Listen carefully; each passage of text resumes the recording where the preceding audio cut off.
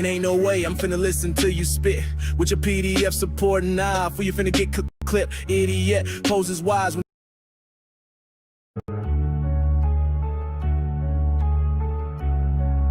yeah.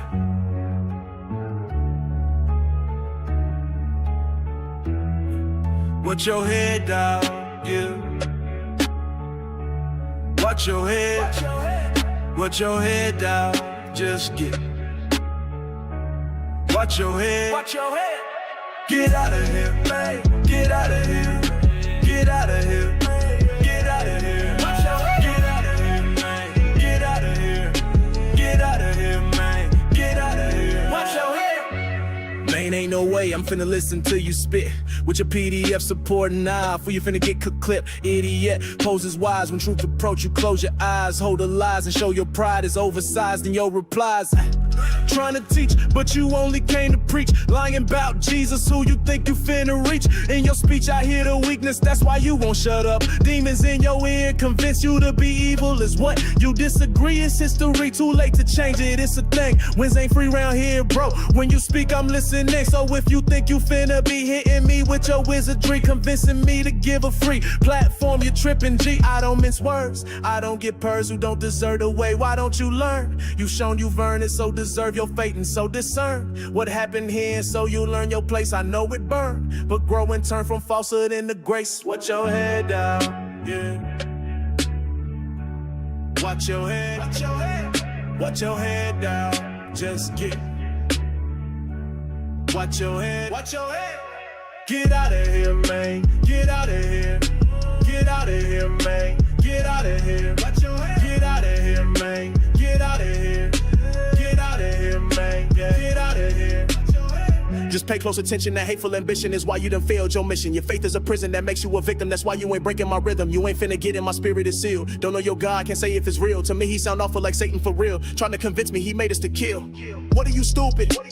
This is the war of the spirit, but you don't know it or walk it or live it. You don't see what's happening, you're walking into it. You're dead where it matters and lost and diluted. You can give pain, you can give hate, but don't wanna take it. That is your way, you will give hate because you love Satan. I'm not finna pause my day to listen to someone whose Lord is hate. I'm finna walk away. Yeah. Whoa. Watch your head down. Yeah. Watch your head. Watch your head. Watch your head down. Just get. Watch your head. Watch your head. Get out of here, man. Get out of here. Get out of here, man. Get out of here. Watch your head. Get out of here, man. Get out of here. Get out of here, man. Get out of here. Watch your head. What's going on, everybody? Appreciate y'all for joining me over here at the Word and I. God bless. God bless. God bless. God bless. Let's see. Hold on. Let me fix something real quick.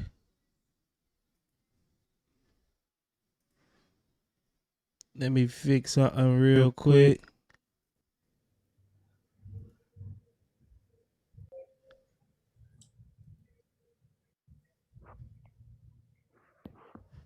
All right. Sound good. We got Hanif. This Hanif, right? Yeah. All right. Good to see you, man. You wanted to engage with the topic? Yeah. You got your computer up? Yeah, I got my computer up. Okay. Which method do you use if you want to look up a specific word? What do you mean? I use a lexicon or Okay, can you type wherever you want to type it? Type in the word Hanif, Hanif. What this got to do with the topic, bro? It has everything to do with it.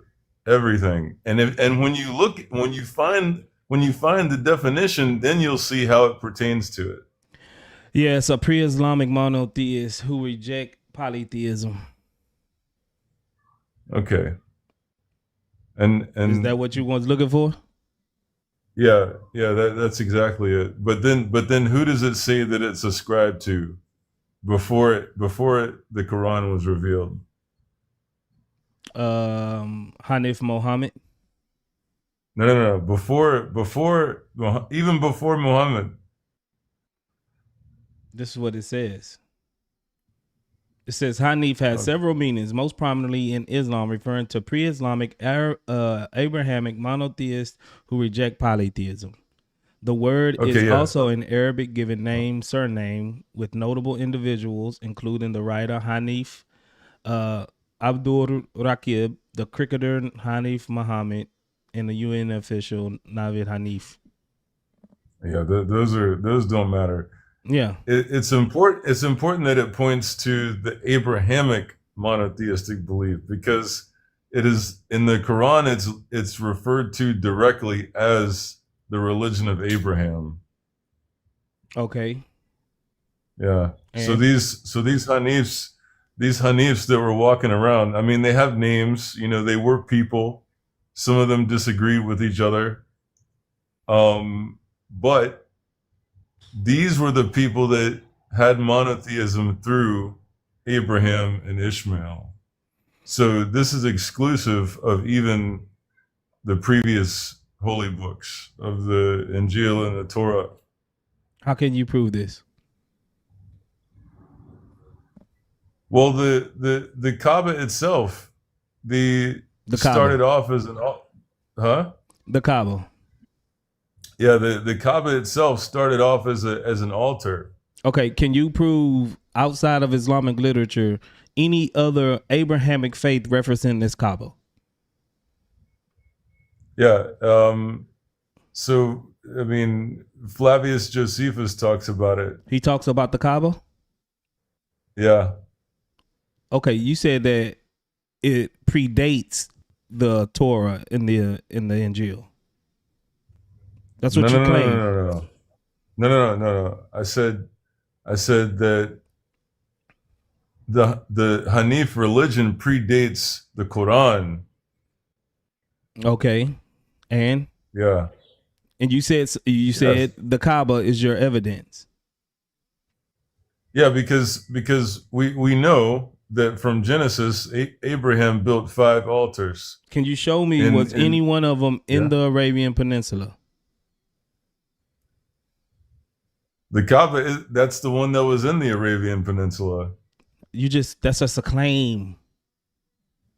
Well, it's there today. I mean, that's just a claim. Prove to me that pre-Islam, any religion, Abrahamic religion, reference going to the Kaaba. Well, it's not in your books. I mean, so where would we find it at? Yeah, I just told you. You'd have to. You want me to give you the chapter, book name, and volume and page of Flavius Josephus speaking about? Bro, do you understand what I'm saying? I mean, which source do you want?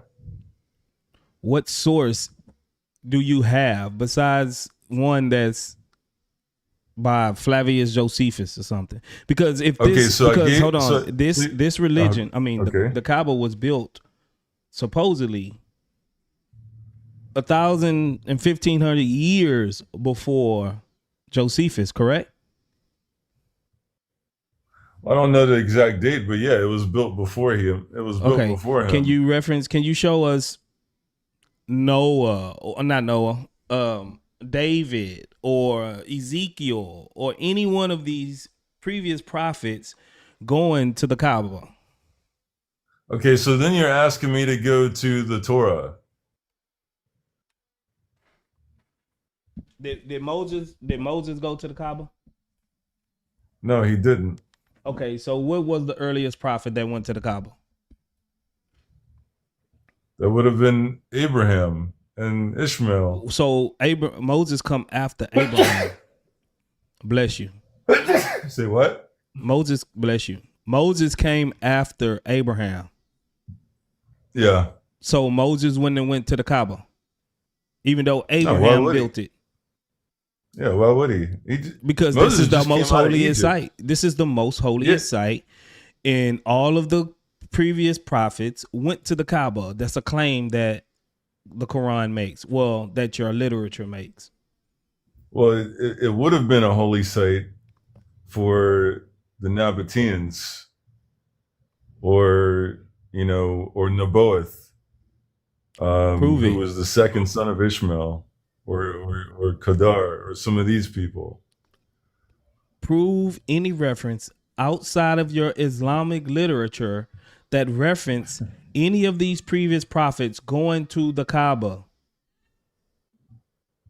Okay, well, you didn't take Flavius Josephus, so Do it say that? Does it say that? Okay, bring up the source. Let's see what Josephus says. I thought you didn't. I thought you didn't take him. No, I'm allowing it. Bring it up. Okay, okay. Now that you've gotten a chance to juggle through the information, I haven't looked up nothing. I'm counting on you to provide the evidence. all right. Let me bring up my source. And it's going to be the Holy Kaba in Mecca, correct? I guess we'll see. What do you mean? You guess you see? You don't you know this? This is your source. You read it before, right? Okay, man. Give me 1 second.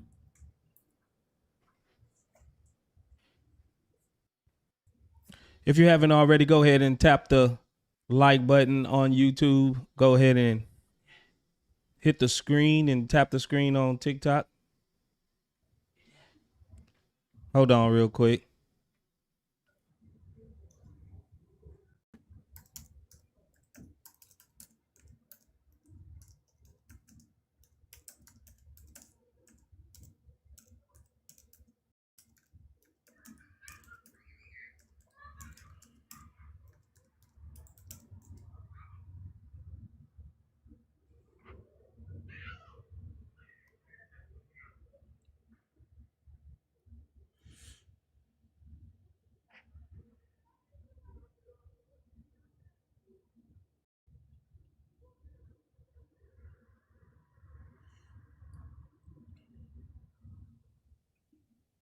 Okay, so all right, so that was a misnomer. There was there. Yeah. What do you mean by a misnomer? What happened? Well, he mentioned someone who mentioned the Kaaba, so that would be He mentioned someone that mentioned the Kaaba.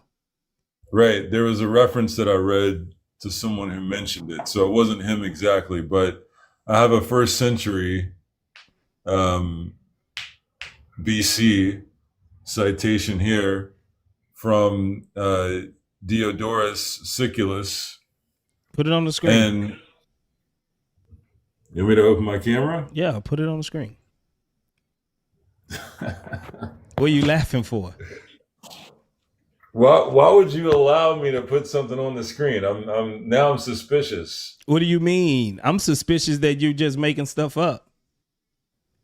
You think I can make that up? I'm just saying.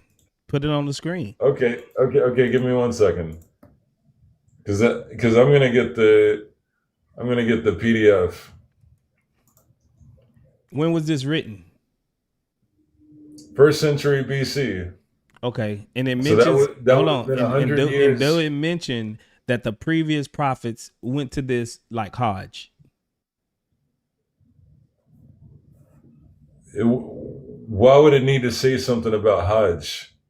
Because that's what it's for, pilgrimage.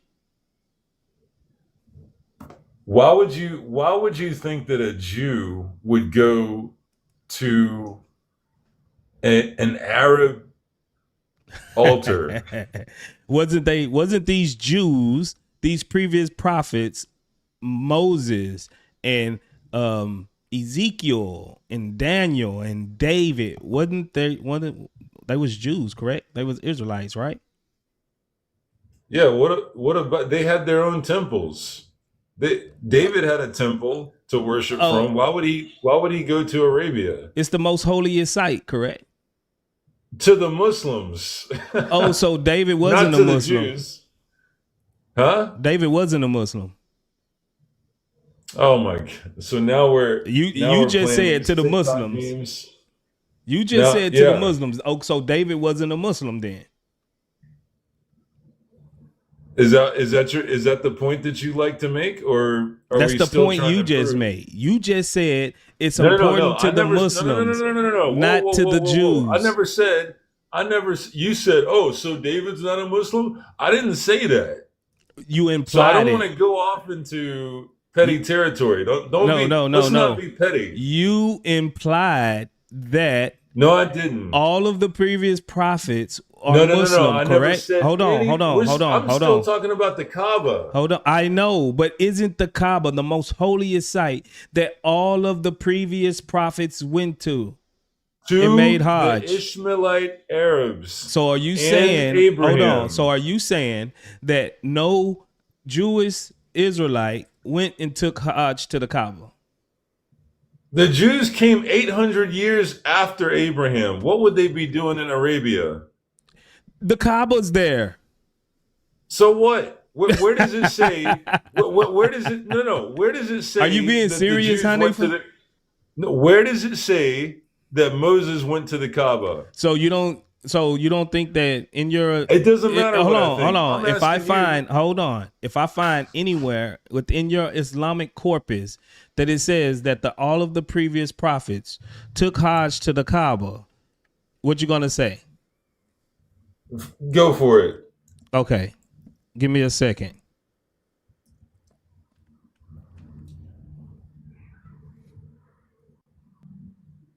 Is you gonna believe it? Look, just bring it up. Is you gonna believe it? Bring it up. Okay.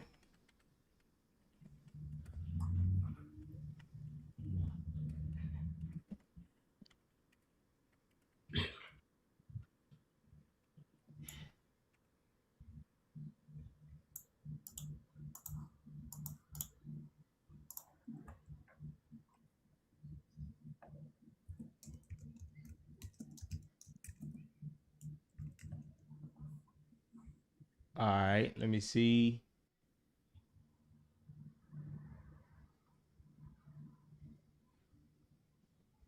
Do I need to put it on the board, or do you trust me what I'm reading? This was from Islam Q&A. Yes. What are you laughing at? Where is it in the Quran? I never said it was in the Quran. I said from your Islamic corpus. Okay. Let's go from there. Is it in the Hadith? They report some of the hadiths. They report Hadith that say Musa went to the Kaaba in Arabia. Yeah. Okay. Let's talk about it then. Okay. What's the book, the author, and the volume and every? Give the Hadith. Which Hadith is it? Okay. This says that Al-Badaya wa Nahaya. You know that, right? That's Ibn Taymiyyah. Yeah. He's a scholar of. He's a heretic. He's a scholar. Ibn Taymiyyah is a heretic. What? Hold on. He's a heretic. Ibn Taymiyyah is a heretic. Yes, and bring any Muslim hold on, and I'll tell him that too. When did Ibn Taymiyyah become a heretic? Because he was jailed by Ahl Sunnah wal Jama'ah during the Sultanate of Muhammad ibn Qalawun. He was jailed by the four Madhab jurists for life. He died in jail. So Ibn Taymiyyah, the Salafs. So you're not a Salaf? Hell no. Oh, okay. So you from a different sect of Islam? No, I'm not from a sect. Well, that's the problem. A different school of thought. What I follow is Ibn Taymiyyah is a heretic, y'all. He is a heretic. Yes, you shouldn't even be mentioning him. According to Hanifa, Ibn Taymiyyah is a heretic. According to Ahl Sunnah wal Jama'ah, Ibn Taymiyyah is a heretic. He was jailed by the Mamluk Caliphate for life. What? Because he ascribed anthropomorphism to Allah. What? So Ibn Taymiyyah is a heretic. I've told Central Dawah this. I've told Islamic Ape. I tell all these guys. And there's other Muslims on here from other madhabs that tell them the same thing. So do you The take from Salafis- Mujahid? the Hold on. Do you Salafis take are from deviants. Mujahid? No- Do you take from Mujahid? Yeah, Mujahid studied under Ibn Abbas. Okay, thank you. So I have a narration that was narrated by Mujahid as well. Okay, that's better. Okay, what do you got? He said that 75 of the prophets all circumambulated the house of the Kaaba. Circumambulated. Yeah. Circumambulated. Circumambulated. Same difference. Okay. Let me see. Oh, that's good. Okay, give me 1 second. So It said Ibn it was Mujahid- said that hold on. It's also in the sitter of your prophet Ibn Asaq. Ibn Ishaq. Yeah, it's also in the sitter of the prophet. And this is on page Okay. 95. It's a trustworthy man from among the people of Medina narrated to me that Yudwa ibn Zubair said, there is prophet who did not perform the Hajj to the Kaaba, apart from Hud and Saleh. Noah performed Hajj. When the earth was flooded, the same happened to the Kaaba as happened to the rest of the earth. And the Kaaba was on top of a reddish hill. Then Allah sent Hud, but he was distracted by the affairs of his people until Allah took his soul in death, and he did not perform the Hajj until he died. Then Allah sent Saleh, but he was distracted by the affairs of his people, so he did not perform Hajj until he died. When Allah may he be glorified and exalted, instructed Ibrahim to call mankind for Hajj, then after that, there was never any prophet who did not perform the Hajj. So all of the prophets performed the Hajj, according to Ibn Asaq and his surah. Even Ibn Kathir have a narration. Ibn Kathir says, we have previously mentioned their Hajj, what is meant to Hajj to the place, even if there was no structure there, and Allah knows best. So even if it wasn't the Kaaba there, right, they still went to the place where the Kaaba was going to be. But how is that when they came after Abraham, and Abraham is the one that built it? So how wasn't it there? Okay, I'll have to look into that, because there is a disclaimer though. It says that even if there was nothing there, which means they observed a specific practice of circumambulating, which means going around in a circle. But was it in Mecca? So, it was in Mecca. Well, does it say it's in Mecca? Where is the Hajj? Well, that's wherever the Qibla is. So if the where Qibla was it? Well, does it say where it was? Now you're playing games. No, I mean, does it say where it was? Don't play games. I don't have the information that you have in front of you in front of me. So I'm asking you, does it say that it was in Mecca? Where is the Hajj, bro? Today, in modern times, it's in Mecca. Exactly. Where have it always been, according to your Islamic sources? Yeah, it said even if there's no actual physical Kaaba. So I mean that could be anywhere. So was it in Mecca? Is Mecca not the holy city, bro? Today it is, yes. But, so it never. For example, it wasn't. So at one point in time, the Mecca wasn't the holy city. Well, wait a second. We all know that the Prophet ﷺ, the Qibla, it was in Jerusalem. They were praying towards Jerusalem, and then they changed the Qibla to Mecca. So no, it was not always in Mecca. Oh, so the very first house of prayer, of worship, that Ibrahim and also Ishmael built, right?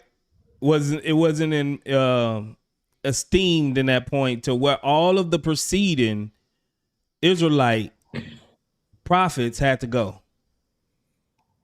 But I just showed that's you. not. But I just showed That's you. not. But I Okay, just go showed ahead. you. It said that they did go and they performed the Hajj. Yeah, but it doesn't say Mecca specifically. It's referring to a specific act of practice within the belief system. So that means you could be anywhere on the earth if you observed a Qibla, which let's say for the Nabateans, right? The sons of Naboth, their Qibla would have been Petra. They were worshiping gods in Petra. That was their Qibla. For the early Muslims, it was Jerusalem, the Temple Mount, Al-Aqsa. Okay. Then it changed In this to the Qibla in narration, Mecca. he said he talked to a person of Medina, a trustworthy man of the people of Medina.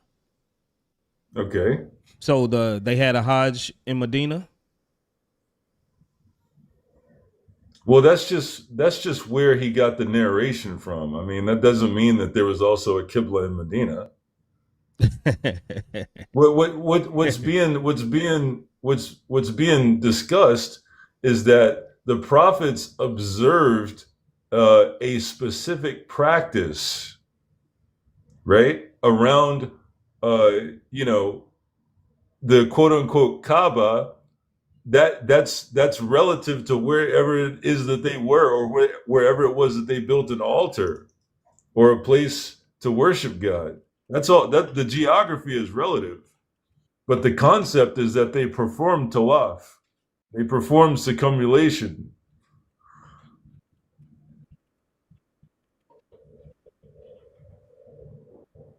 Okay, hold on. Let me see something. I mean, I see what you're saying. But it doesn't mean that it's always in one fixed place or position.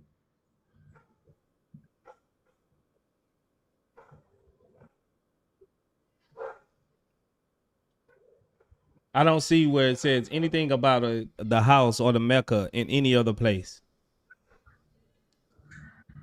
Well, that's the whole point. Because it says right? that the 75 of them, right, said the end quote from Akbar Makkah. Okay. Okay. Do this. Do this. Give me Mecca. Give me the citation, and I'll come back to the live later. Because I'm not familiar with this hadith. What's the hadith? Okay, this is. I mean, it's several of them. It's a lot of them. Yeah. Give me the one from Mujahid. Okay. Let me see.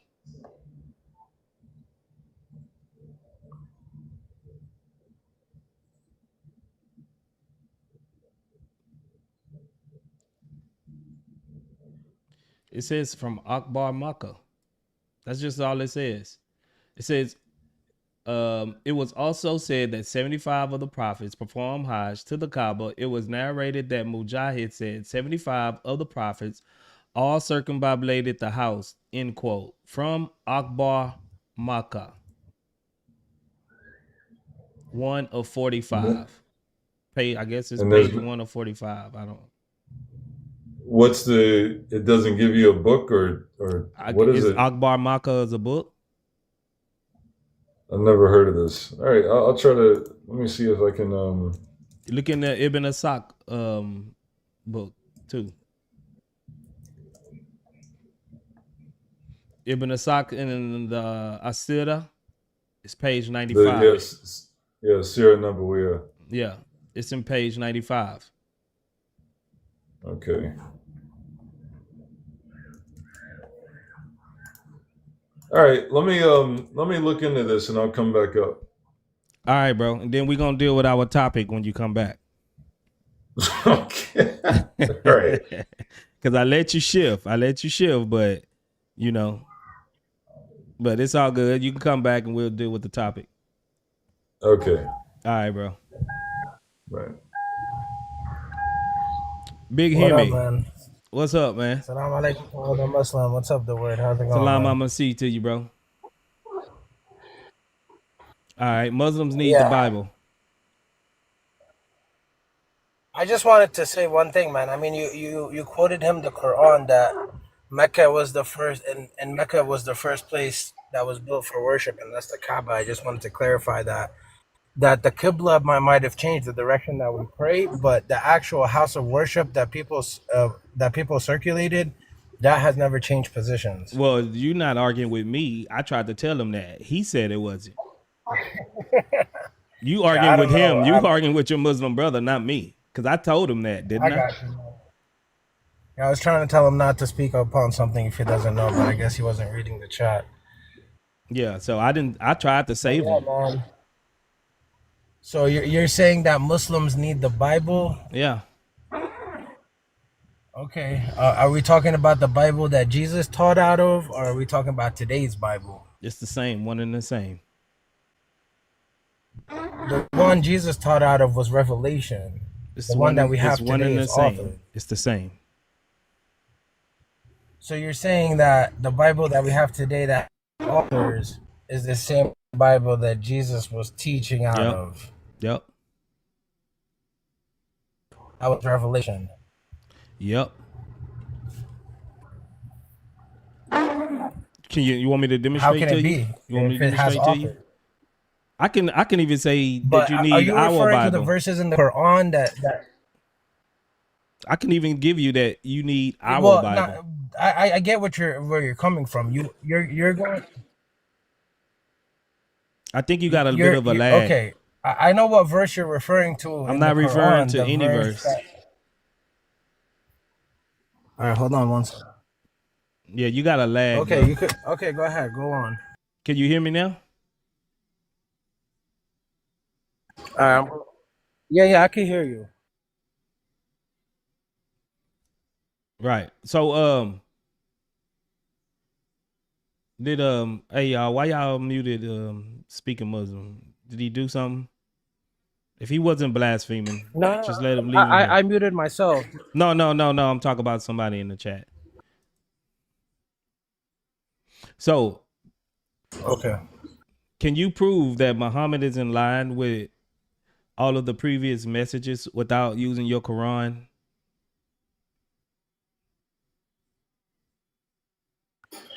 Can I prove that Muhammad was aligned with all the previous messengers without using my Quran? Yeah. Without using the Quran, I can't really prove anything because the Quran itself is the proof that I have that my religion is the truth. So you can't prove anything.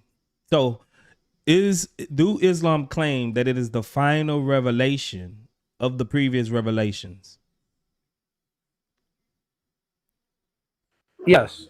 Right. And it also claimed that Muhammad is in line with all of the previous prophets' messages outside, like the Torah, in the gospel, the Injil, the Zabur, David, Moses, Jesus, etc. If it's a continuation, then of course. Right. So how would you be able to prove this without using your Quran? Because their messages is not the Quran. The Quran points to something previous to it, outside of itself. Of course, but here's the thing. That's okay. So that's like me asking you to prove to me that the Bible is from the same God that Moses brought down, but it brings new things. It brings new things like you have the ideology of the Trinity. Big Hemi. I will grant you anything that you say about the Bible at this point, just for the sake of this argument. I'm asking what you can prove about your beliefs. Yeah, but you're telling me to not take the Quran into. No, I didn't say don't take the Quran. I said use something previous to it, because you believe that Islam started all the way back to Adam, correct? Yeah, of course. Right. And there was a succession from Adam to Moses to David to Jesus, etc., etc. And they all got previous scriptures. So that'll be able to, you can align yourself and follow back Islam all the way to the very beginning. Yes. Right. So all I'm asking for is to demonstrate that to me, the previous revelations to me without using your Quran, what would you use? But that's okay. So, I mean, the Quran came down for a reason. The Quran came down to basically tell you, to realign us to the truth. The same reason that Jesus was sent, Moses was sent, Abraham, all the prophets were sent to realign people from the truth. I If it's understand to that. realign, Big Hemi, I understand that. So what would okay, you use though? So you have nothing at your disposal besides the Quran. of course, no, I don't, because Exactly. all the previous. Right. So Go ahead, then, go ahead. right. So now you can't even follow your religion properly because according to your 6 imans, your 6 pillars of faith, you must believe in Allah, the last day, the angels, the prophets, and the messengers, the message of these prophets. And the books, yeah, what Right, the the books. books. Yeah, We're but talking you about don't the book. have nothing Who to believe in. You don't have these previous who books. said that? Who said that? Hold on, Your time 6 out, time out. imams. You just said that you don't No, have it. no, no. I'm not saying no. I'm not saying I'm not saying that's false. That's the 6 pillars of faith. I understand that. But what I'm saying. I'm sorry, bro. Put it in the icebox for me. No, it's all good. Right. You just told me you don't have none of these. Okay, now let's go back to something. Do you have to have? Okay, for instance, I believe in the angels, right? That's one of the pillars of Islam. That's one of the pillars of Iman, is believing in the angels. Correct? Yeah. Do I see the angels? So hold on. So you're saying that just because you don't see the angels, you can't believe in the angels? What you're telling me is just because we don't have the books with us on this earth that that have been preserved. Like for instance, let's not forget about the Torah. Let's not forget about the Zabur from Dawood. Let's not forget about all the scriptures that were given to Ibrahim and all the messengers before them. We don't have those scriptures with us. Does it mean that I can't believe in them? Right. Because how can, okay, let me show you how this doesn't logically follow. Can I believe But in hold on, hold on, Big Hemi. Can I Okay, go believe ahead. in the Quran without actually reading the Quran? Can you believe in the Quran without reading the Quran? I Yeah. mean, like you have zero knowledge of it. Can I believe in it? How do you have the knowledge of the Quran if you never read it and it was never recited to you? But can I believe in it?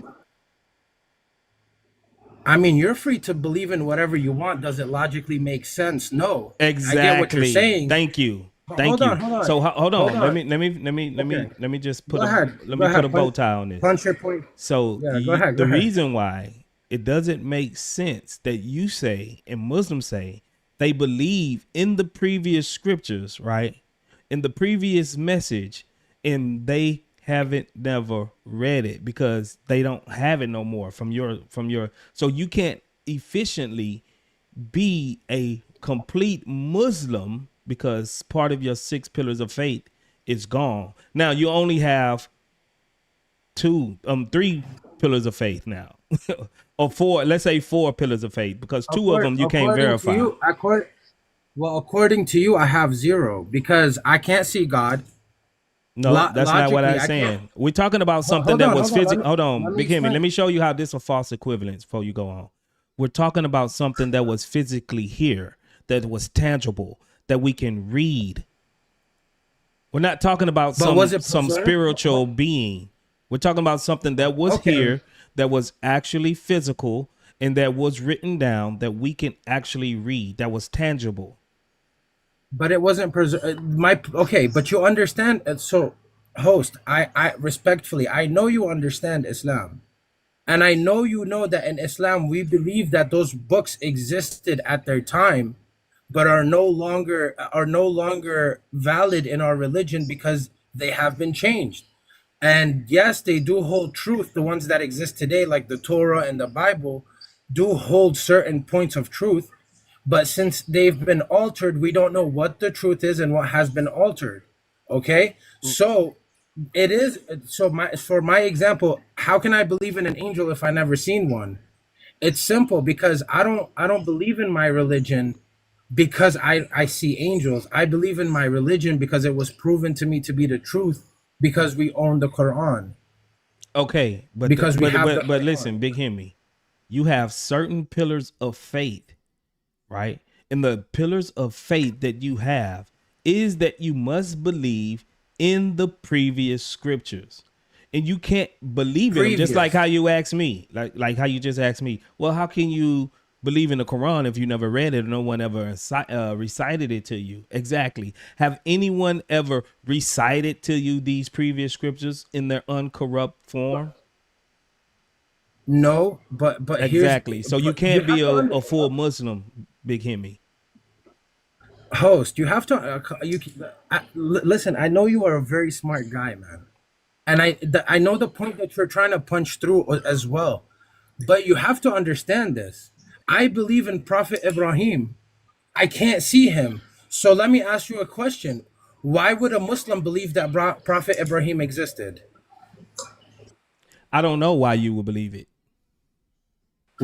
Okay, Truthfully, let me ask because you you don't to a Christian then. listen. As a The reason Christian, why, why let me as a explain why I Christian said that. Let me explain why I said that. Because you can't verify that anyone outside of your religion actually existed, because everything that your religion was built upon is corrupt. It's out of there. This is why I don't know why y'all believe it. Y'all only believe it, right? Because Muhammad said so. One man said so. Us as Christians, we don't have that problem because we don't say, like, false. I will be, hold on, Big Hemi. I will be in your same predicament if I said that the previous Old Testament in the Hebrew Bible is corrupt. But we don't do that. We believe in a authenticity and authoritative power of these previous scriptures But that we hold on you that we guys, build our religion off of. The very thing that you and Muhammad and Allah said that you can build your religion off of, you say is corrupt or no longer valid or doesn't exist. So now you don't have a basis to stand upon because everything in your religion got corrupt, or everything that you think was authoritative no longer exists. So I don't know why you believe it. Logically, okay, I understand where you're coming from. So now logically, how do you guys have the whole Torah as part of your Bible, yet you take on a way different definition and example, and even not only that, but you guys don't believe in the Torah the way the Jews believed in it yeah, we because do. you guys have the Trinity. We No, you do believe don't, in the because the Torah. Torah. Okay, let me ask you a question then. Hold on, A hold on, Jew hold would on, never hold say. on, hold on. We're I not I talking didn't cut about, you off. hold Just on, let me Big finish Hemi. my But point. I know where you're going, but we're not talking about interpretations of scripture. I can say I interpret it one way or we interpret it one way and a Jew interpret it different way. But we're not talking about how we interpret the scriptures. We both actually believe that these scriptures are intact and preserved and are authoritative. That's the difference between us and Muslims. The Muslims believe that this other thing, all this stuff before Muhammad, right, is not good. It's not valid no more. Us and the Jews, we just argue over interpretations. That's not what Muslims do. Muslims say, no, it's corrupt, it's not valid, or it's lost. Okay. This is how you take your basis from up under you. Okay. All right. So if you don't want to go that route, let me ask you this: you believe in the Psalms of David, correct? Sure. Do you believe in that David received a big book that was the Psalms of David, or do you believe in only the parts that exist today? No, that's just a misunderstanding by the Quran. The Quran believed that all of these prophets received the book. That's not what we believe. Our prophets That's didn't not what we receive believe either. books. That's not what we believe. We believe there's the limited amount of scriptures, like you said, the previous scriptures. We know some knowledge of them, And not every prophet and messenger received the book. Not every prophet Okay, and messenger but what you your example as the Psalms. The what Psalms, I'm you asking you, believe I that asked you a David simple had a question. book. He was revealed the Psalms, the Zabor, and also Moses. Matter of fact, in the Hadith, it says that Allah wrote the Torah with his own hands and gave it to Moses. So you believe that all of these previous prophets, not all of them, but at least three of them, David, Moses, Jesus, had a book, a physical book that they was given and they was No, teaching it's out not of. physical. It wasn't physical. It doesn't have to be physical. The Quran wasn't revealed physically either. It was revelation. Okay. They're But not in physical your books. book, okay. So did Jesus say that I was given a book? Again, it's not specifically a book that was written But down. did It he was say he was revelation. given a kitab? The Bible was the That's not Injil what I was asked revealed you. to Jesus. The Did Injil was it a is a kitab, scripture. bro? It was a scripture. It was scripture. I don't. Kitab means book. It was scripture. Yes. I'm telling you the revelation, scripture. But whether he received it in the form of a book or it was revealed to him through the angel, because I only know of two prophets that spoke to Allah directly without there being an intercessor, which is Adam and Moses. Those are the two. Adam obviously was in heaven, and Moses was called Kalimullah, the person who speaks So directly to Jesus Allah. had a revelation. Who gave this revelation? Jibril? It would be the messenger, the yes, who is Okay. also called So the in soul. 1931, 33, when Jesus said, I am a messenger from Allah in a cradle, and he says that I was given this book, he wasn't talking about a physical book when he said the kitab. Okay, I mean, I don't know if you want to go into into certain details, but we can. I mean, I'm more than I'm just happy to. asking you. I'm So, asking you because you so, said it so wasn't a in book. in in Islam, okay, let me explain something. In Islam, everything has already been written and conserved on tablets. I know you probably already know this. So the Quran, the Injil, all the scriptures that you have are already written 50,000 years before on a tablet. It's called Lawh al-Mahfuz. Okay. So So, okay, I get you. So I yes, get you you. could use the word book in English. You could use the word book in English, I guess, if you want. But those scriptures that have been written down have been revealed to certain prophets, and how they are revealed is through revelation. Okay. So, let me ask you a question. Jesus was given the Injil, a revelation, correct? Let's go with your interpretation. He was given a revelation, right? Yes. Okay. Was it ever written down? And now, when you say written down, you're talking about at the time of Jesus. Whenever. I don't know that. I mean, I'm not in front of a computer In either, so 7 I wouldn't be able to answer. 157, sort of 7 157, it says that those that follow the unlettered prophet, whom they can find written in the Torah and the Injil. So it was written down at some point. Well, I know the Torah was written down and conserved at the time of Moses, but then it was altered. And same thing with so the Injil, yeah, certain parts of it were written down, correct? Yeah, What do you you mean you would certain be right parts? about that. So if you're asking me at the time that Jesus was alive, if they were writing it down, I would want to say yes, but again, I don't like to speak anything that I don't have the knowledge Okay, of. that's But cool. That's but cool. what But we you have said that today, but that's cool. I'm not going, but you said that it was, let's say parts of it was written down. I guess let's say the important parts. Is some parts more important than the others? no, I wouldn't say that. I Right. wouldn't So say that some parts are means more when it important than the says, others. And right. what I would yeah, and I wouldn't say I don't know what parts of it were written down. I don't know if the whole thing was written down. It might have been the whole thing written down at the time of Jesus. I don't have that information. Okay, so in the 7th century, when it says that the Christians can find Muhammad written in these books, you don't know if it was part of the scriptures or all of the scriptures, but it was written down according to your Quran. According to the Quran, if the Christians were to go back to those books that were also not 100%, and not, I don't know the percentage, let me not even mention a percent. Those altered books still contained enough truth in it for them to be able to come to the conclusion that the prophet is a messenger. Yes. That Muhammad sallallahu alaihi wasallam was a prophet and messenger. So we do not say that, oh, they're going back to their books. That means that they're 100% all correct.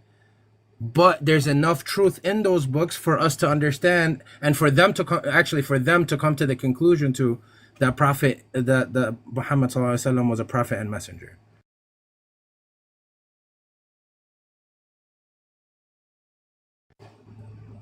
Host, if you're still there, we can't hear you. Bro, I'm my bad. My wife was literally talking to me. Do you want me to repeat that? Yeah, go ahead. Okay, so what I was saying is, so what you're bringing up is, yeah, okay. So that you're saying that in the Quran, it's written for those people to go back to their books. Now we can't ignore the fact that that it's also mentioned that those books have been altered, but there's enough truth in those books that is left to point to that Muhammad sallallahu alaihi wasallam is the prophet and messenger. Okay, cool. So in the 7th century, what would they have?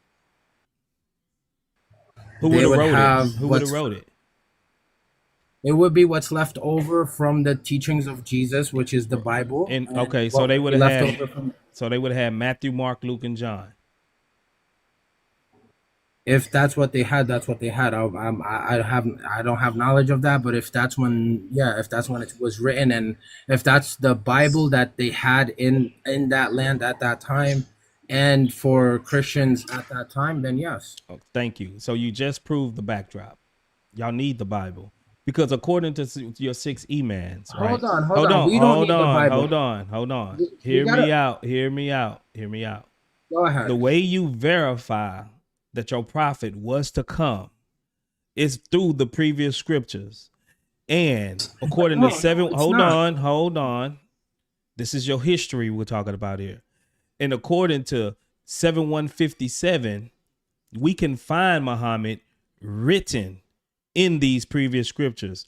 That's the 7th century. So I asked you, what did they have in the 7th century? And you said whatever is in the Bible, Matthew, Mark, Luke, and John. So one way to verify Muhammad's prophethood is to go back into these scriptures and see if the Bible actually mentions Muhammad. So you do need the Bible if you want to authenticate whether your prophet was a real prophet and was to come and Jesus prophesied him or they talked about him, because your Quran says you can. And this is how you go back to demonstrate if he was or not by our scriptures. Now, you can stick your head in the sand and say, I don't want to do that.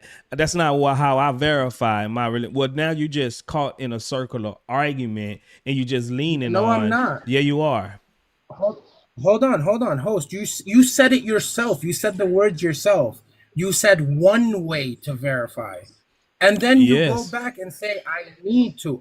No, hold on. There's a difference between one way of verification, and there's a difference of saying that I need to use this way to verify. Like, for instance, I could tell you I'm going down to the store. You could take this one street to go down there, and now you're saying there's no other streets available. I need this street to go down there. That's not correct. There's many ways to verify that our Prophet sallallahu alaihi wasallam was the prophet, and the biggest way is the Quran. Another way is to go back to the what the Bible has left of the truth and what the Torah have left of the truth. But I wasn't born a Christian, and that verse in the Quran was directed to Christians and Jews at the time of the prophet. But it doesn't matter. Now you could say, oh, well, the Christians and Jews can't use it today. Of course they could use it today. They could go back to their Bible, they could go back to the scriptures and learn it and learn history and go back and try to get Aramaic versions of it and Greek versions of it. You could pick in any way you want that is verifiable, that is a verified way to prove that the prophet is a prophet, but it doesn't mean that I need it. If Okay, I hear you. someone could, okay. I got you. Now, this is why I said you need it. Because if you are truly to verify something, that means you need an outside source. The reason why I said that's one way, because usually Muslims do it a different way. It's a self verification. It's a confirmation bias, or it's a circular argumentation, because you only lean on the source that was given to you.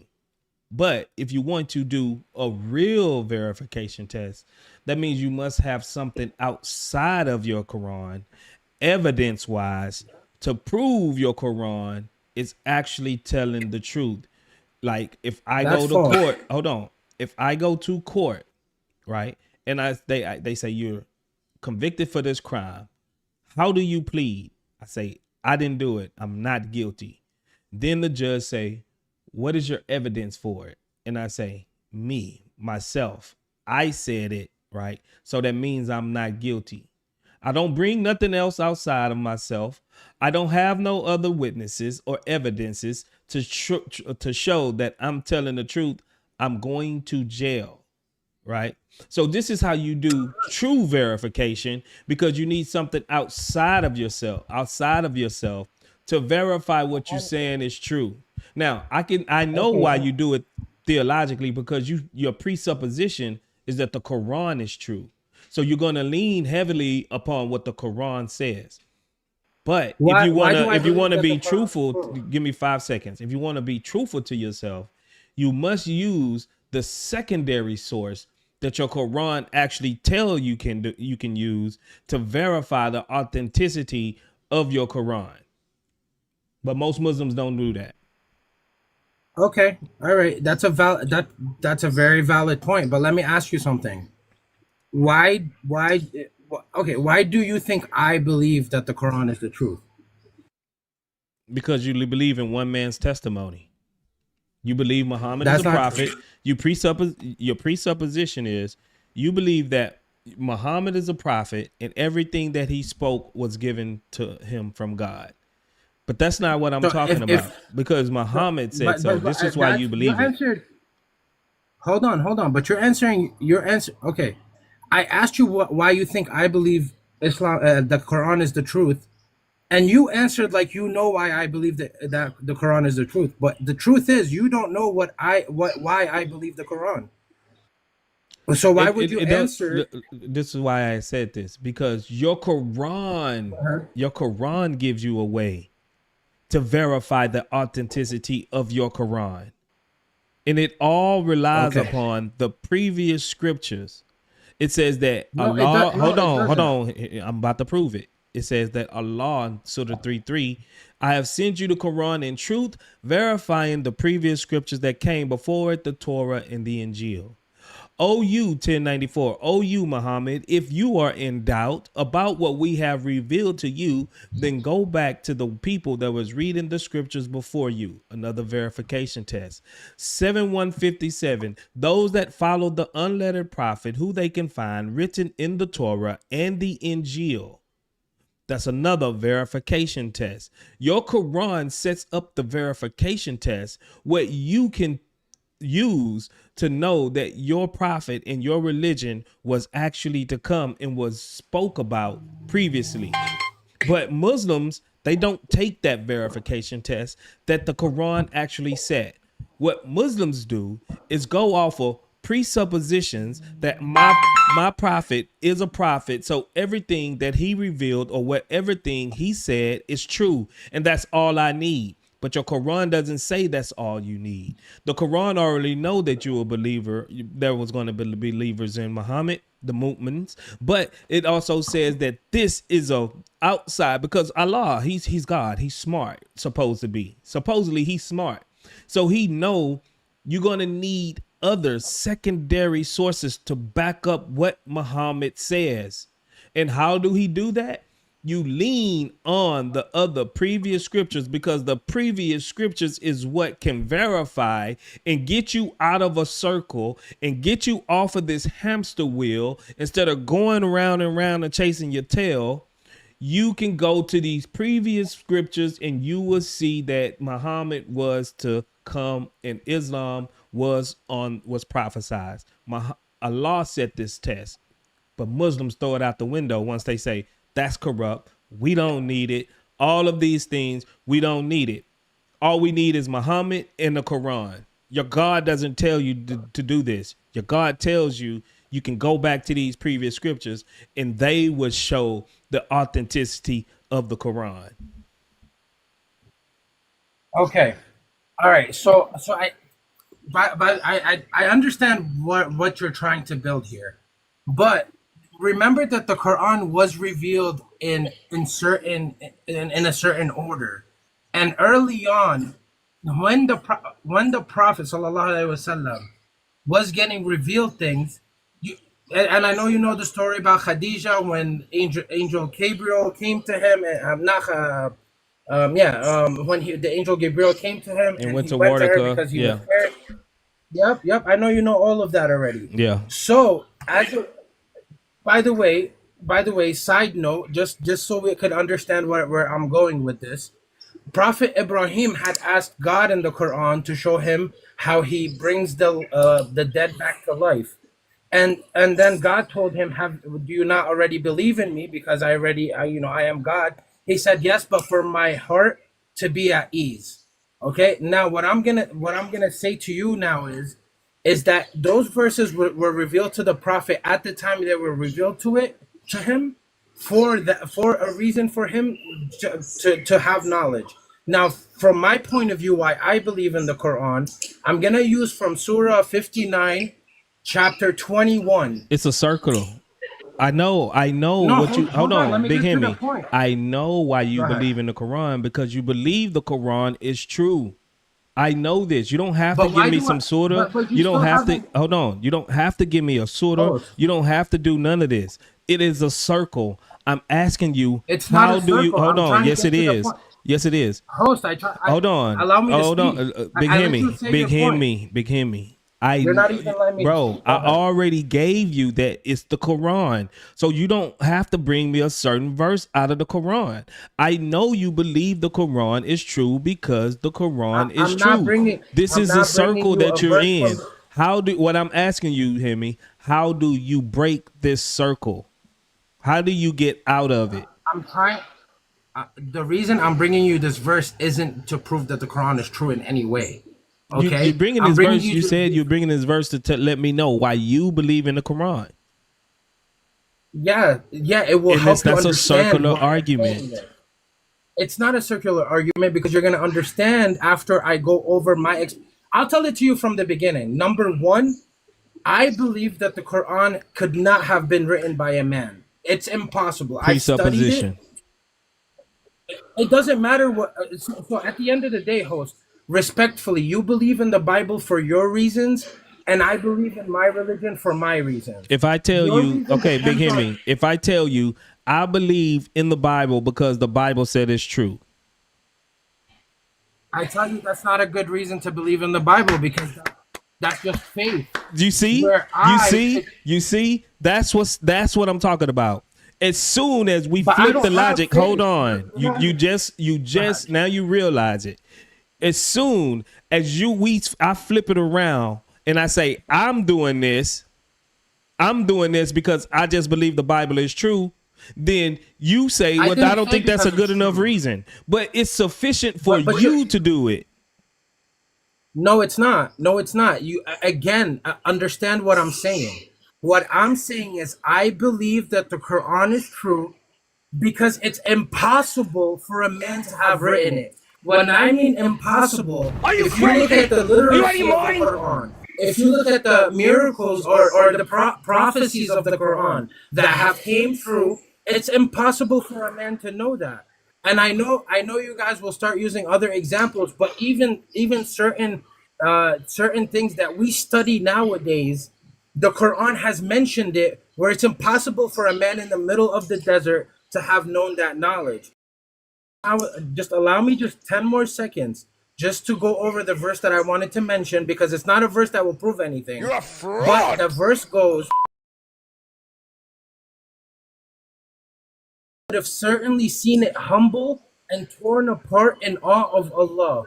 We have put such forth comparisons, so perhaps they may reflect. So what Allah is saying, even a mountain, if this Quran was revealed to even a mountain, the mountain would have been humbled and torn apart in awe.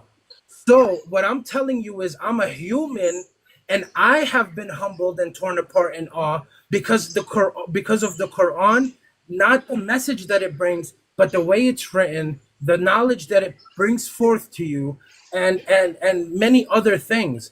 Not because Muhammad wrote it. I don't care where. If I was living this life, and God knows best, and someone brought me this Quran, and I learned it the way I learned it, and I was taught it, and I was studied it, I would have believed in it no matter who told me who the messenger was. The only reason I believe in Muhammad, peace be upon him, is because of the Quran. Because I know this book, it's Exactly. impossible for it to be written by man. But go ahead. At least now you know where I'm coming from. All right, Hemi. I appreciate you for coming up. I mean, I can't show you that you're in a circle. You're in the circle.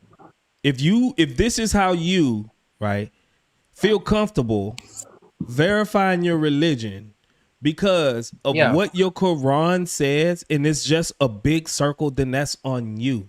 If you don't want any external evidence to back up and prop up what your Quran says and that what your Muhammad claimed, then that's on you. I can't make you see what you just don't see.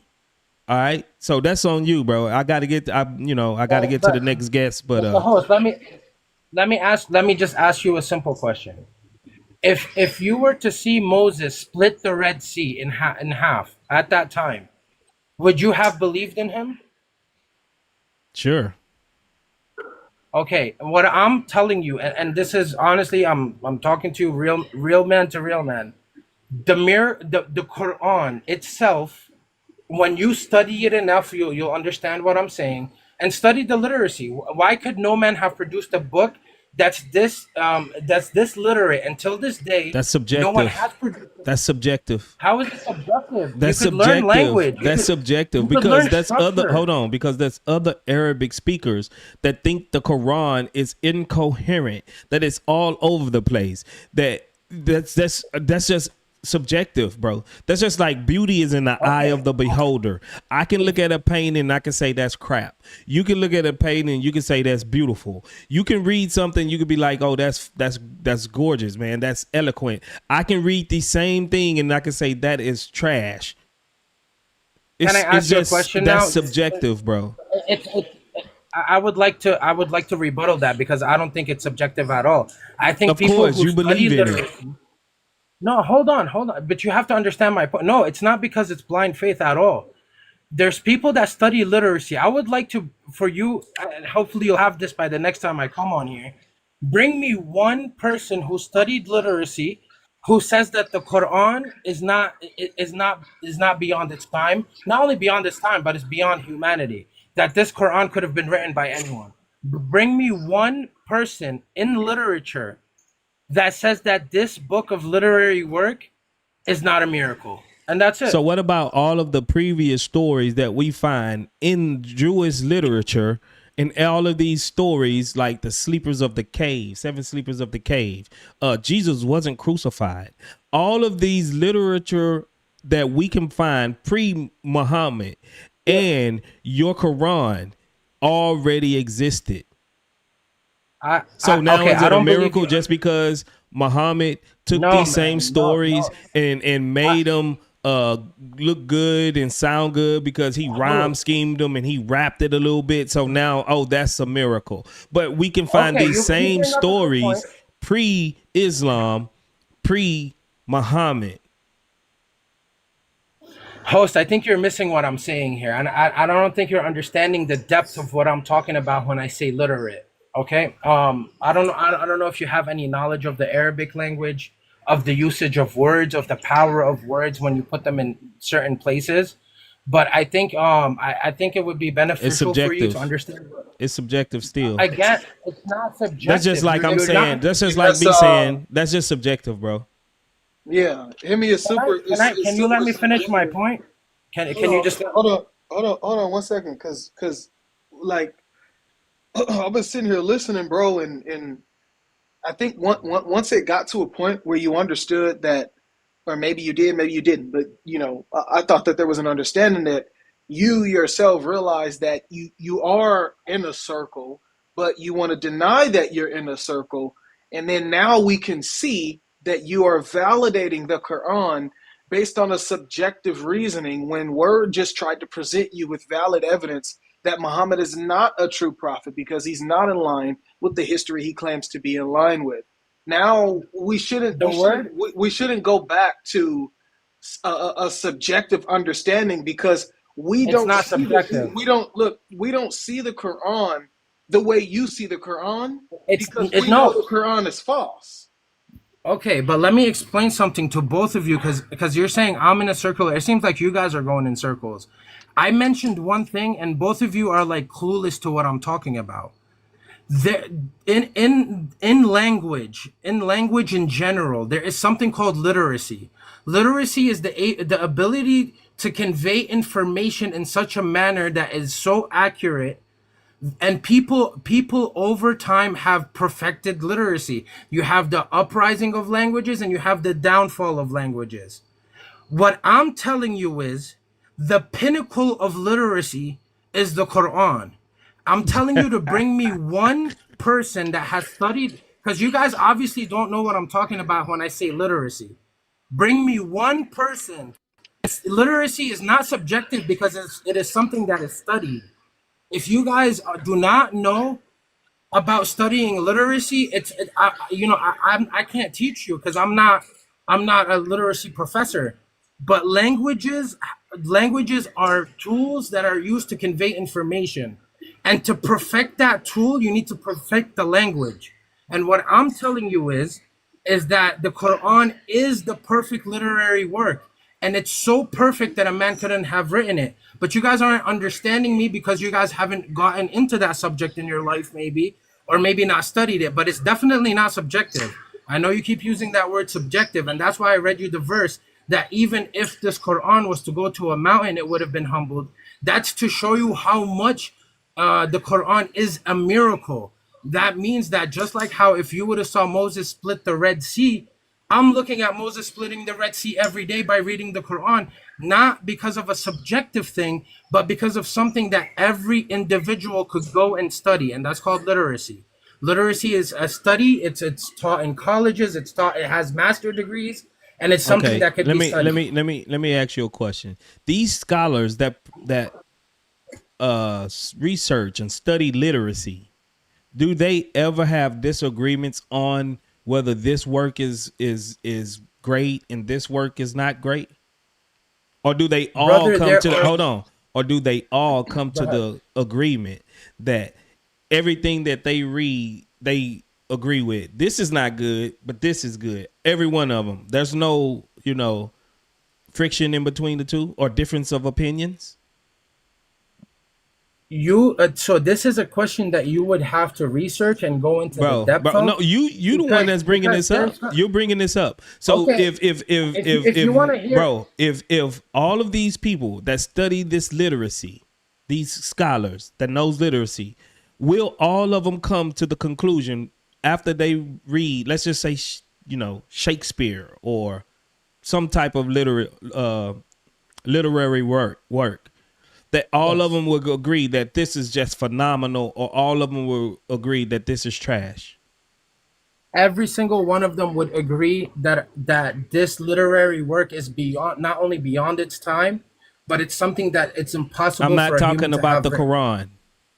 Oh, you're not talking about the Quran? Yeah, no, yeah. So you have studies of literary work like Shakespeare, for instance. I'll break it down to you this way, man. I used to listen to hip hop back in the day. You know how like certain rappers like Lil Wayne, Eminem, they Yeah. have a play on words. Yeah. You know how they have like a play on words. They Yeah. have double entendres. They Mm-hmm. have meanings within meanings. Yeah. Okay, And some people take love them, that and and some people don't. yeah, that's but that's because of the message that they're bringing forth. No, That's because just of because what some we're people talking about. will listen to Lil Wayne and be like, man, he killing it. Some people will listen to Lil Wayne and be like, man, that's trash.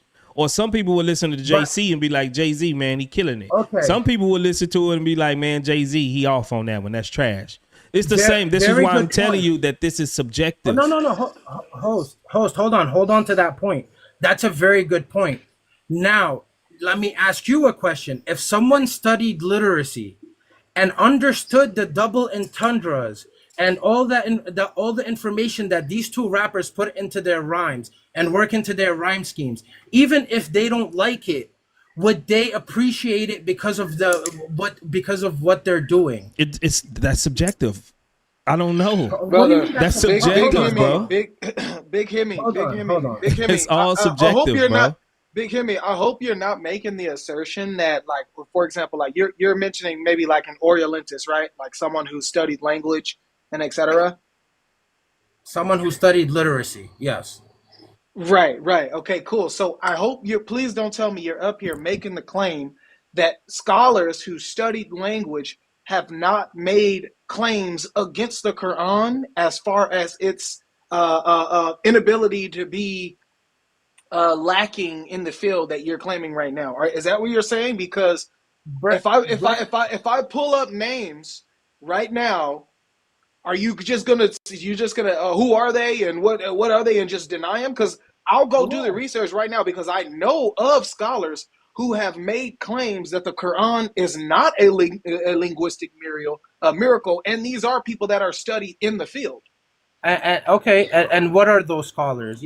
I mean, you can't. That's pull why it up right I now, didn't and even I'll want to also go down that road because he's Right, just gonna right, deny because him. we know you're gonna because we know you're gonna reject them. So one of them, okay, so one of them is Theodore, right? One of them is Theodore Nodetic, right? One of them is Theodore Nodetic. I can get to you his book right now, right? The History of the Quran. He makes a claim that it's lacking, it's inconsistent, and he does not agree with your claim. And he's an Orientalist. So I can find his book right now, open it for you, get the translation, and show you. I can find his book right now, and I can open it, right? But I'm just saying this: if I show you this, and I do the research to find the exact page number, right? Because I just looked it up right now. All you got to do is do a Google search. Orientalists or literary scholars that deny the miraculousness of the Quran. You get a bunch of names of people who have done this. So I don't know why you're claiming this isn't done and people haven't rejected the miraculous linguistic. Hold on. Wait, slow down. I never claimed that people have not written books against it. No, but you're saying scholars. You're saying scholars that are studied in language. Okay, very good point. Yeah, I didn't. That's what I said. That's what I said. All I did was but you look said up. I said there hold was no on. scholars that did. That's not what I said. You're not paying attention. I looked up exactly what you wanted. An Orientalist or a linguist. There are linguists and Orientalists that have tore down the Quran in the way that you think that they haven't. Okay, They claim that the Quran is not consistent and it's a tough read. They don't think it's miraculous. Uppercut. Okay. All right, that's very good. That's a very good point. Now let me bring up another point. There are libraries dedicated to books that are breaking down the literacy of the Quran. So it's upon you to go read this book by Theodore and then go read the massive amount of books that break down the Quran, that give you the literacy of the Quran, and then you could decide brother, for yourself. You just asked for someone who says that the Quran. Hold on. You didn't ask. You said prove it. You said provide evidence that someone has said this about the Quran. I just did, and now you're saying go. Now you're saying let's worry about something else. Bro, if you're gonna listen to this conversation, listen to the whole conversation. The host asked a question, and when I brought up the Quran, he said I wasn't asking about the Quran. He said he was asking about other works of Brother, of you were trying to make a case but that you the was, Quran is yeah, a you was, linguistic miracle, yeah, bro. you was No, doing hold on, that at please. first, and then hold on, you was doing that at first. In order for me What not to argue with you about what you believe and already subjective opinion about what you believe, then I say, well, It's not subjective. it is. It's Crazy, totally bro. subjective. You Bro. literally asked for someone who tore down the Quran the I'm way not. that you wanted Listen. it. The way that you wanted it, and now that I'm mentioning one name, now you're scared to look it up. No, I'm not. I No, already let's looked just it up. He's so in let's front of just my face. all right. I'm looking at his So book. right, and okay, so he doesn't agree with you about your Quran, and he's an Orientalist. That's fine for people to have opinions, but are you gonna take one man? Hold on. Now it's React. just one man. Look at React. wait. Hold Look at on. how Let you're me moving the finish. goalpost though. Now it's Let just me one man. finish. I'm not moving the goalpost. Let me finish. Are you gonna take one person? One person. Brother, there's Versus, more than one. There's more than one okay, person let's that have just done say, this. let's just say a million. So then you Let's just have say no a million. argument. Over. Oh, hold If on. the goalpost is Over. gonna move, wait. It big hit me. Oh. If the goalpost is gonna move, every time you get the answer that you're looking for, you have no argument. At first, you were React. asking for anybody who does this. Now you're I saying didn't you can bring ask. a million Stop saying people I who does asked. this. Stop assuming that I asked for one person. I already know there are many critics. That's not the point. The point is there are massively more. Multiply that by 1,000 more Bro, scholars. you have no argument, bro. You have no No, you argument. have no argument. Why don't Yeah, you? Like, we you have about no to we argument. about to move on, What man. are We you about to talking move about, on, bro? Big It's Henry. subjective, We about bro. to move Your on. point is I was subjective, Thanks for dude. coming one up, bro. thing. Thanks for coming up. Thanks for coming up. Your point is Watch your subjective, head. bro. That was terrible, bro. The moment you give him one person, now he wants a million.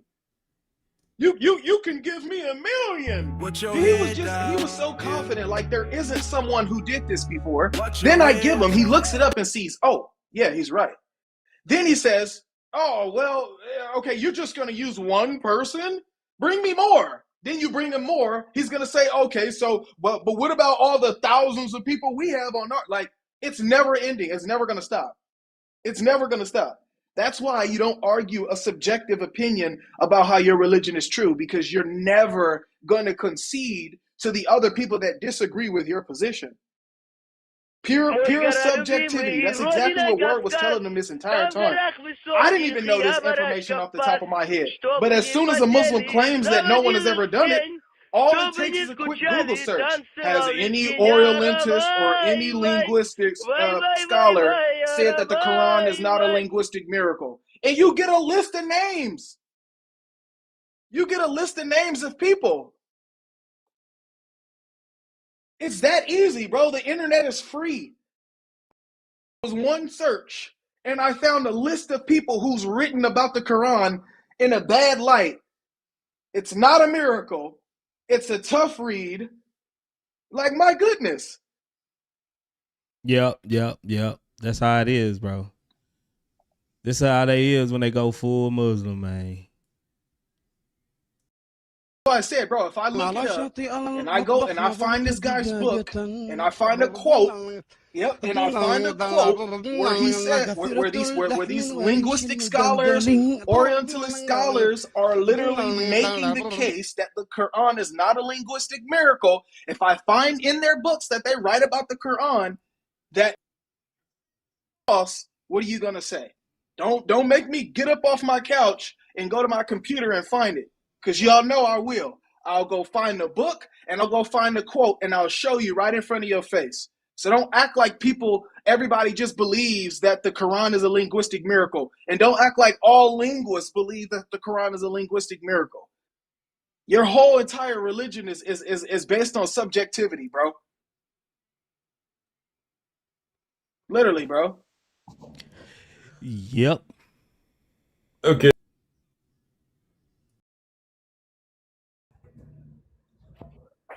Okay. So When you we do were a deep dive, we were it gets talking very, very about awkward and difficult. I have been doing a deep dive into this issue. Al-Mujam The Al-Kabir standard or narrative as Tabarini's follows. Leave it at that, ya akhi. and some of these guys who wrote about the 70 prophets that prayed at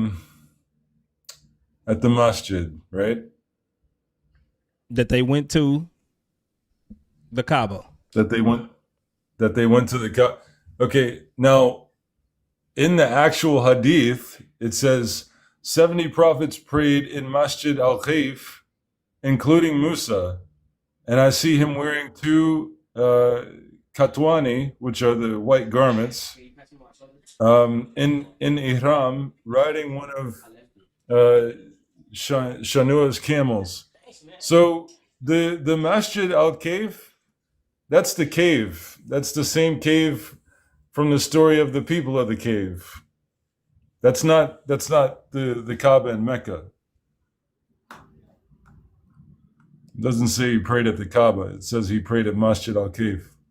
Masjid al-Cave. So that's a cave. What cave? The same cave where the people of the cave, the story, came from. The Christians? That's not from the Christian era. Do you know that the seven sleepers of Ephesus is a Christian legend? Yeah, I'm familiar with it. So while there was Trinitarians, there was Trinitarian Christians in that cave. Hold on, but we skipped from Moses praying at the Kaaba. Did he pray at the Kaaba or did he not? Did he? Or he prayed at a cave? It says here he prayed at Masjid al-Khayf, which is the cave of the sleepers, where the dog, the seven sleepers, the story that's in the Qur'an. He prayed there, not at the Kaaba in Mecca. Okay, so this future cave that Moses prayed in was where the seven sleepers of Ephesus, the Christians, the Trinitarian Christians that ran in this cave. You know they was Trinitarians, right? What's your point? That you have a Trinitarian story in your Quran. What is a cave with seven people sleeping and a dog have to do with Trinitarianism? That's where the story actually originated. This is a legend. This is not even a true story. This is not even a true story. This is my point. Where do you get that information? My point is, hold on. What's your source? My point is, that this is a Trinitarian Christians that ran in this cave, this so-called cave, make-believe cave. This cave isn't even real. This story never really happened. But you come in with a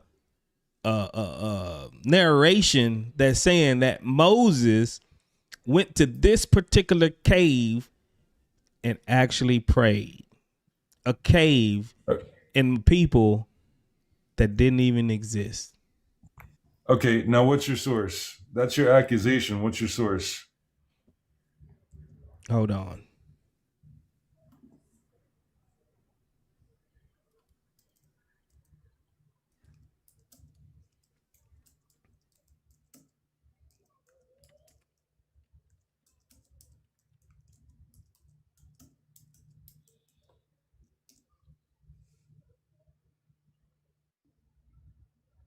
I mean, because the same story also appears in the Talmud and in the Midrash.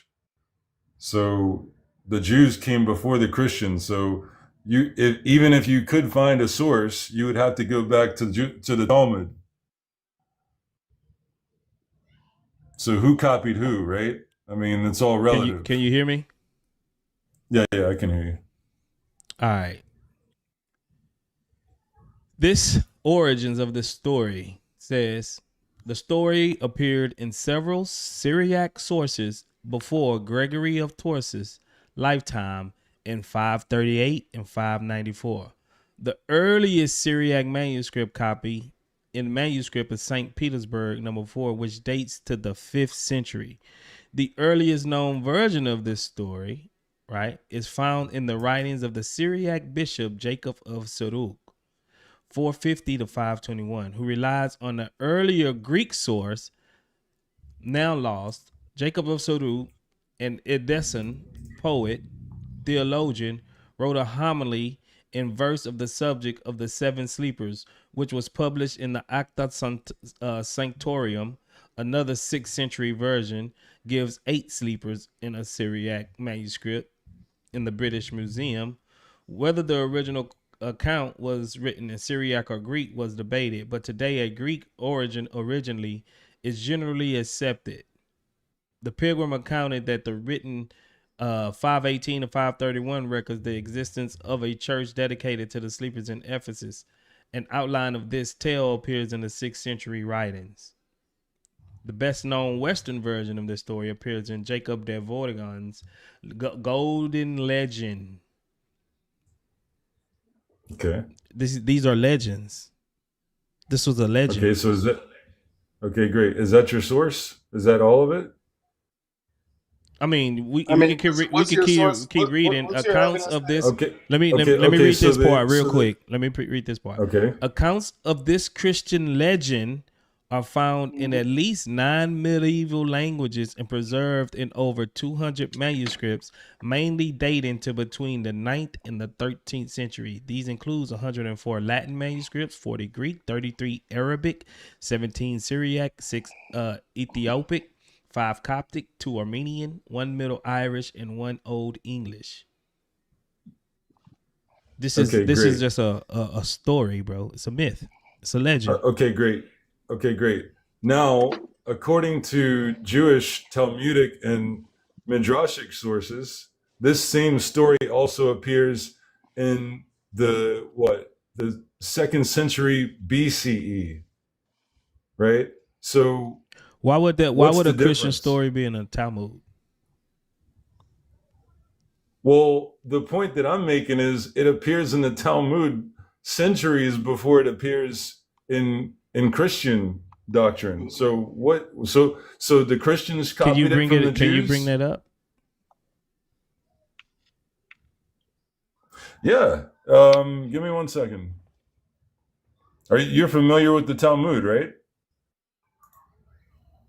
Yeah, I don't read it very much, but I know what you're talking about. Okay. Let me get the page number.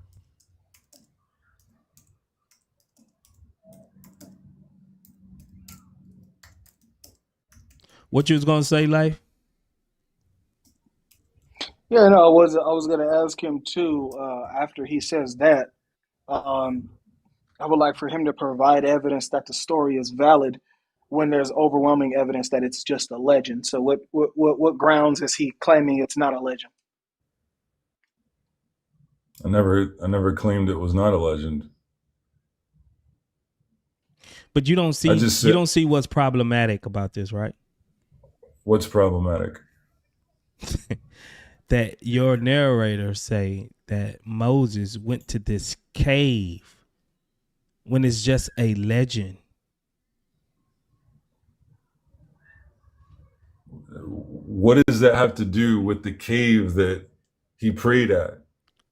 Oh my gosh, it's a legend. I get what you're. It's a legend. It didn't really happen. You know what a legend? You know what a legend is, bro? Okay. It means it's a fake story. Right. I'm not okay. It's not a real story, bro. No, I got it. I'm It's not not Nigerian, real. so we have a lot of legends. Okay, now let me just point this out. If we go to the cave where Abraham and Sarah were buried, which is marked in the book, right? If we go to that cave and the cave is real, there's no dispute about the cave being a geographic location. But if the folklore or the rumors or the stories, or whether they be actual events or whether they be, for the purpose of parables or allegories, that doesn't dispute the fact that the cave actually exists. I don't see nowhere where this cave actually existed. I don't see nowhere where it says this cave actually exists. The point is this. No, that was your point. I don't see nowhere in this that it says that the cave actually exists. And 70 other prophets before him went to go pray at a cave, in the desert plain, then yes, that means that's what he did. But your earlier assertion was that Musa went to go pray in Mecca, which I told you was not the case, and I was right. But now we're on to another point. I only seek to prove that he did not pray in Mecca. So the rest of this conversation is trailing off. But we can proceed, right? Again, if there's a real location and it's been verified that a prophet went to go pray there, then so be it. What I have no reason to dispute the information.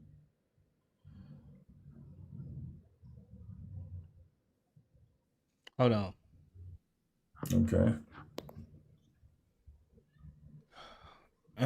Seemed like I was about to sneeze.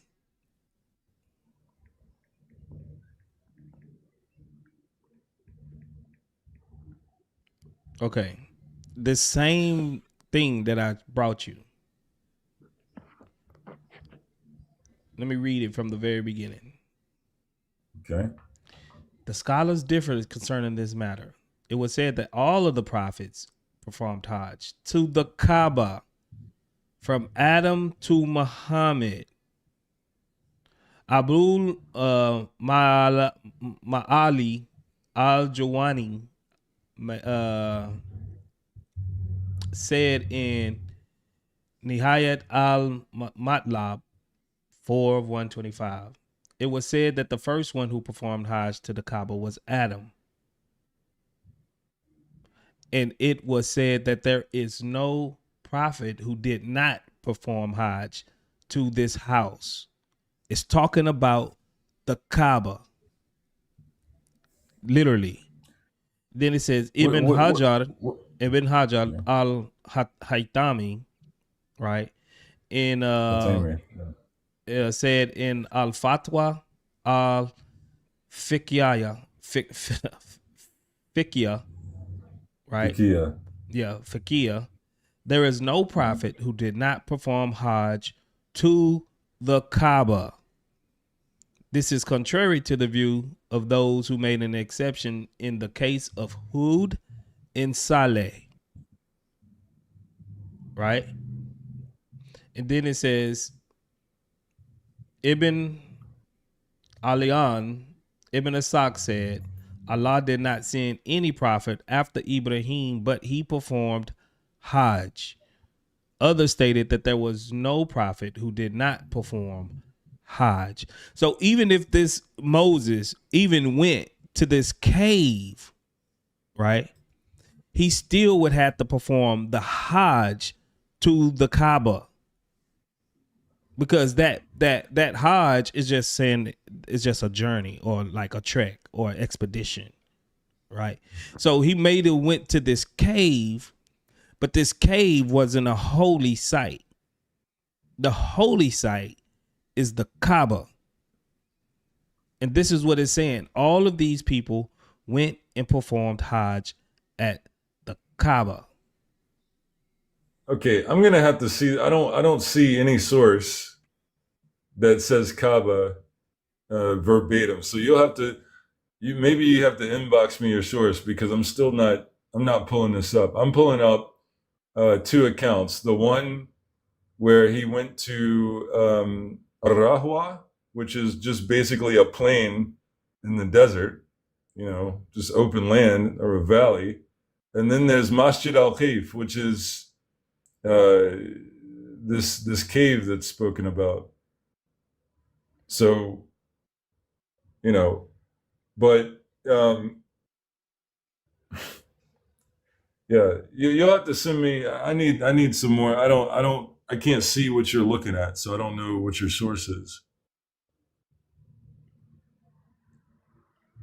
Hold on. Because if someone has attempted to transcribe the Arabic and misquoted that, I'm not sure, but I mean, I'd have to go back to the original books of the authors and translate the Arabic directly into English. And if it says that he went to the Kaaba in Arabic, then, then that's another story. You know who Abu Musa is? Yeah, Abu Musa was Abu Musa al-Ashari. Well, it doesn't say Ashari. It just says Abu Musa. Well, Abu Musa. Then they have this other one. It's classified Hassan by Albani in Sahih al. It's Taghrib though, 1127. Taghrib. But yeah, I mean, well, depending on who you talk to, they're not going to accept Albani. But he's still referring to At-Tabarini's. So you're saying At-Tabarini that narrated in Al-Mujam al-Kabir? Al-Kabir, right. 12, that's the one that says Masjid al-Kayf. Right, from Ibn Abbas, who said, the messenger of Allah said 70 prophets prayed in Masjid al-Kayf, including Musa. It is as if he can see him wearing 2 Katwani garments in Ihram, riding one of the camels of Shanua with the bridle of twisted palm fiber. Right. And that is in the Sahih al-Taghrib 1127. Right. That's the one that I'm looking at. Yeah, but it's more of them. They said it said that they differed on it. It says, and then Al-Mundiri, it was narrated by Abu Yala and Al-Tabarani, and there is nothing wrong with the isnad. It was also narrated by Abu Yala from the hadith of Anas ibn Malik. You probably don't accept him, but maybe. And this is from Al-Taghrib Wat Tarib. Al-Taghrib Wat Tarib. Yeah, which website are you on? This is on Islam Q&A. Okay, let me go. Okay, I'm going to come back later then, because I'm not going to turn this into a fast food moment. Well, it's just saying that, let me read you this one part. It says, the fact that this sound reports mention this number does not rule out the possibility that others perform the Hajj. All that may be said that is there is no marfu sahih hadith that speaks of any others, as far as we know. Right? So we stick to what is mentioned in the Sahih Sunnah. With regard to anything other than that, we neither affirm or deny it. There is no great benefit in knowing about that. What did the Muslims should do? If he has performed Hajj, is praise Allah, and he has not performed Hajj, then he should try to do so and ask Allah to make it easy for him. So this is still talking about the Hajj of the Kaba. Okay, so then what is the cave then? What is Masjid al-Kayf? What is that? You said it was the cave. That's what it is. That's literally what it means, a place of worship that is in a cave. So it means the cave was the masjid. The cave was the masjid. Yeah, that's what the title Masjid al-Kayf means. Okay. So,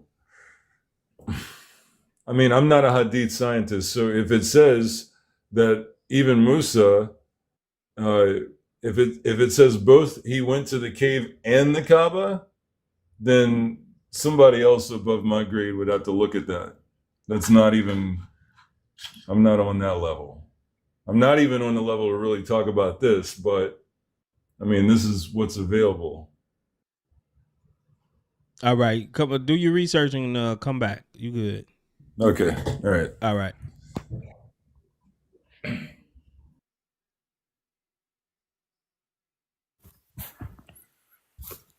I just joined. I wanna know. Oh man. What up, So? So what's up? I just wanna know. What's you the just objection? Want to know what? What's the hadith? Yeah, what's the objection? What's the hadith? Objection What's to the what? objection? What's the argument? To the hadith. Because he was saying that all them previous prophets didn't take Hajj to the Kaaba. He said all the previous prophets didn't take or didn't do Hajj. Yeah, to the Kaaba in Mecca. Was it about if the previous prophets were Muslims? No. Then what was the original argument? He just came up talking about the Hanif and how they was way earlier and they were I know him. pre-Islamic He has- monotheistic, and that all of the previous prophets practiced monotheism, and they were Muslim basically, and they did the Hajj and things like that. So I asked him, well, did they all take the Hajj to the Kaaba? I know him. He has some perception of Islam. I don't know. So what, he's a The heretic? point- He called Ibn Taymiyyah a heretic. Yeah, he's a heretic in my eyes. Yeah, he said, oh, Ibn Taymiyyah is a heretic to you too? No, never. This guy who just was here. Yeah, he says Ibn Taymiyyah is a heretic. Yeah, he definitely isn't. Anyway, All right, so the five. you want to deal with the the topic? five- I'm not for to continue his. That's between me and him. Okay. I'm not gonna continue his. Yeah, argument. we don't need the Bible. The Bible could exist, couldn't exist. We wouldn't care. We wouldn't give a f. So how would you prove that Muhammad is actually in line with the previous scriptures? By looking at them, if you're bringing the objection or the question, By looking at what? how do you? One sec. If you're asking the question, how do you know he's in line with the previous scriptures, while saying, do you need the previous scriptures? It doesn't make sense. What? How would you verify Muhammad is in line with the previous scriptures, buddy? If you ask me, how do you verify he's a true prophet? There's many. That's not many, what I many asked ways. you. Okay, if you're asking me, how do I know he's in line with the previous scriptures? Of course, we would have to go to the previous scriptures, right? Okay, and where you find the previous scriptures? Bruh, Bible. Thank you. You need the Bible. That's such a stupid argument. You just admitted it. What are you talking That's about? such a... You just admitted it, bro. You said if you had to figure out that he was in line with the previous scriptures. Well, Muslims don't do that because they don't dare fact check Muhammad or their Quran. So you just rely upon a circular argument. Oh, this is what Muhammad said, so I believe it. This is what's in the Quran, so I believe it. But if you do actually try to do some real, investigative work, and you want to see if the Quran really lines up with the previous scriptures and Muhammad is really in line with the previous scriptures, then you must go outside of it. So if you go outside of it, you said you will have to go to the Bible. So if you have to fact check Muhammad, you have to go to the Bible. You need it. And also, Can you agree on that? Yeah, one second. The Quran tells us But about can we the agree previous on that, prophet. and then you can say what you want to say? Can we agree on what I just said? Bro, look, all you said is Muslims need the Bible. I asked you why. You said, how do you know he's in line with the previous scriptures? That's one criteria of prophethood. Of course, we would go to the previous scriptures. It's circular. It's, What's circular? the question. What do you mean? Your answer is circular. The question is not circular. Look, anyway, it Your doesn't make answer sense. that's If you saying ask- all we need is the Quran, that's circular. Yes, we don't need the Quran to substantiate his prophethood. Okay, so what do you need? We need nothing but the Quran and the Hadith. You just said you didn't need the Quran. Bro, if we Bro, what are prove you that he's a talking prophet- about? You just said Why we you don't need the yapping? Quran to do it. And then I say, so what do you need? Yes, All we one- need one is the second, Quran one and the second. Sunnah. Yes, 1 second. When I told you we don't need the Bible to substantiate. No, his you said the prophethood- Quran. Wait, 1 second. You said the Quran. Alright. Maybe you misspoke, but you said the Quran. Yes, I just said the Quran and the Hadith. We can prove he was a prophet, but you asked me specifically about the previous scriptures. Of course, if you say, is he in line with the previous scriptures? We will go to the previous scriptures. It's That's such one of your a bad argument. but that's one of the verification tests that Allah set up, correct? For Word you is- to know. It's It's such a stupid argument. Why is it Like, stupid for me to tell you and ask you for evidence that just because you see, this is what y'all want us to believe. Because Muhammad said it's true. This is what y'all want us to believe. No, we're asking you. Look, anyway, we don't outside of what Muhammad said, because he said that you can find me in these previous scriptures, that I'm in line with these previous prophets. So why don't you go to the source to what he's saying that is confirming him, instead of just believing what he said and be like, we believe. Why not?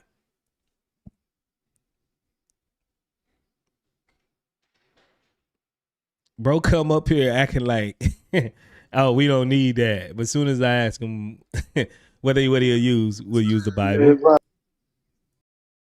right. And then I think the coping mechanism is to just act like the argument isn't a good argument, and I think as long as he says it enough, he's gonna eventually just start believing it, because it is a good argument, and I don't think he failed to. I really think he failed to realize that the source that he's using makes Muhammad a false prophet. So he's laughing and giggling, but that same source to show Muhammad is in line with the prophets is literally being used to show that he is not in line with the prophets.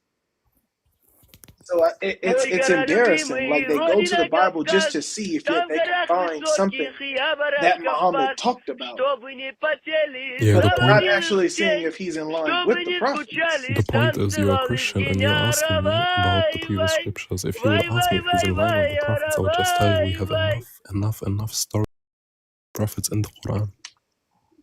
Okay, so you don't really know. You're just using your Quran as evidence. So your Quran confirms Quran. But you go full See, Muslim. this is the point. It would be circular. That's how you why I find said out we would full have Muslim. to go to the Bible. That's how So you don't know. be Yeah, stupid. but if you go to the Bible, then Muhammad becomes a false prophet, because Life. Let me source ask you a that you're question. using. Let me finish my point, bro.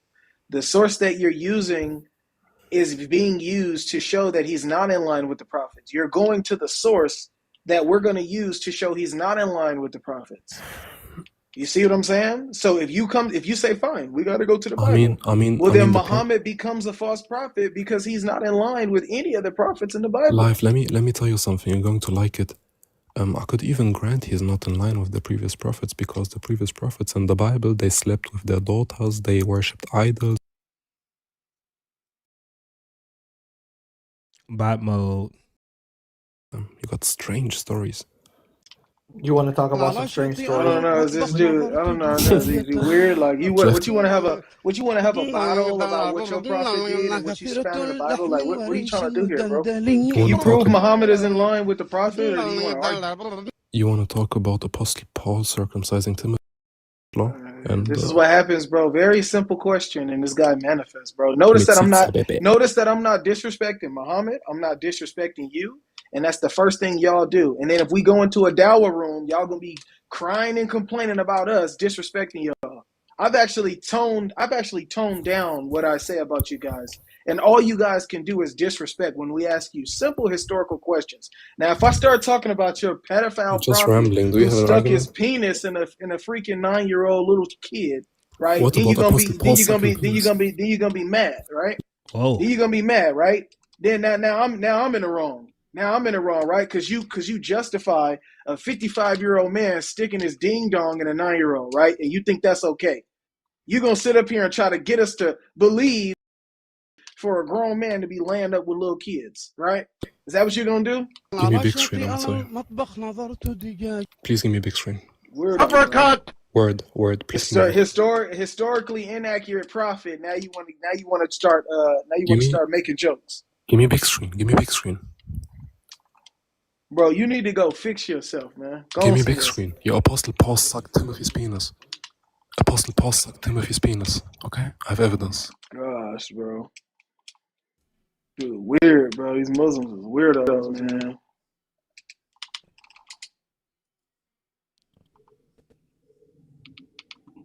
All they do is talk about sex and all that stuff, because that's all the religion What's wrong is about, with these man. people, man? Weird. Ask them a very simple question, and a demon come up. It's Watch a your cult, head. bro. It's a cult. Muhammad is literally a Put cult. your Everybody head can see. down, yeah. Muhammad gets to just say whatever he wants. And I Watch like your how head. Word put it. Y'all won't dare fact check Muhammad because it's taken off. Go try that mess in an Islamic country. Y'all gonna get dropped and bodied. That's how you know your religion is false. Your religion is built up on nothing but aggression and sex. And because y'all can't prove him as to be a true prophet, y'all gotta turn a blind eye and start acting weird like that dude right there. Ask simple questions, bro. Muhammad just get to say whatever he want to say. Muslims expect everybody to just believe it because they blindly believe and has been taught if they question it, it's over with for them. That ain't our fault. Ask a Muslim a simple question. Connect your prophet historically. Now they mad. Now they mad at you. Didn't nobody do nothing or say nothing bad to that dude, bro. He just manifested out of nowhere. Yep. That's what they do, man. That's what they do. Any Muslim want to come up? Any Muslim? Is this a Muslim? Not sure if that's a Muslim.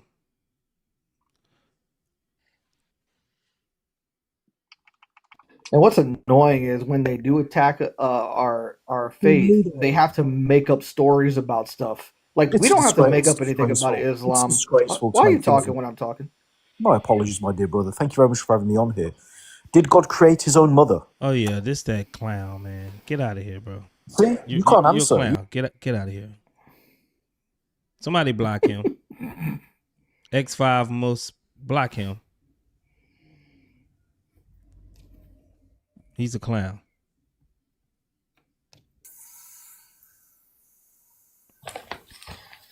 Malik, you're on stage. Peace. What's happening, brothers? What's going on, man? All right, so let me ask you this. My brother Ishaq Ali invited me here, and I appreciate that. Right on, Ali. So Ishaq first Ali. of all, let me go Who's back that? Who's before we get to the hold last on, brother. Hold on, bro. Hold on. Are you a Sunni, Shia, NOI? What are you? So let me give it to you this way. There's only one qualification. Allah Most High says in his Qur'an to do not divide yourselves up in sections. That doesn't mean that when they didn't do it. Says, can I? So when you hear someone say we Sunni, Shiite, whatever, went against the Quran, they are dividing themselves up in sects. What I would say is, what I would say with respect to me and those people who come from the students or the Association of Imam W.D. Muhammad, who was the son of the Honorable Elijah Muhammad, who taught Malcolm, who you all love, who told Malcolm to go to Mecca. Hold on, let me finish really quick. I'm not gonna be long. I knew he was in NOI. We follow what we would consider the life example of Prophet Muhammad, prayers and peace be upon him. And his example is called the Sunnah, meaning his example, his way. So I don't. Why you couldn't just say NOI?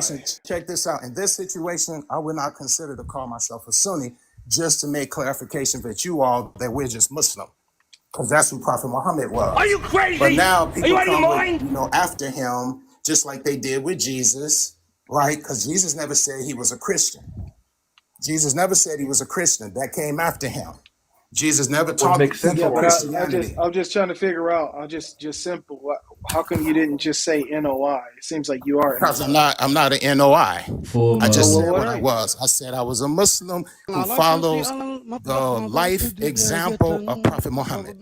What about Honorable Elijah Muhammad? He wasn't a Sunni Muslim. He was from the Nation of Islam. I just said. So let me say it again for you. Let me slow down. And this is better for us to have a conversation, maybe than some of our brothers who have been on the phone before me, because we're dealing with American Islam, if you want to say that, from our standing, because everybody has their own, you will read the Quran and you watch your head, bro. Man, bro, people can't even be straight up, straightforward. What is all this talking, man? What is going on, bro? Watch your head. Islam, man, just talkers. They just talk. Like, very simple question, man. What kind of Muslim are you? Sunni Muslim? Are you NOI? Are you Quran only? Goodness. What is up with all this? Yeah, bro, you just all that extra stuff is unnecessary, dude.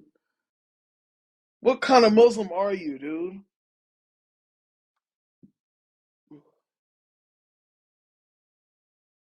You can't ask a Muslim a straightforward question, bro. It's so sad. This is how you know their religion is false. It's crazy, They bro. can't answer a straightforward question, bro. They just Very straightforward. Everything needs a story. Like, stop it, y'all. I mean, come on. Every single thing needs a story, bro. Everything. What kind of Muslim are you? Well, see Jesus, he never said, like, bro, what that got to do? Like, no, not one Christian would ever say Jesus was a Christian, bro. Where do they get Hey, this word from? now. What kind of Christian are you? What kind of Christian are you? Word not. I'm a Quran only Christian that Uthman he ended up corrupting the real Quran and right. Come on, bro. Well, see, for the sake of the conversation, right? See the Bible. What happened, right? When the Bible was being compiled, right?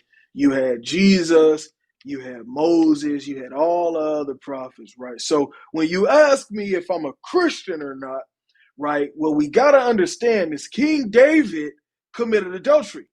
You see what I'm saying? So when King David committed adultery, that removed him from, being a pious prophet. Everybody thought he was going to be the one, right? You know what I'm saying? The king of the Jews. But, he sinned. So therefore, when you ask me what kind of Christian I am, we got to understand how the Old Testament. So it's like, bro, what is happening, bro? Like, as soon as you think you getting there, bro, it just mentions something else that ain't got nothing to do with the topic, bro. What are we doing? When you do a deep dive, that's crazy. Very, you sound just like him. That's talking like 3 whole minutes. Just trying to answer whether he was a Sunni or not.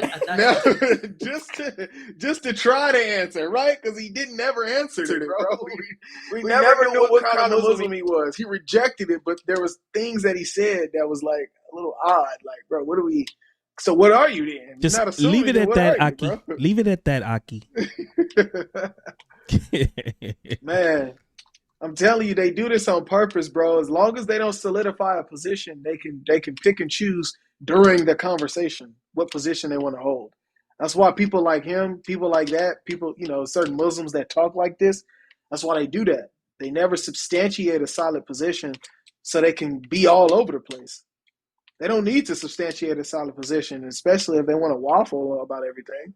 What's the point? You get yourself caught up if you solidify a position you want to hold. Now you can't waffle. Right. God is the greatest. You're on stage. Did I request or did you guys just? You was in the box.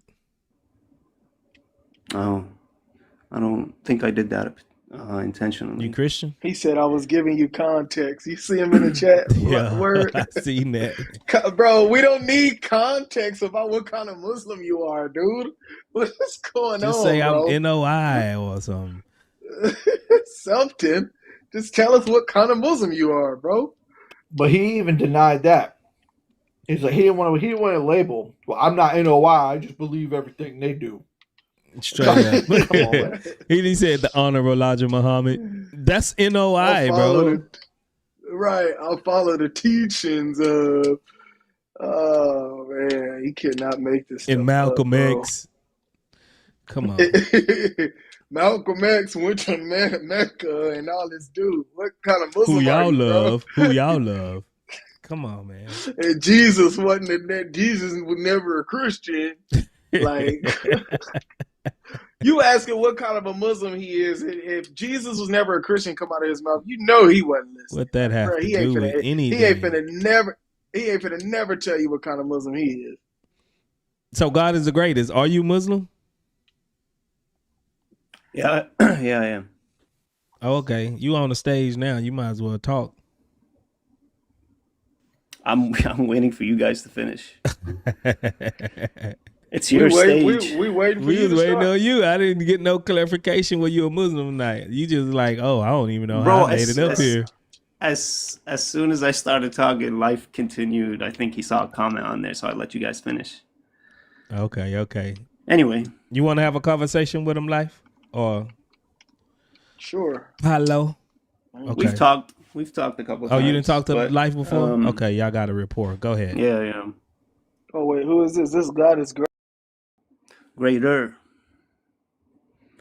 Oh, go ahead. Anyway, Go ahead, Pablo. why do I need a Bible? No, I said go ahead, Pablo. Pablo, a word. I talked to him already. Yeah, I know. I was asking him. Yeah, okay. And this ain't got nothing to Wait, do with you. You know what I'm saying? We just I felt like our conversation didn't really get nowhere. So Yeah, this oh, one's this is probably gonna fantastic. follow, and I think all of them are gonna just be like that. That's why I don't think I requested, but I'm already here, so let's talk. Well, why do you need a Bible? You need a Bible because you don't have any way to ground your religion. Would you say that if would you say that if you followed a faith that had the majority of its scripture which was lost or corrupted, wouldn't that make it untrustworthy?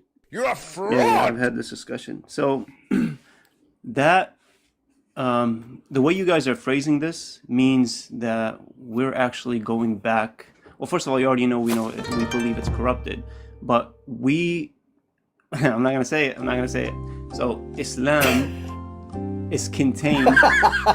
Say it. he said, "I'm You know not you gonna want say to. it." He don't even realize he already did. But I didn't say. Hey, I remember last time I said I'm not gonna use "we believe" because I know. I respect it. Okay, that's good. We know what you mean. But at least give me that. There's no way to say it other than what I just said. So we got to do it, guys. We got to do it. So because I have to.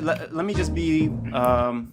Let me pretend that I'm not, I guess, a Muslim for a second. But to just say, Muslims don't need to go beyond the Qur'an to prove it. And I know the argument that you guys are going to bring up. It says it within the Qur'an, and you're going to bring up a few verses. But at the end of the day, I actually have to go in a second. But what it ends up being is, does the Qur'an and the Sunnah and the Hadith and the stories of the Prophet, are those sufficient enough? Do they have enough miracles and inexplicable things that happen within them that confirm it for us? And that's honestly, look, that's all it becomes at the end. And I think you guys have heard that a million times. For example, I'll just say one thing as far as these miracles, right? There's something called the ring composition within the Quran. Are you guys familiar with it? No, Are you crazy? Are you out of your mind? I don't see what this has to do with the question, but go ahead. Okay. I'll give you a Okay. couple seconds. All right. So, like for me let's just say I'm from the outside.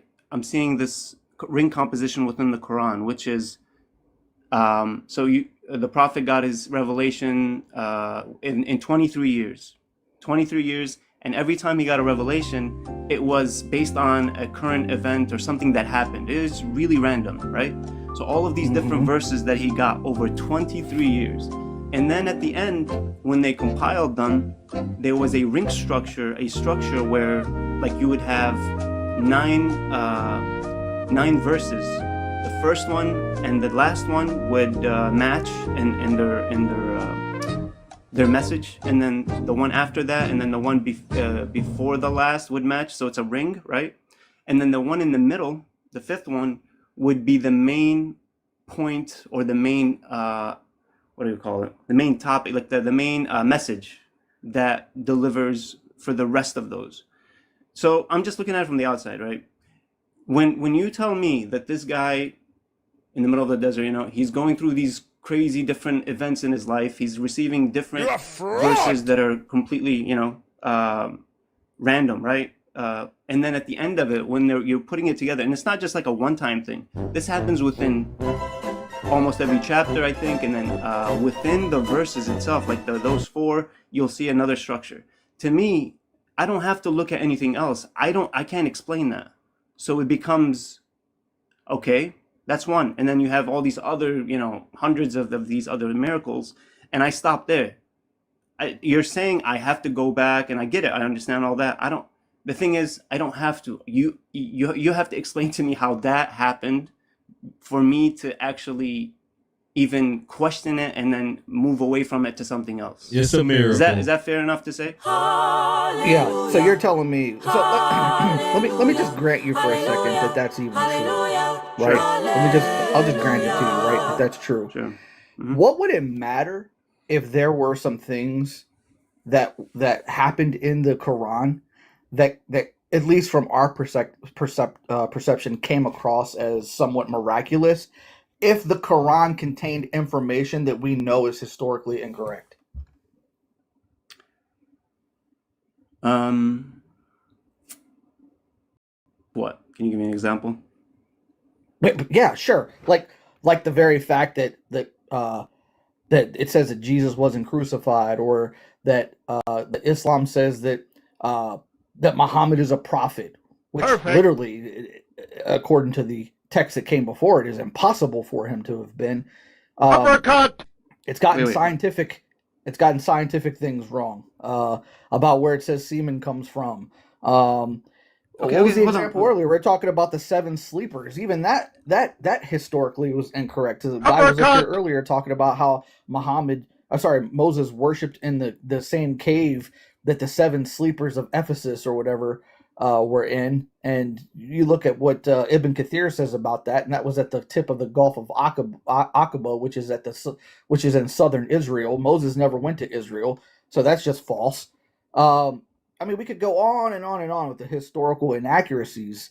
My point is that, like, and on top of that, Muhammad claims to be a continuation of these prior prophets with absolutely zero evidence historically behind it.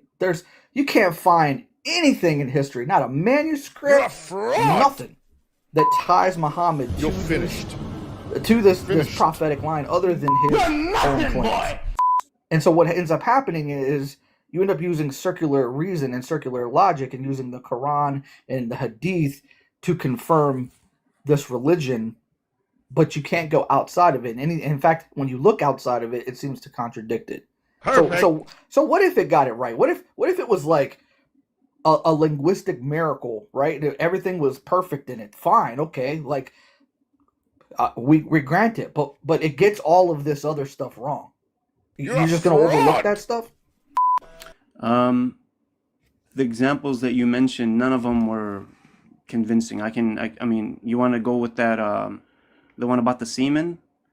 And I'll tell you something. And this is where it becomes common with the arguments that you guys bring up. None of them are really, because you don't know Arabic, right? You guys get me, by the way. I remember Life Reacts, he was talking about, what did he talk about? About the angels. Bro, you had me for a second. I had to go and ask, and I asked and we can talk about it if you want here, just for me to give you an example of what I mean about the language. And I know, what's his name? Big Hemi was trying to say it, but I don't think he said it. He gave enough examples. But, what was I? Okay. You can talk about the semen thing. Can you bring it up, and then I can give you my point, and then I can also talk about the angels one, and I want to deliver that point that it's a whole different ball game when you're actually discussing the Arabic version of the Qur'an. Are you crazy? I was telling last time, we don't, like, for us who speak Arabic, we don't look at the English. It's actually, I'm not gonna say embarrassing, but it's really hard to take it seriously. So you studied it. Let me just ask you this before, because I don't want to jump in front of Pablo, but please don't tell me you studied the rule of Taglib. No, I don't know what that is. Cool. Wait. All right, good. Taglib. Are you talking about the justify the verse for the angels? So I know the video with Dr. Zakir Naik that he mentioned it, but there's the other one, and it's called Disconnected. If I may, once. I knew it. When you do a deep dive, you get very, very awkward. He went and got I that have been doing made a up story about dive Taghlib, into this issue. and then The he's going to try to standard argue that the narrative Arabic, has right, holes. in which Leave that it at that, if Akhi. you have a majority, you can just address the majority by what they're not, and they're supposed to know that the claim is for them. And then he's going to try to concede that the argument makes sense because it's the Arabic. He's going to hide behind the Arabic. Wait, hold on. He's going to hide behind the Arabic, meaning that Allah did refer to Iblis as an angel, but because he's using it in Arabic, then Iblis automatically knew that the command was for him. So I already know that argument. He about to go full Muslim. Yeah, that argument. The argument is already done a full extensive research on the rule of Taghlib, and that thing does not exist. According to my research so far, I've been looking for the origin of Taghlib, and it only dates back to Zakir. Right. So I don't know where you got that from. I don't know where he got it from. I've even showed proof that Muslims were even looking for, or at least Arabic speakers were also looking for the origin of Taghlib. You don't find it in any grammar books. I've even had a Muslim who said he was going to find it for me in a grammar book, and it be explained the way that it is explained on that document. Couldn't find it. Never gave it to me. As a matter of fact, he came back and said, "You know what? I'm not going to give it to you because you're not sincere." So he told me he was going to give me the information and the origin of Taghlib, and then turned around and said, "You know what? I'm not going to give it to you because you're not sincere." So I never knew if he had it or not. So if that's what you studied, if that's what you studied, bro, it's called the disconnected exception.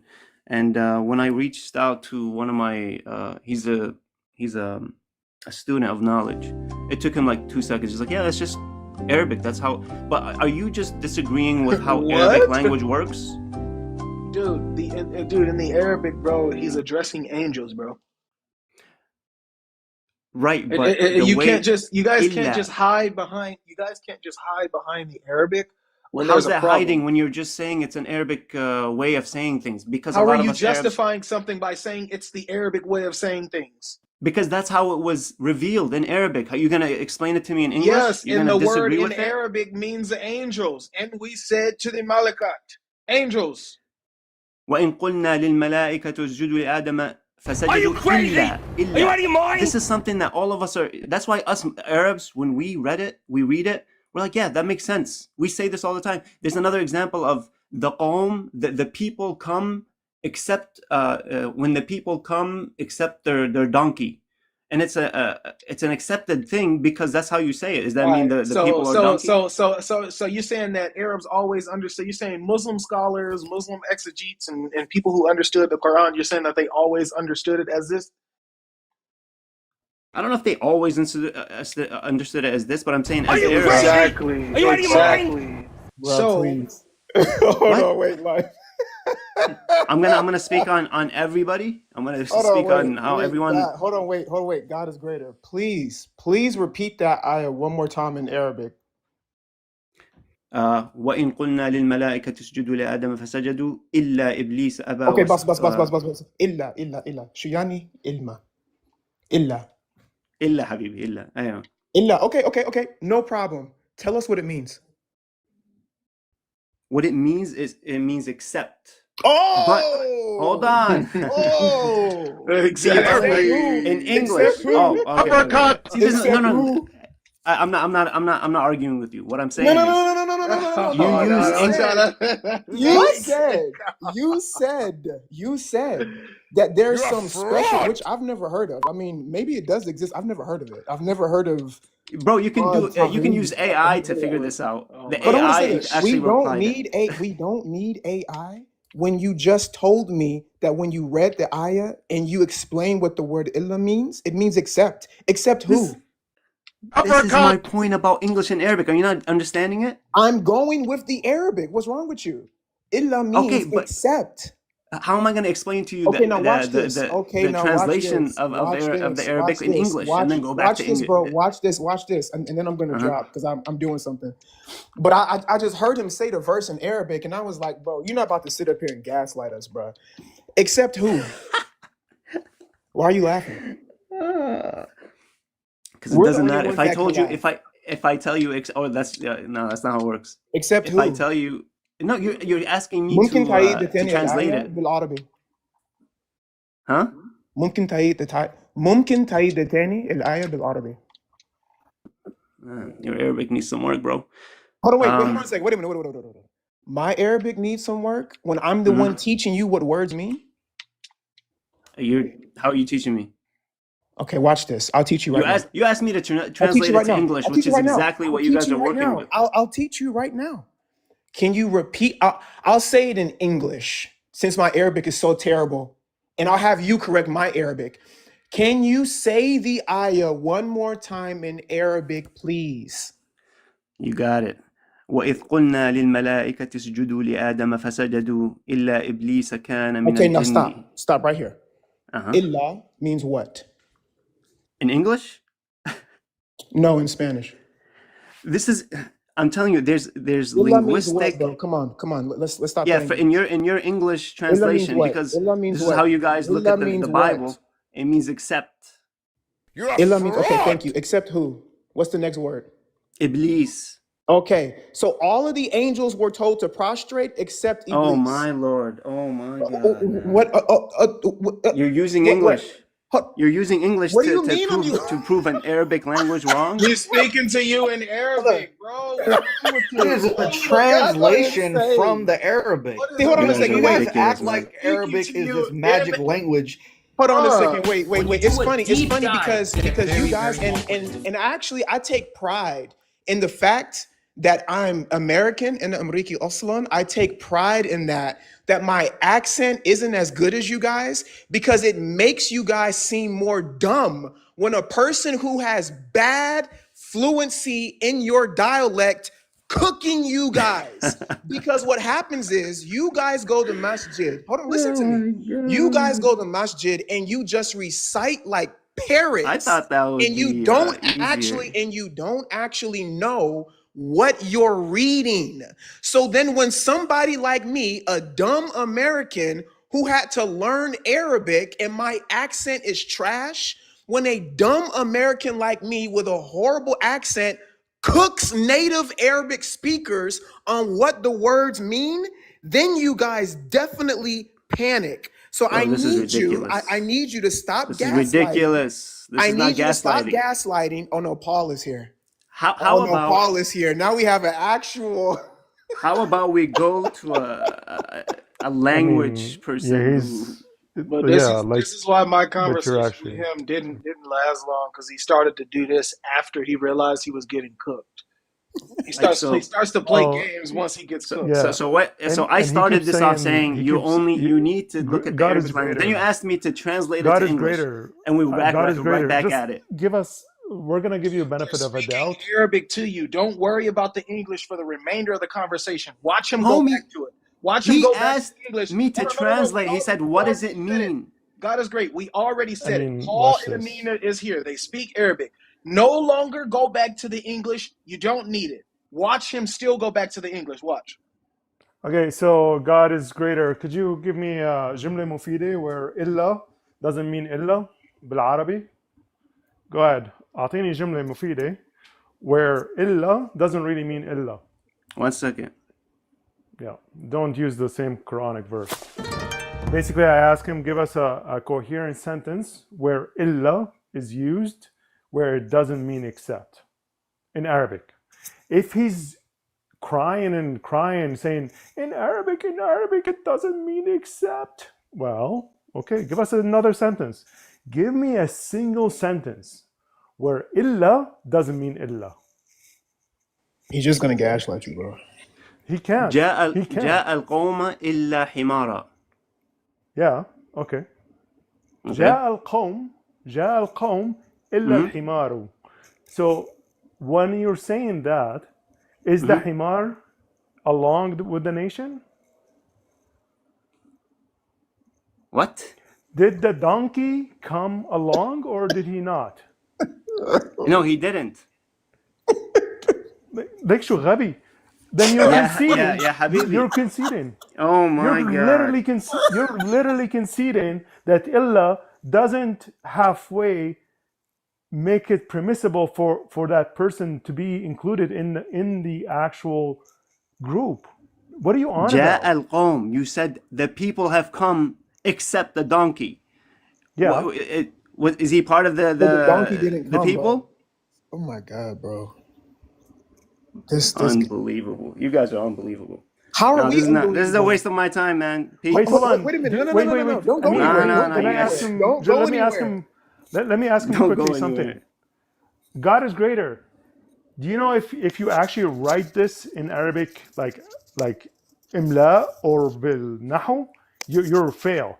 جاء القوم إلا الحمار. Are you who would include الحمار مع القوم? Who would do that? People, I guess. I don't know, man, but it's how it works. That's how it works? Who show me that in literature. Show me in Arabic literature. Yeah, I'm gonna go find it for you. Listen, man. At least we can use the original language of our scripture. I mean, Wait, can hold any on. of So you you have a read claim or without write actually providing any Aramaic? evidence. You just No, I told you, but you guys are. It's gonna go in a circle. I'm not ready for that. I need to go. you know why it's going in a circle? Because you can't prove anything. You're just speaking out of your rear you guys end. just did not look. At the end of the day, you guys just disagree, and it's like, okay, that's it. Okay, anybody can just disagree. We're Disagree on disagreeing what? based on the text, but we're disagreeing based on the text. The ayah you read said all of the angels prostrated except Iblis. Illa Iblis. That's They literally did what something, it says. right? Hold on a Okay, second. it's Hold saying on. these But you people had did said, something you except said, something. you stop.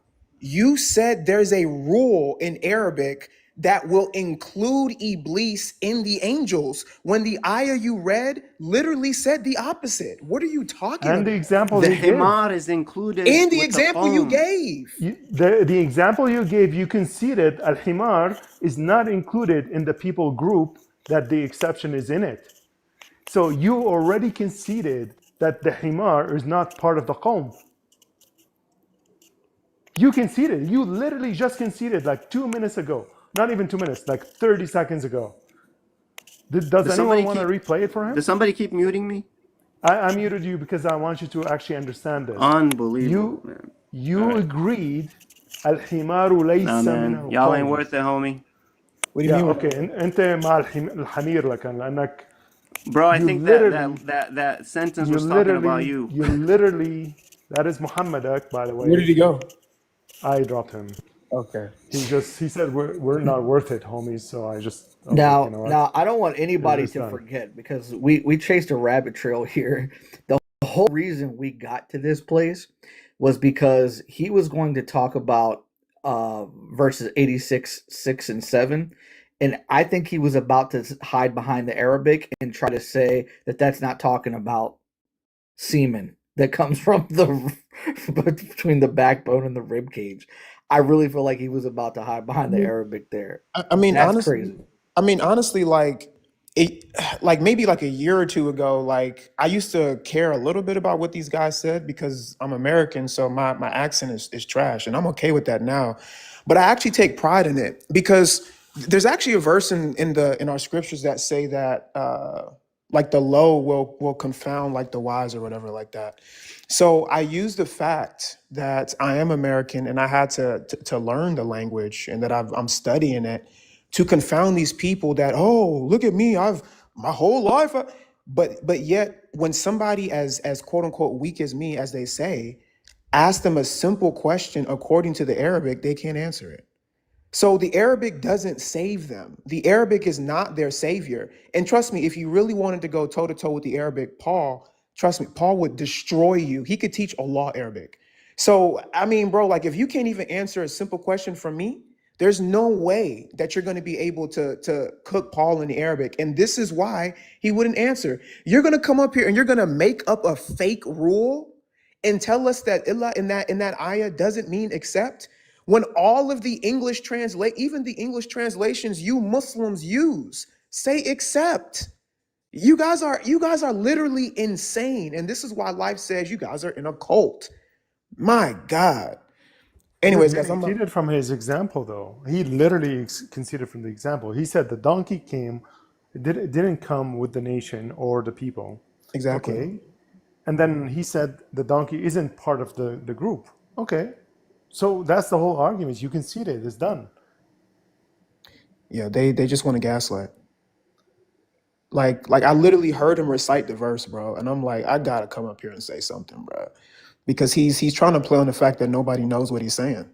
But anyways, I'm gonna go ahead and drop, guys. I literally got out the shower and I was getting ready to go to bed, and I heard this guy. I'm like, bro, I gotta come up and say Yeah, they hide behind the Arabic, and it's funny too how they say this, bro. When, like I said, I was gonna obviously because I don't know Arabic, so I was gonna take it a different route. Because what they try to do is they try to say like, oh well, it means this and blah blah blah in Arabic, and this is common knowledge. And you literally have early sources where these people were literally going back and forth about who Iblis was because of this verse, and I can provide sources for that as well too. So that's where I was going to take them with it, but with the Arabic, But yeah, that's that's what they do. They hide behind the Arabic. It's bad. but that's what's so silly about it, Life. I mean, you have their own scholars which translate it from the Arabic into English, and they're gonna try to act like the English isn't accurate in some way. Like, take it up with the scholars that did that, with the translators of the Quran. They're the ones that translated it from Arabic to English in that way. And they do that for a reason, because it's communicating clearly what is in that verse. I just don't get it, man. Like, these guys are jokes, man. I know that used to be Life's favorite argument on Clubhouse. He used to always argue this. He used to run. I used to run that all the time. Yes, like at least once a week, you would see him Yeah. open in a room that Allah confused the categories. Yeah, it used to be so fun, man. But you know, it's changed though, Paul. They don't argue it the same anymore. Now they just lie. They just say, yeah, he was talking to Iblis as well, even though the command was only given to the angels. They just openly just deny what is actually right in front of their faces. At first, they tried to play the Arabic game. That's the reason why I was questioning him, like, okay, what is he gonna do? Is he gonna go to that, weird rule of taglib? And he did, but he didn't want to use that. He just used the word accept like a bot, when that literally destroys your position. So I don't know, man. That rule, I still can't wrap my head around it. I know me and Coptic, we spoke about it, and I feel like they conveniently included that, or conveniently came up with it. That's Bro, what I made a whole video, bro. The video's like 8 minutes long, bro. And I literally searched all over, bro. Arabic dictionaries, grammar books, and etc., trying to find the origin of that word, just to see, like, okay, is what they're saying true? And I literally couldn't find it, bro. I couldn't find it anywhere. As a matter of fact, I actually found other Arabic speakers questioning whether that rule even exists. You just can't find it anywhere. You can't find it anywhere, bro. So it's just another example of how, Muslims are just making up stuff. And then on top of that too, the rule makes Arabic speakers or whatever, makes them look bad if they want to accept that rule. Like, in the example that's given, the rule is said to have, mean like you can basically address a girl as a boy if there's a room full of girls and one boy, and vice versa. A room full of boys and one girl, you can say boys in Arabic, and then the girl is supposed to know the command is for her. So it just gets really, really bad when you start giving examples on it. So I don't know. I don't know if people want to run with that narrative. Hey, be my guest, but good luck at making it make sense. Islam's the first language that used the other pronouns. Is that what you're saying? Yep, in Arabic, bro. In Arabic, yep, you can use the wrong pronoun for a gender, and that person is supposed to know that the command is for them because they're the only one in the room, or they're the minority. So the rule of taglib, bro, it's so annoying and dumb. It's, if the majority is present, then the minority need not to be addressed. So you can just address the majority, and the minority should know that the claim is for them. That's crazy. It's really dumb. But the problem is when you look up the rule of taglib, all of the articles, if not all of them, are literally attached to the Quran verse that is trying to clear up whether Iblis is an angel or a jinn. Yeah, that's the Like only you thing you won't can like. find.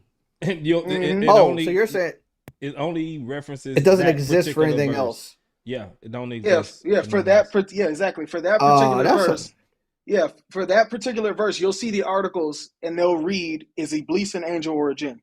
that's how you know it's made up, because a rule is established because of its use cases. Mm-hmm. It has to be used in, like, multiple different times. Like, there has to be examples of this But in across literature. You don't get a rule from one usage. That's That's crazy.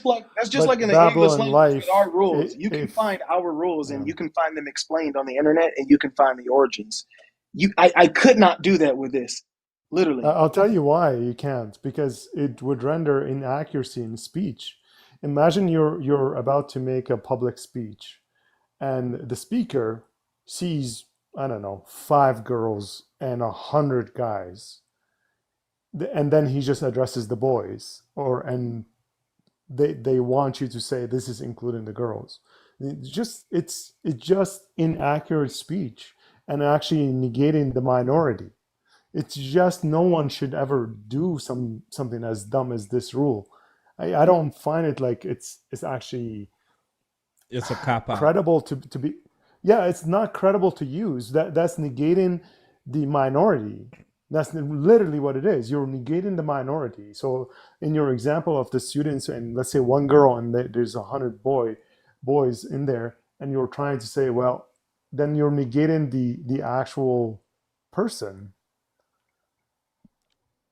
Yeah, it's a cop out. I don't think that. Yeah, well, I don't know. I feel like it's an insult rather than anything Yeah, else. but It's really, but in order for the Quran not to be in a pickle, they made this up. It's an ad hoc, interpretation, and it's a cop out to try to save the Quran because they don't have no other usages for it besides this one verse. It's dumb. Danny, are you an Arabic speaker? Yes. Okay. I just wanted to address the taghlib as a rule. It does exist, but it's like when you look at it before and after the Quran, before and after Islam, it's not the same rule. For example, this specific taghlib that you can address the majority, while ignoring the minority or whatever, that didn't, there's no evidence of that before the Quran. Yeah, he's right. There's an article. What's it called? The one guy. There's a Muslim who did try to give it. I think Central also did the same thing. When I brought this up to Central, he brought up an article, and when you read the article, the taglid that they're talking about is not how it's defined for this rule here. And so that's why I say that it's made up, because they're not talking about the same thing. So it's crazy that the Muslims have made this up and you don't find it defined anywhere. So I mean, I don't know, bro. It's embarrassing, bro. But they don't even use it anymore though. They don't. I rarely hear Muslims using it. And we need to remember, we need to consider that the rules, that the rule book that we have today of the Arabic grammar and everything else, it all came after Quran, and it all based on the Quran. So you came up with rules just to fit what you are, like your language. If you test the Quran's language against previous Arabic, it fails miserably. I know that there was no rule book in the Arabic in the say that again. What fails miserably? The Quran's language. If you compare it to previous literature, previous. I totally disagree about the what you said about the grammar is based on the Quran. It's not. It's based on mainly the Quran included. Yeah, sure, okay, mainly sure, but it wouldn't be based solely on the Quran, right? Correct, but okay. Correct, but if you're allowing me to give an analogy, which explain this to like a non-Arabic speaker. Say like I go to America and they play certain sport, Just they play a certain sport, which is American football, and they have the rules. They follow the rules of the sport. They play it in a certain way, but they don't have an actual rule book. They don't write down the rules of the game. And then I come along and then start playing the game, but it has like it differs even if slightly. I claim that I play that same game, but I have something different, and then I come up with a rule book according to my way of playing the game. And then I say, look, my game is perfect. Look at the rule book, my game is perfect. And then someone will come and say, well, but there's some changes to the way we play it, and I say, yeah, this is my miracle. I mean, how does that work? I kind of disagree to this, because when the Persians tried to make the grammars, they recompiled all the Arabic writing, including the Quran. So the Ashar al-Jahili and the modern Arabic and other poets and the Quran, and then they concluded from how the harakat and everything else is changing, and then they standardized it.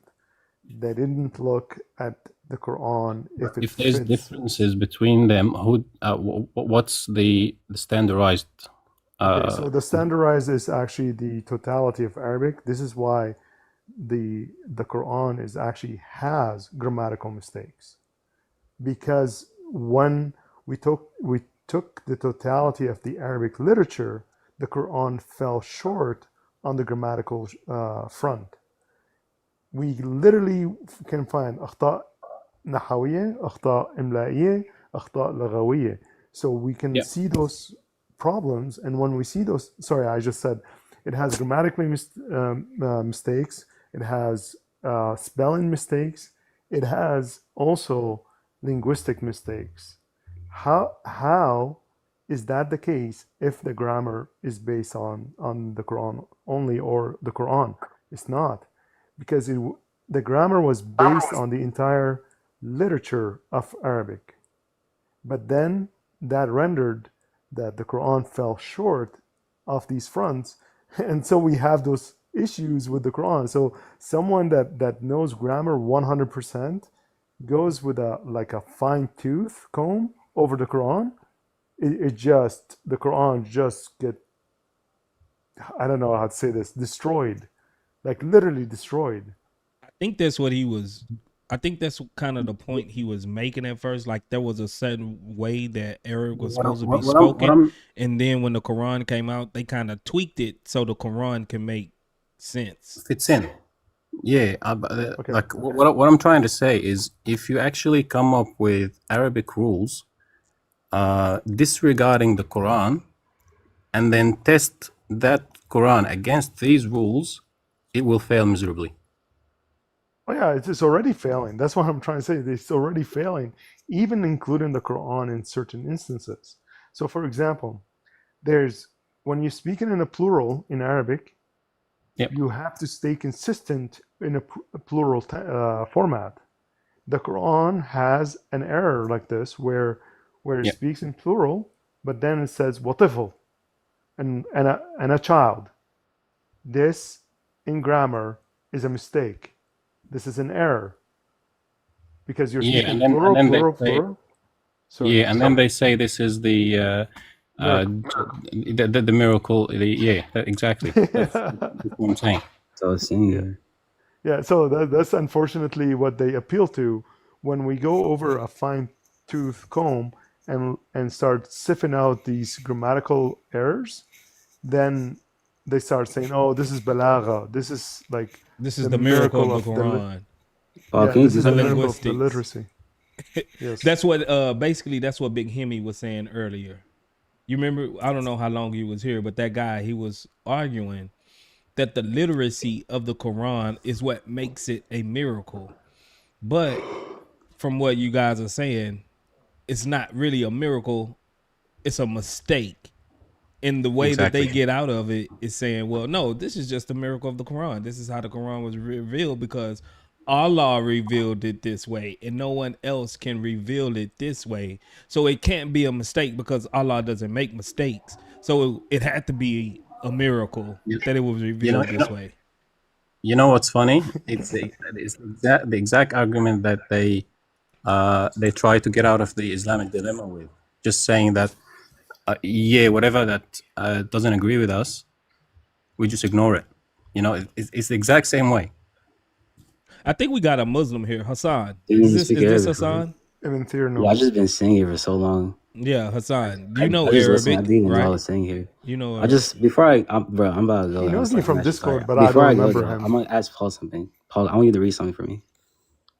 Oh, really? Okay, look, I'll read something for you if you Yeah, read this something is for me Tafsir first. al-Tabari, where he explains illa iblis. Please read it first. Go ahead. Okay, look. Oh, okay. I thought you were testing me on the Arabic. No, I'm not testing you, bro. I believe you. Trust me. Yeah. He keep on trying to bring up this. Apparently, I know Ibn Tirno. He keep on bringing up this. Oh my god, bro! I He know keeps Ibn on Tirno. bringing up Yeah, this. Yakulu. Start from Ibn there. Tirno. Apparently, you know me from Discord, right? But Yeah, I know you don't from remember you. Discord from the Christian thing a long Christian time ago. Apologetics. Okay. Yeah, that Discord. Okay. Right. Okay. يقول فسجد الملائكة إلا إبليس فإنه لم يكن من الساجدين لآدم حين أمره الله مع من أمر من سائر الملائكة غيره السجود بالسجود. Okay. So what is that? Okay. What does that help? Did he He's just saying that did he just Malak. leave? Or he think that was a mic drop? Translated for us, Paul. What? He's just saying that Iblis is Malak. That's I'm sorry, I don't. Did someone remember what it says? Because I was. So it just says, reading it sounds like he was saying Iblis is an angel, Exactly. Yeah, that's what it says. but they don't believe Iblis was an angel. That's from us Christians. We believe that You can't Iblis was an believe angel. Iblis was. They can't believe Iblis was an angel. One, because 16 verse 49 through 50 says angels do whatever they are commanded. So if they're trying to make the claim that Iblis was an angel, well then they're making a bigger problem, because that means that angels don't do as they are commanded, because that verse shows that an angel didn't do what is commanded. So An angel apparently don't they have want free to. will to do that. Exactly. So if Iblis was an angel, then that's a contradiction. He says they do as they are commanded, and then you have a verse showing that an angel doesn't do what he's commanded. Second of all, the Quran literally says that he's a jinn because he's created from fire. And then if they go in their sunnah, angels are created from light. So what is He he just talking cooked about? his whole religion. Yeah, it's crazy. But you know what's funny is that I love how he quoted that source, right? And who was that? That was who was that? That was Al-Tabari, right? Al-Tabari, yeah, Al-Tabari. Right. So what happened is Al-Tabari. I have a source that does the same thing. Al-Tabari is giving an understanding of Ibn Abbas, or Ibn Abbas is quoting Tabari. I forgot which order it is.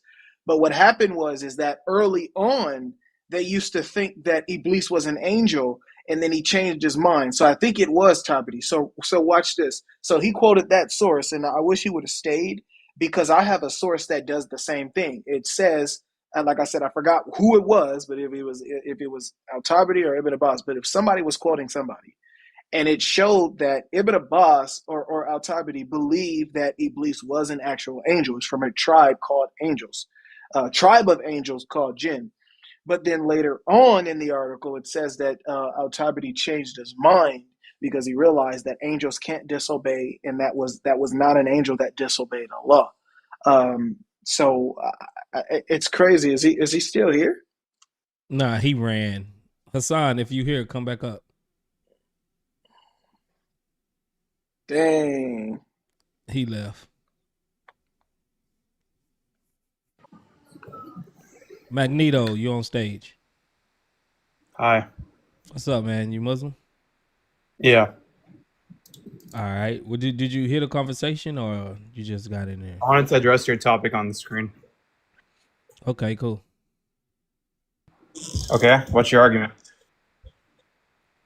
Well, you act like you wanted to address it, like you like you already had something in it. Like Yeah, but like plain different and Christians simple. have different.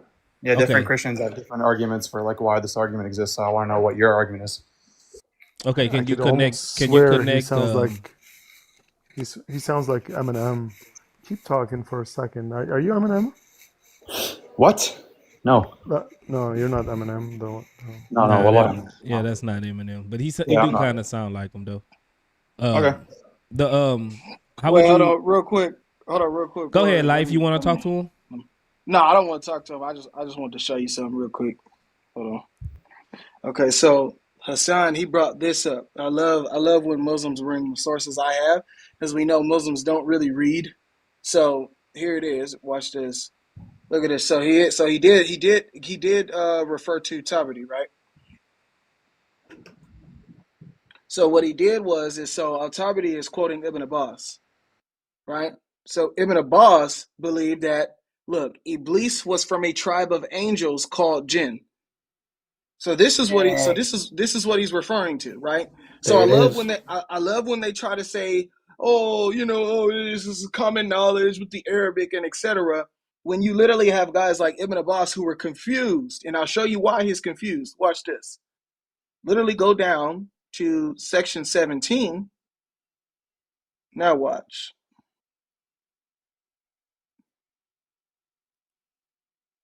Look at this. Tabari, look at this. Ibn Abbas, who up until now has always defended Iblis's angelic essence. In it, Iblis is said to have been created amidst certain creatures, which is not clear enough to define angelic. It was these creatures who disobeyed God. So if he would have just read the rest of his source, he would have understood that Ibn Abbas reneged. He took his words back. And if you read the source, it's because Iblis is a jinn, and angels do as they are told. So I don't know. I'm it is what it is. He left now, but I knew he was quoting something that I was familiar with. Because you opened so many lives on it. That's why. Right. Yeah, right. You're That's why I was familiar like, with everything. that's why I was like, wait, Tabari saying he was an angel? No, Tabari's quoting Ibn Abbas. Like, what are you talking about, bro? I've been a boss. All right, yo, Word, what's your argument, man? Yeah, my argument is, how would you verify that Muhammad, right, is in line with the previous scriptures without using your Quran? How would I verify he's in line? I would look at like historical evidence. I would look at external evidence from What other historical witnesses. external evidence? Yeah, like for example, I would look at things like, was there corruption in previous scriptures? Does the Quran match historical evidence that there was corruption? Do you believe it was like corruption in the attestations previous of scriptures? people like, can I just finish real quick?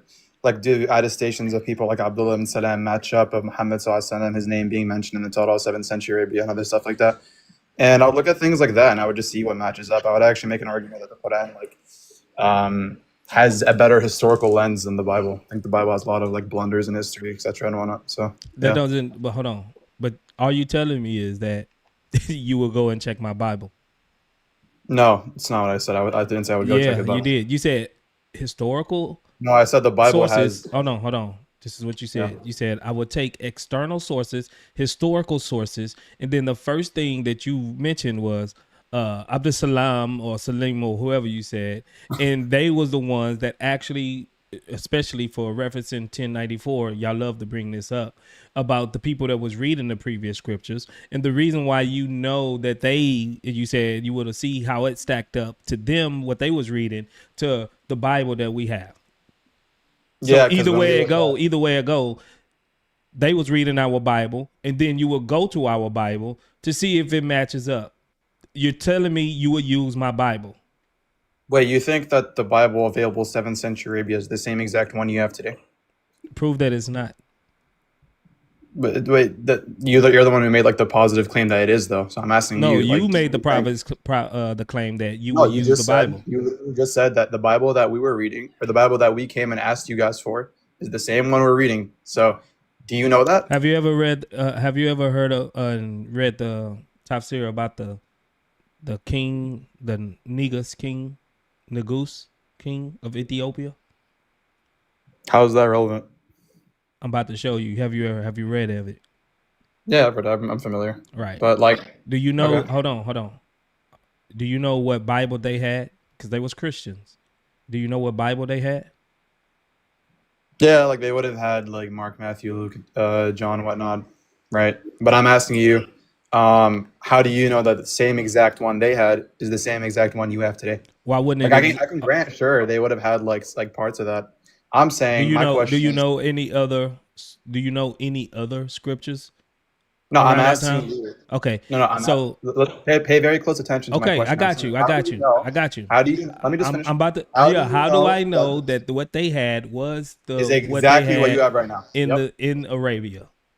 Yeah. How do you know that what they had is exactly what you have today? Please enlighten me. How do I know what they had or what was in Arabia? How do you know that what the Christians were reading in 7th century Mecca, right, is the same exact Bible you're reading right now? How do you know that? Because there's no other history of any other thing existing. There is. No, it's not. No, there is. For example, so we have. What else did the Christians have? I can tell you. So, for example, like we have. So hold on. Are you disagreeing that it's what we have? Yeah, I'm making the point that what they had is not what you have today. Okay, That's so my whole now point. you will have to provide your evidence for that. Sure. Yeah, I can quote people like Abdullah ibn Salam, right, who wasn't a Muslim, who was not a Muslim, by the way, in the beginning, who literally converted to Islam because he was a rabbi who found his name in the Torah in 7th century Arabia. I can simply quote him and say that I can quote another hadith we have, Bro, which says how do you know what? Hold on. Let me just finish. Hold on. When you say this, then you will have to. You're not providing evidence. You're presenting a claim. You're presenting a claim. So what was Abdul Salam reading? Where's the evidence for what he was reading? Do you want like I'm not sure I understand. Do you want like the book chapter verse? What was the book he was reading? Yeah, so if you read the narration. So if you read the narration that I was going to bring up, right? He says in the hadith that Prophet Muhammad ﷺ's name is mentioned in the Torah, like literally mentioned. Right? That's just that could be just a claim. What is it? Yeah, I don't need to provide you like the exact verse. The whole point is that he was a rabbi. Right? What was he reading, bro? Let me just finish. The whole point is that he was a rabbi. He was very oh my gosh, bro. He was very well studied in the Bible. Right, that was one of the reasons why he actually became a Muslim, is because he actually found Prophet Muhammad's name. You asked me for the verse. Hold on, listen. Wait, hold on. You asked me for a verse. Magneto. I'm not even disputing whether he did or he didn't. I'm asking you, what was he reading? Yeah, he would have been reading the corrupted Torah that had original, or not original. It would have had remnants of the truth from the original Torah. Hold on. So he was reading a corrupted Torah, and he found Muhammad written in a corrupted Torah. Wait. Can a corrupted book have remnants of truth? I'm asking you a question. Wait, can you answer that? I'm asking you a question. Yeah. I just said, a corrupted book can still contain things that are true in it. Okay, so how do you know what he was reading? How do you know he didn't have one of the corrupted ones? Hold on. You already admitted that it was corrupt. So how do you know what he was reading? Someone didn't add Muhammad's name to it. Yes, because he also attested to corruption in those books. So that's not what I'm disputing. I'm not disputing that. I'm about to finish. So he's attesting to corruption and also affirming that Prophet Muhammad ﷺ is mentioned in the Torah. We have other people. I don't just have to go to him. I can go to other people as well. Magneto. Hold on. Yeah, what's up? You already admitted that he's reading a corrupted Torah. Well, sure, how do you know Muhammad's name wasn't written in it because it's corrupt? There was no preservation to it. Yeah, so how do you know that Muhammad's name, somebody didn't take it, get it, and wrote Muhammad's name into it? Well, let me ask you, are you doing an internal critique or an external critique on this matter? It doesn't matter. No, it does matter. No, it doesn't. I'm asking for your evidence.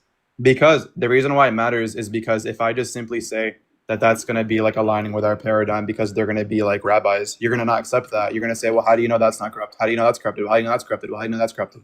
Right? Well, If you're then doing you an must external provide critique, evidence of what he was reading, bro. Can I just finish? If you're doing an external critique, then it's going to be different. Then I'm going to have to like show you, I don't know, like other scholars who test the corruption. I'm going to have to show you like. Hold on. Let me show you that when we within the paradigm or within the framework of an internal critique, you still need to provide evidence for what you're saying.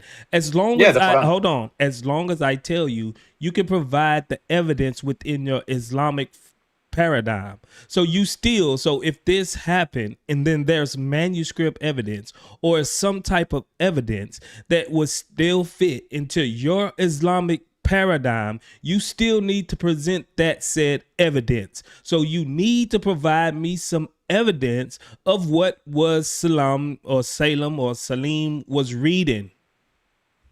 Yeah, so you're doing an internal critique. I can just quote 7:157. That's not giving me, bro. That's you're doing it. Bro, hold on. no, I'm allowed no, to wait. no, Hold on, let me just finish. no. I'm allowed to pull verses from my book. You're doing an internal critique. What the hell? Bro, I'm not saying you can't, but what I'm saying is that you need to provide evidence of what Salim was reading, not what your Quran says about who converted. That doesn't make the same. That's not the same thing. You know that, right? 7:157 is not what Salim was reading. Oh, wait, really? Okay, got it. So is me not having evidence, is that proof that didn't exist?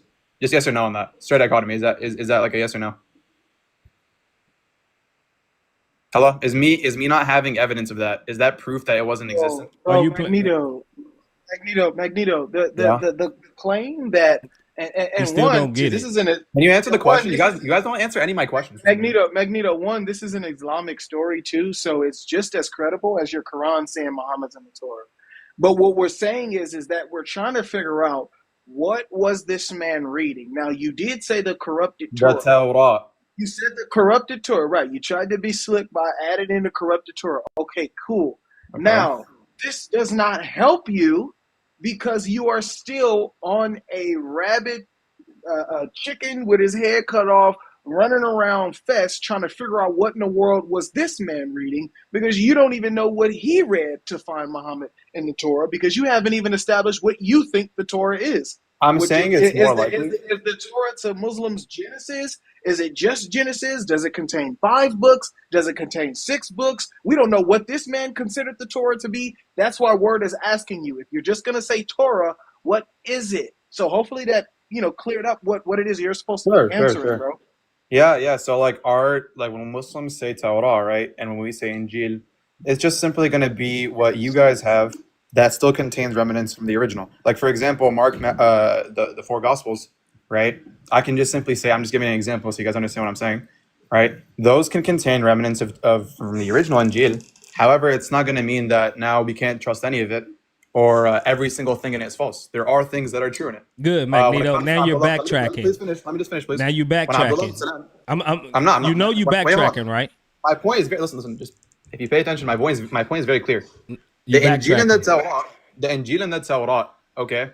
We believe that there are things in it which are true. That does not mean that every single thing in both of these books is true.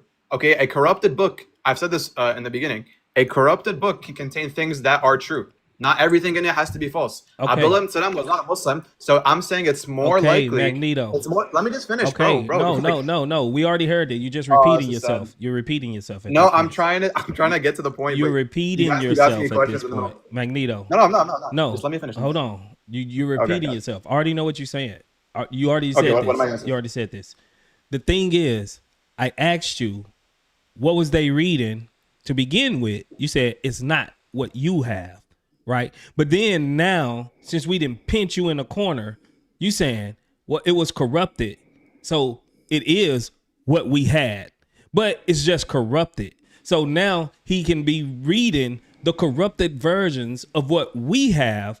But now you're saying, well, it was corrupted, but it's still truth in them. So now we went through we went through all of that whole spiel that you said, well, how do you know it's not that it was the exact same of what you have today? And you still circle back and leaned upon and said, well, yeah, it was what you have today because it's corrupted, but it was still, he could still find some truth in it. You went through all of that just to confirm that he was reading what we have. Yeah, cringe, but nice try. My point is That very is what simple. you said. That's really cringe. Nice try though. Right? The Injil and the That's Torah. bro. Again, I've So said what this did 5 what did times, he but- have? Did he have what we had? Bro, just listen. Like, you Answer have, this like, a question, yes or problem. no, and then I'm gonna let you go. Did he Okay, have? what's your question? Did he have what we have? So we don't know exactly what they were reading, like exact verse for verse. But we don't need to. Let me just finish. Oh Are you gonna man, laugh, you, like, in you, the you, background, or are you gonna bro. Are you gonna let me finish, or are you gonna just Bro, keep yapping? you don't and even laughing and acting remember dumb? what you're saying. I do, dude. I've been telling you for the past 10 minutes. The Injil and Torah that they had and that you had today is not the same. I can show you a hadith where it Okay, says so that what did in he the Torah, have then? You keep saying that, but I'm you're gonna not tell you, providing bro, any you have to evidence, let me- bro. You have to let me speak like for more than 10 seconds without You're having not to cut me off for providing 5 any minutes. evidence, bro. Like I get the rhetoric. You have to cut me off and speak for 5 minutes, then interrupt me, then start laughing. Like I get it, but you have to actually let me finish if you want to get my Bro, point. you're not saying anything. It's very simple. It's very simple. The Injil and the Torah can be corrupted and simultaneously contain remnants of truth. I've said that since the beginning. I've never changed my opinion on that. Now you asking me, well, just because Abdullah ibn Salam said that Muhammad's in the Torah, how do we know that's not corrupted? I'm saying that that's less likely because he wasn't even a Muslim. It would be stupid for him trying to prove that Muhammad's in the Torah and he's not even a Muslim. So why would he try to like why would he do that? That's very less likely. Also, we have other people, not just Abdullah ibn Salam. I can quote you like 5 other people who attest to Prophet Muhammad ﷺ being in the Torah. I don't just have to go to Abdullah ibn Salam. So I'm saying if these people are attesting to him being in the Torah and they're not Muslim, and we know that they actually entered Islam because they found the Prophet Muhammad ﷺ's name in the Torah, right, and the Injil that was available there, that posits two things. First, it's going to posit the general confirmation that we do, according to 29 verse 46, where it says that we do a general confirmation based off of the point that they don't falsely interpret or add things into their verses, and it also shows that what they had is not what you have. Can you please strawman that? Go ahead. Okay. Straw man it. What you mean straw man it? Like, can you respond to what I said and not like yap and laugh and like life? Oh, yeah. Sure. Can you just Sure. Magneto. Yeah, What Salim have, right? Was it partly Salam. corrupted? Salam. Was it partly corrupted and partly true? Yeah, so okay, a hold on. corrupted That's all I text- wanted. I was just asking you a question so I can proceed. Okay, go ahead. Okay. What we have, is it partly corrupted and partly true? So what you have is going to be the corrupted version, which Is it contains- partly corrupted and partly true? Yeah, it's going to be the corrupted book, which contains remnants from the original Torah. I know you have to And yap. that- and hold on. And that's what Salim had too. Yeah. So how do you know what he had wasn't what we have? If they fit the same Because criteria. we use the Quran. Well, first of all, we use the Quran. Remember, you said you're doing an internal critique. Hold so on. you're not I'm not We use the asking Quran. about the We use Quran. I'm not asking about the Quran. I know you're not. Okay, But so it's why part you of- going to the Quran? If Because that's Salim part of how had, we hold judge. on. If Salim It's part of had, how we hold judge. on. If Salim had a partly corrupt and a partly true Torah, and what Mhm. we have is a partly true and a partly corrupt Torah, then how do you know what Salim had is different from what we have? Because we have hadiths which say that there are verses in the Torah, and we have verses from the Quran which say there are verses in the Torah which you don't have today. Bro, this is not Here's what I'm gonna use this to is judge. not what I'm asking you, bro. Because you're asking me, how do I know what Abdullah ibn Salam was reading and what you're reading today is It's gonna be not the different. same. Yeah, it's different. It's different. It's not the same. That's the whole point. Right. So Right? how are And you I'm going telling to you- present? So how when I'm not talking about the Quran. Yes, because you're Don't doing an bring up the internal Quran. critique. Don't You bring just said I'm up doing the an internal critique on Quran. your paradigm. Bro, Magneto, don't be stupid. You know exactly You just what said I'm doing an asking internal you. critique. Are you slow? You know what exactly I'm I'm asking doing an internal you. critique, but you can't use the You Quran. know, do you okay, Magneto? Do you have? You have like 7 any? IQ. Hold on, Magneto. Do you have any type of manuscript evidence of what Salim was reading? Like manuscript evidence? Yeah. No. I don't need to have manuscript Okay, evidence. so though. now That's you not- just it's a so false now dilemma. you're just positing. It's a false dilemma. Hold I don't on. need So that. now you're just positing a claim with it's no false dilemma. substantial evidence of what you're claiming. So if you're gonna claim that Salim had or whatever his name is wasn't what we have, then you must provide evidence for what you're talking about. And I'm not talking about what your Quran says. I'm talking Then you're about not doing an I'm internal talking critique. about Beautiful. what no, listen. I'm still asking you from your Quranic paradigm, but You I'm not can't. You asking just you. said no, Hold no, no, on, no. listen. But I'm not asking you a verse from your Quran. I'm not asking you for a hadith from your Quran. I'm asking you for something. And since Salim or Salam was reading, bring proof of what he was reading. Yes. Abdullah ibn Salam was also reading the Quran, right? And I'm saying you're saying I can't use the Quran Oh for my some reason. gosh, bro. Listen. Wait. So you're doing an internal critique, but I can't use the Listen, Quran? bro. Don't How be does that make stupid. sense? Don't Can be someone explain to me how stupid. that makes sense? Okay. We're doing an internal critique, If but I I was can't to use the tell Quran. you, Magneto, What the hell does hold that on, even mean? listen. Let me show you Can how you define what internal stupid. Let critique me is? show you how stupid what you're arguing. You have 5 IQ. If You I was can't to show tell, them. hold on. If I was to tell you, Magneto, what you have today in your Quran is not the same what they was reading in the 15th century. How would I prove this? Yeah, that's not the same thing because you said How earlier, would hey, I Amar. prove this? Hey, Amar. Or sorry, How hey, would I Magneto. prove this, Magneto? You said I'm doing an internal How would I critique on your- prove this, Magneto? Are you okay, bro? Are How you sick in the head? because you're playing stupid. How would I Are you, prove? like, sick in the head, bro? How would I prove what you're reading today is not what they was reading in the 15th century? Yeah, you would show other evidences that point to the Exactly. So now you do the same. Yes, but that's not the same thing, and I'm gonna explain why it's not the same Oh thing. man, That's not get the out same of here, thing bro. Get out of because here. yeah, you're a bot. Well, watch your head. I don't need to provide evidence, but you do. I'm a Muslim. You must believe what I say. Get out of here. We don't do trust me, bros. And just because it's an internal critique, that doesn't mean you don't have to provide evidence for what you're saying. Where do you get this off of, that just because I'm doing an internal critique that I don't need to provide evidence? Are you stupid? They just open. Hey, you know what we can do to them now, Word? Whenever they ask anything in the Bible, all we just got to do is answer them with the Bible. And if they ask a question about anything else, hey, it's our paradigm. It's our. If we're asking an internal critique, all we got to do is quote our Bible. We can just simply say we believe. And we don't have to show evidence at all anymore. Exactly. You do an internal critique, so you have to believe anything I say. Boy, shut up and bring me a manuscript evidence. If you say that what Salim was reading, even though it's partially correct and partially corrupt, and what we have is partially correct and partially corrupt, but it's not the same of what Salim was reading, then you must provide the evidence, bro. I don't need no evidence. But if you make a claim that my Quran is not the same as the Quran in the 15th century, you better provide evidence. What is this double standard that Muslims get off thinking that they can just provide nothing and we have to provide everything? They live in like polar opposite worlds. Y'all don't have to provide nothing, but you Christians, y'all better provide everything. Get out of here, bro. The same rules apply to me that apply to you.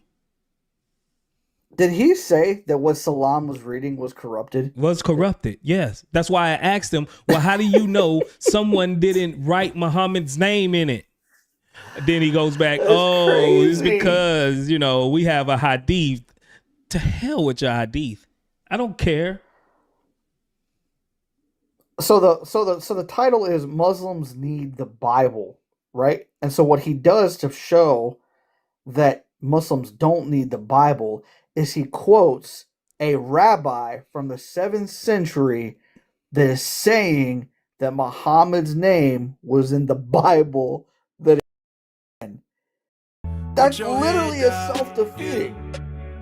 Like, what is he talking about? The whole thing, like, is a self-defeating argument. That doesn't make any sense.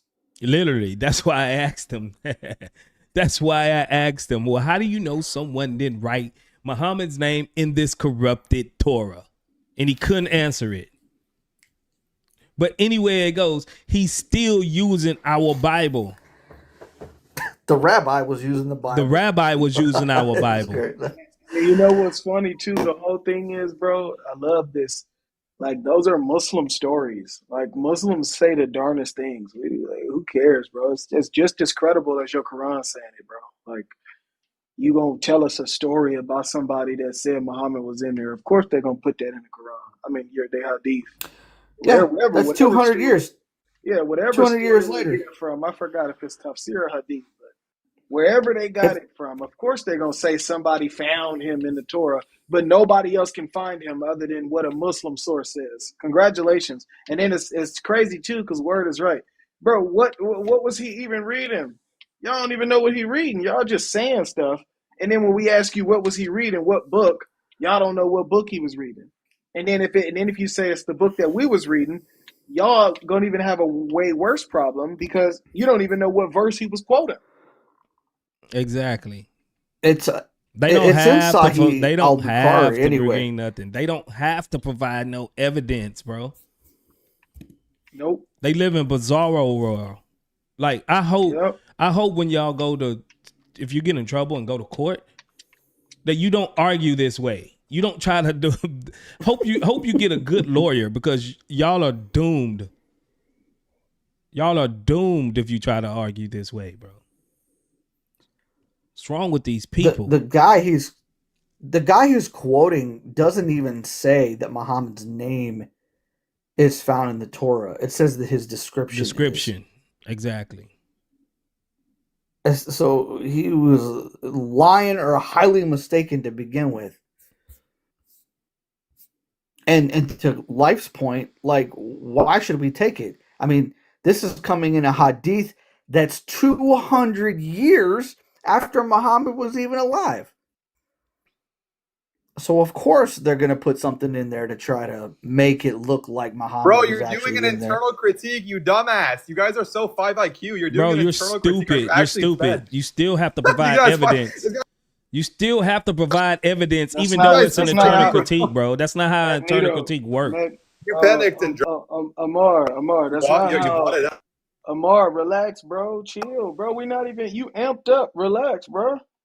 Like, bro, we're just trying to internal critique. What do you mean? You're like the king Okay, of but I'm chilling right now. I'm not crashing out. You don't get crash out life right now, bro. So just relax with me, bro. At the end of the day, bro, that's not how internal critique works. Like, you still have to provide evidence.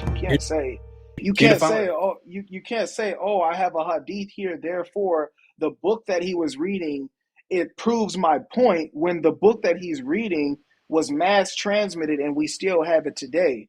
That's the point. You don't get to just say he said something and then don't try to validate it with the text that he was reading. It doesn't work like that. Because the information that he got out of didn't just disappear and disintegrate out of nowhere. So we want to know what this man was reading and where did he find Muhammad. Perfect. You can't just say he said he found him. Where and what text was he using? That's a very fair question, especially when doing an internal critique, because it's talking about a text that is external from your Quran, that is external from Muhammad's existence. It always was before Muhammad existed. Is it external from yours? What do you, Is it different from yours? That's what we're trying to find out first. Yeah, so I'm trying to show you like external evidence. We need to know what text we're talking about first. Sure. So like I can point to other evidences outside the Quran. I don't have to just go to the Quran to prove that it's not the same, right? I can quote other scholars. I can quote like different church fathers. But we want to know what text he was reading, though. Can you provide that first? What text was he reading? Yeah, he was reading the Torah that was available in 7th century. We don't know the exact. What is that? You begging the question, bro. What was it? No, so we don't know. I'm telling you, we don't know. Okay, so you don't have no grounds to say he wasn't reading what we was reading. I'll tell you. Like, for example, we know certain verses, right, that are going to be in that book, right? We're going to know certain, like, chapters, for example. We're going to know certain verses. However, we're not going to know, like, the name of every single, like, no, like, of course we're not going to have that, right? But that doesn't mean that we don't, like, know anything about it. So, for example, like, I'll give you an example. We have... You don't know anything about it. I'll show you. Okay, cool. I'll show you like narrations, for example, where they say like there's a verse. Oh my gosh, bro. That's a presupposition that these hadiths is true, bro. Botting out, bro. That's a presupposition. You working off of presups. I didn't even finish. How the hell is it a presup? I didn't even finish. Because you're going to a hadith that you're presupposing is true. Okay, so we're clear, so we don't waste time. Can you define what an internal critique is, just so we don't Oh waste my time? gosh, bro. We're wasting time. We're going back and forth. Can you define what it is, please? So the When audience. someone steps into your paradigm and then look closely at the claims that you within your own paradigm and find inconsistencies with it, that is the whole point of an internal critique. Okay, so are you going to be like assuming that my position is correct and then finding the internal inconsistency, or are you assuming everything's wrong? I'm finding the inconsistency when I'm asking That's not my you- question. That's not my Hold on. I'm finding the inconsistencies when I'm asking you to provide evidence of what this guy was reading. It's inconsistent. Sure. It's inconsistent if you can't not bring said evidence when you're making a claim. It's still inconsistent. Sure. So what was Sure, he I get it. reading? Okay, but but what you're not getting is that you're going to be granting the like validity of it. However, you're going to show that P is not P. Like, what's the contradiction in me saying? Can you let me finish, bro? What's the contradiction in me saying, yeah, in my paradigm, right? We have narrations and verses which say like X, Y, and Z are in the Torah. If X, Y, and Z are not like, if X is the Torah, then it can only be X if it has Y. Do you agree? Notice how that didn't work out for him very well. Can you just answer and stop? Like, I get it, guys, the rhetoric, and I get it. You have to like laugh and act I'm like. wondering when you're actually going to address anything that they said. I am. I don't need you to interrupt. Stay in your lane. Okay, And so just when hush up. are you going to Just address stay in what your they lane said? and hush up, bro, and just be quiet. He won't. When are you going he to haven't. address He what don't they have said? nothing. This is what I'm trying to show you. Literally, I swear to God, I'm literally answering your question. It's actually so funny you're not seeing it. It's We don't flying over your have head. to. We don't have to answer questions for you to answer a question. So what is this, like an interview, bro? Like, what do you mean I want to answer my questions? Like, what the? We don't have to answer questions No, it's an for interview. you You're literally to interviewing me, answer a right? question. I've This already is a dialogue. answered your It's an question, interview. bro. What is You this, bro? can provide an answer. Yes. Unless you're too The dumb answer to is provide it. if you're doing right. The answer is if you're going to be doing an internal critique, you're going to be assuming that the verses and narrations I'm going to be showing you are correct, and you're going to show me the inconsistency on how it doesn't add up. There's a contradiction. There's a P is not P. Okay, Yes. I'm showing you. Magneto. Yeah, you have to let me Amar, speak, bro. You have to let me Magneto. speak. You have to let me speak. Okay, You Amar. have to let me get like.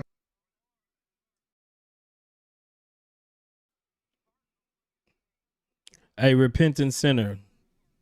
Anytime you want to debate, holla at me.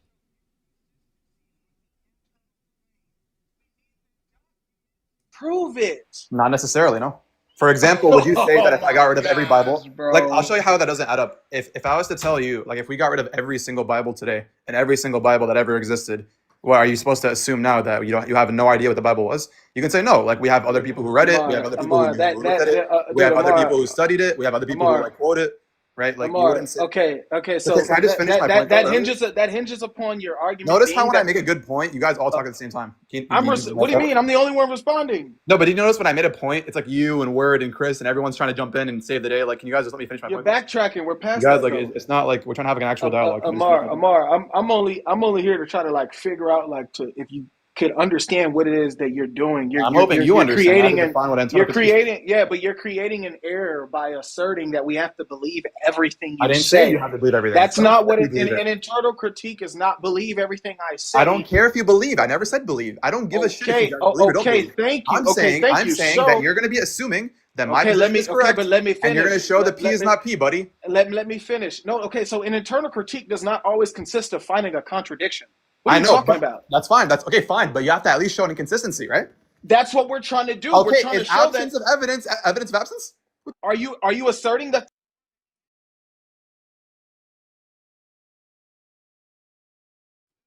Repentant sinner, you a joke. Did you just get here? Did you just walk into the live stream? I already done cooked him twice already. Repentant sinner, you don't know what you're talking about. He's already been cooked twice, literally. Listen to him. He's stupid. I cooked him twice already, bro.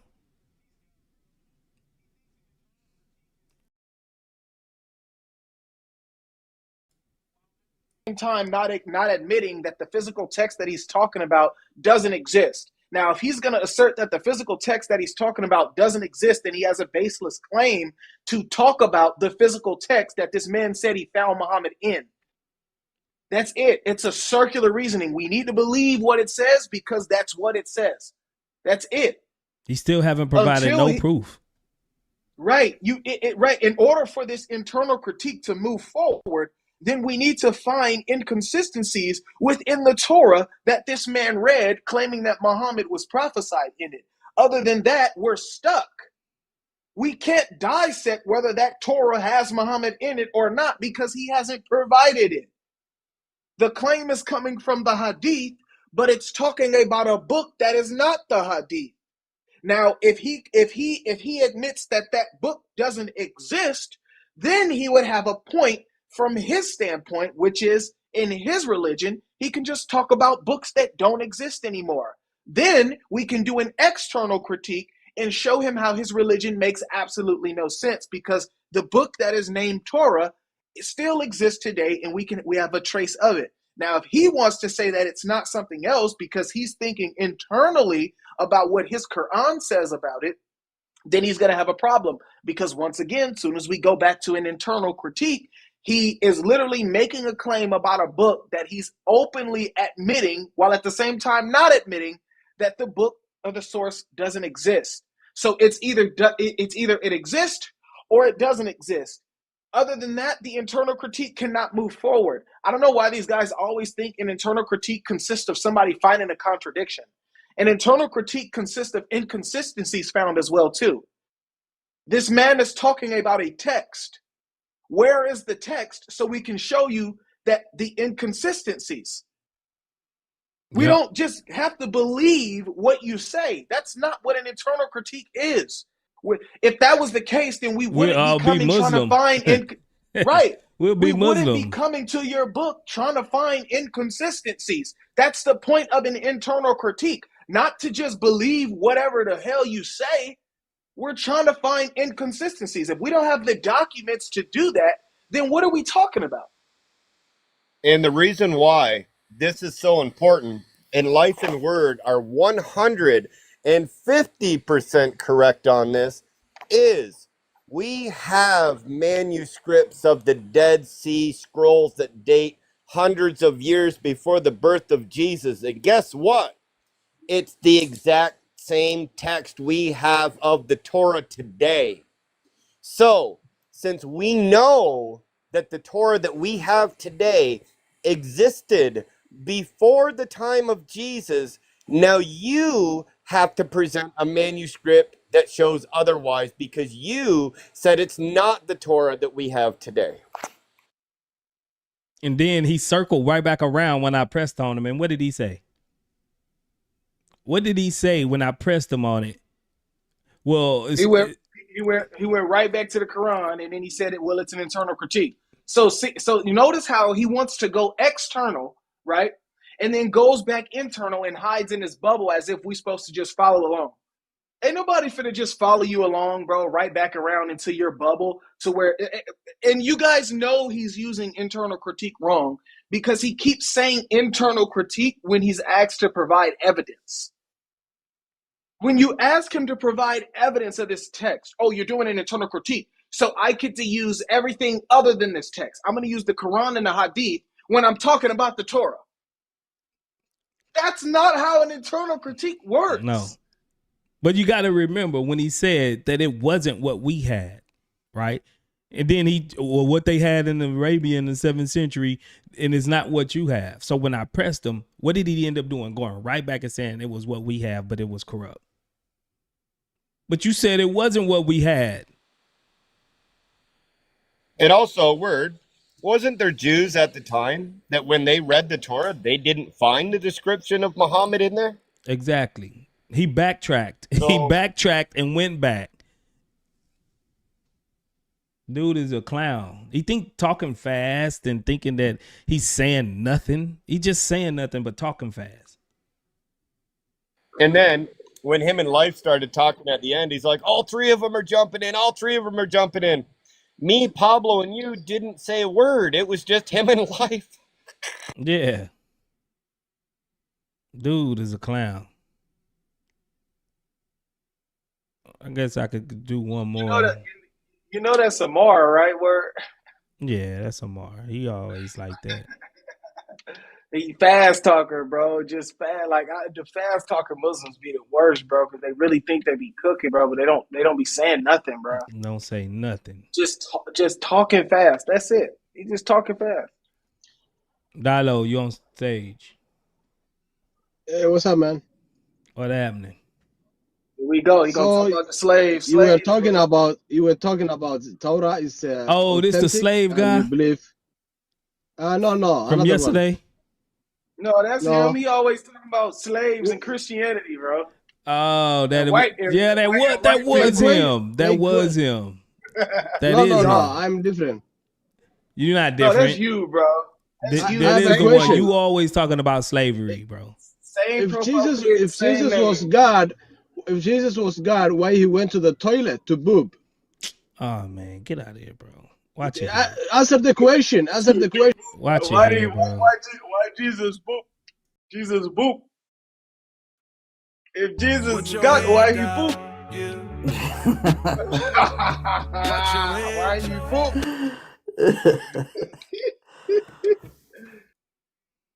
Man, Jesus terrible go poo argument. poo? Why Jesus go poo poo? If Jesus God, why he go bathroom? Why he go Oh, what is wrong with these people? Why he go bathroom? Why he go bathroom? Why he go poo poo? Oh man.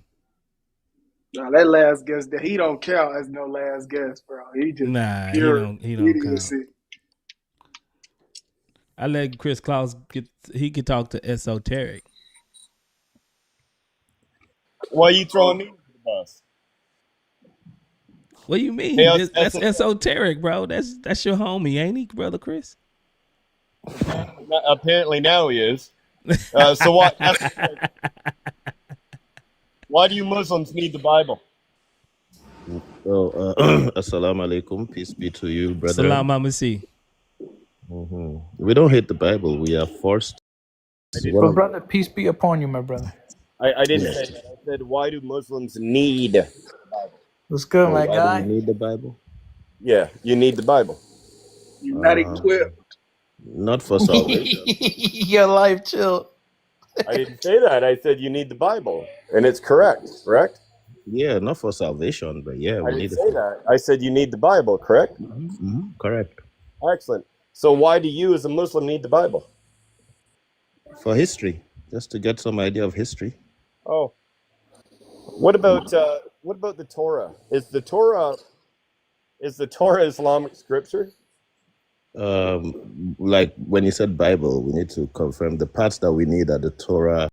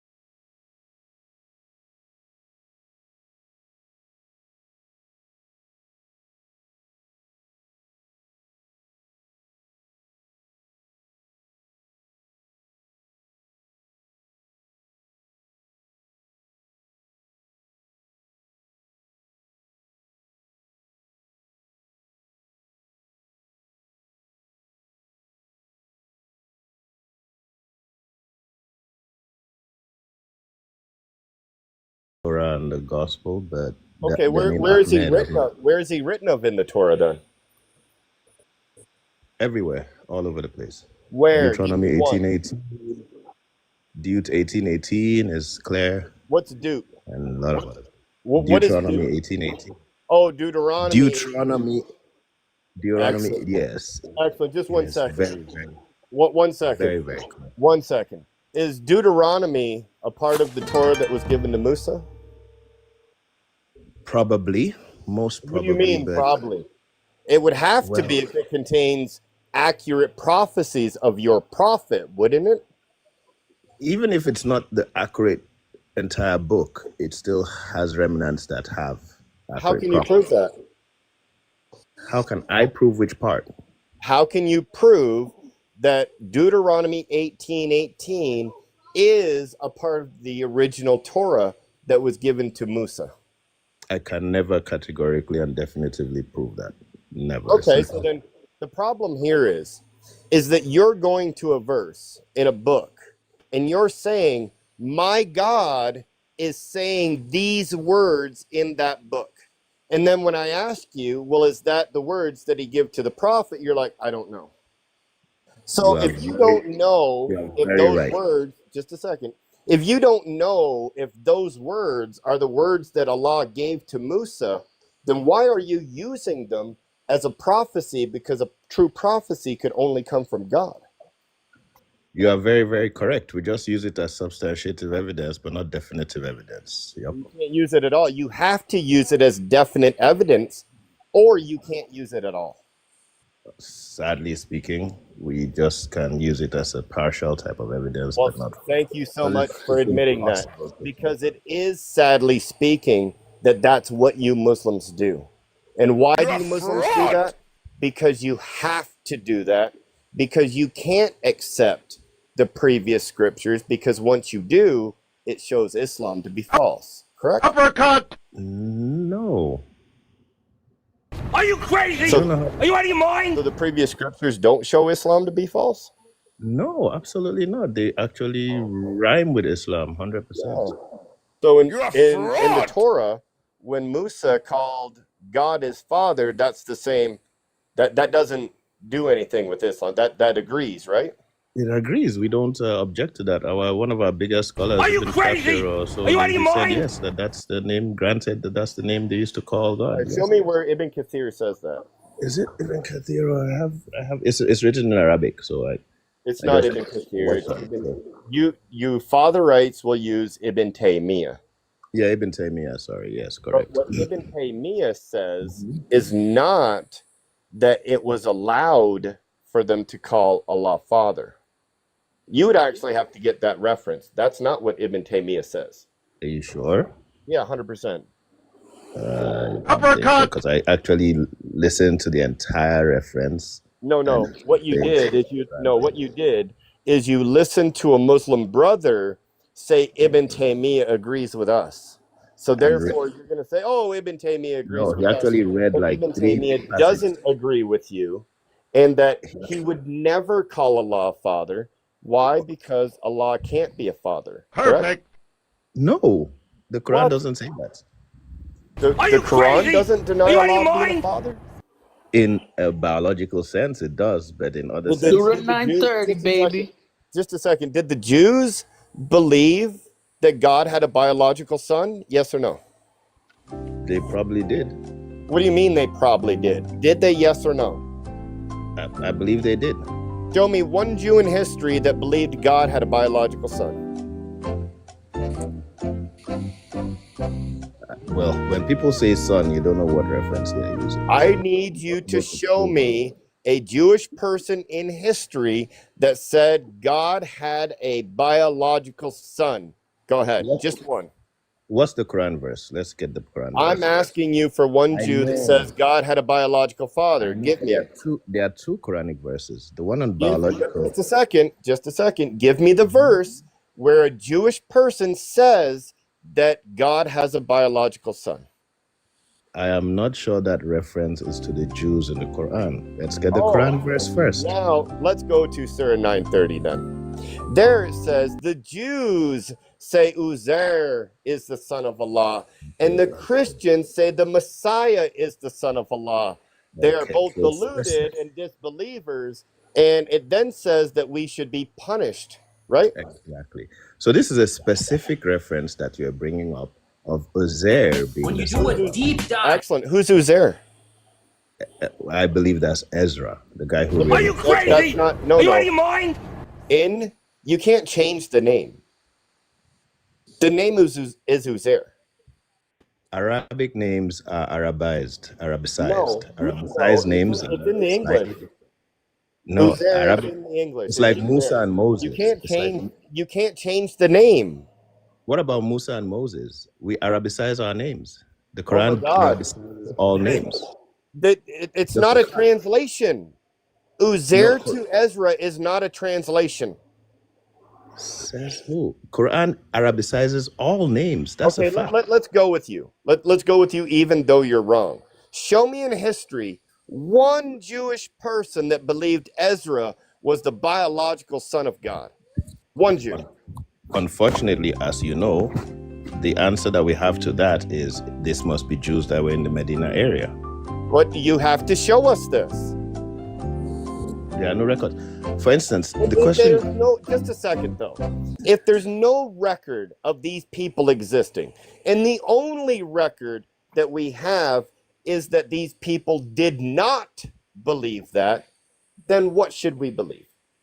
We do not have the absence of evidence is not the evidence of absence. Are We you do not have a crazy? record that. Just a second. When we have evidence, then you can't make that claim. And we have evidence. Of what the Jews in Medina and Mecca believed. You know, there were Jews there waiting for the prophet. Yes, we have what the Jews in Arabia had during the 6th century. And you want to know why? Because the Dead Sea Scrolls contain the exact same Torah we have today, and that was 300 years before Jesus. We do not have all the records that Muhammad had, and we have evidence of this. I have categorical evidence of this. Show me. No, I don't care about your categorical evidence. You need to show one Jew in history that believed Ezra was the biological son of God. Because we have evidence to the contrary. Uppercut! The Jews and Christians who were in the prophet's region had different texts from what you hold on today. You have to prove that. Just a second. You have to prove that. You can't make the claim without having any evidence whatsoever. I have the proof. What the books in the prophet's area are different from what we have today. Then provide it. Categorical proof. Yes. Thank you very much. Provide it. The Quran has certain stories of Jesus' life in it. I don't care about the Quran. I'm just showing the proof. I don't care about the Quran. Similar to the proof the guy before. No, just a second. I didn't say I was doing an internal critique. I am not. I'm can't providing you force proof. me. You can't force me into an internal critique. It's So, not an internal critique. I'm providing you proof. Just a second. The Quran did not exist at the start of Muhammad's life. I would love for you to show me any manuscript of the Torah or any Torah from the time around then. Go I'm ahead. showing you the proof that the books in Muhammad's time, the books that he referenced, the books he saw, are not the books you have today. No, And you this- can't. You're finished. I can prove it. No, you can't. Because you always keep talking about this Islamic dilemma that what books did he have, and I have definitive proof that the books he had are not the books you hold today.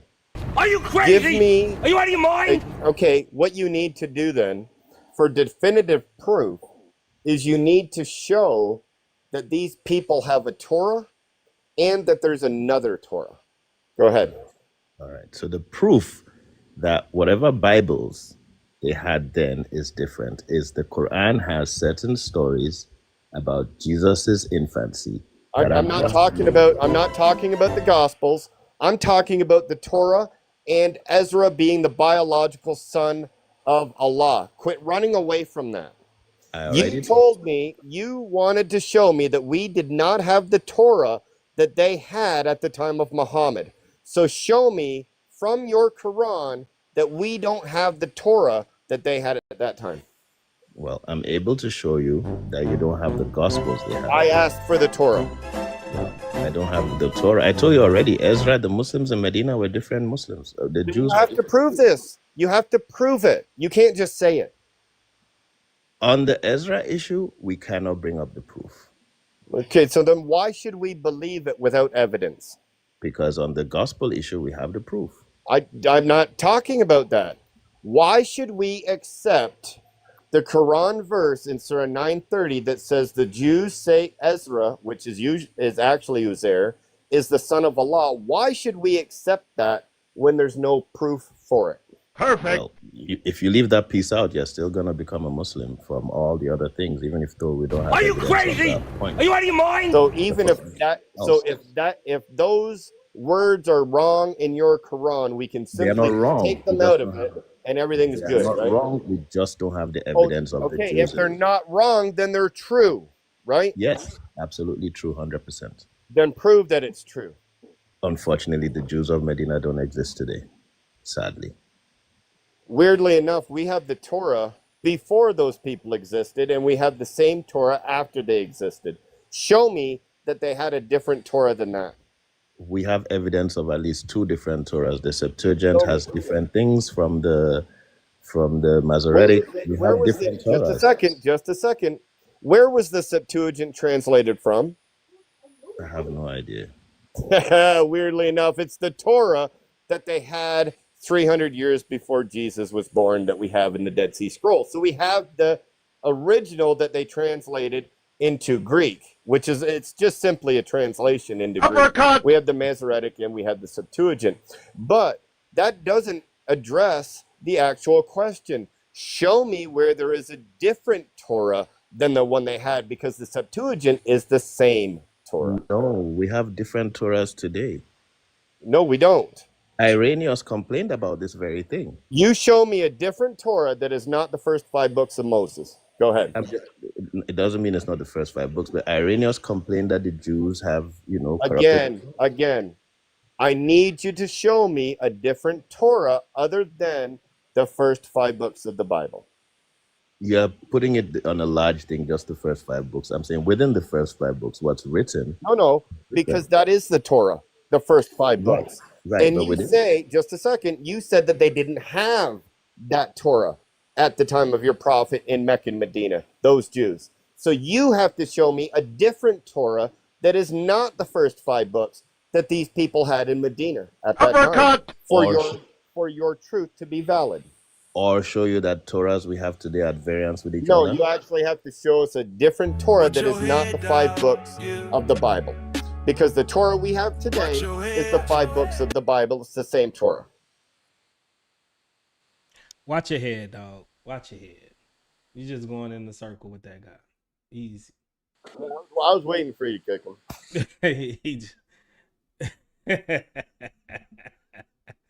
That was just bad. That was bad. He didn't run. I kicked him.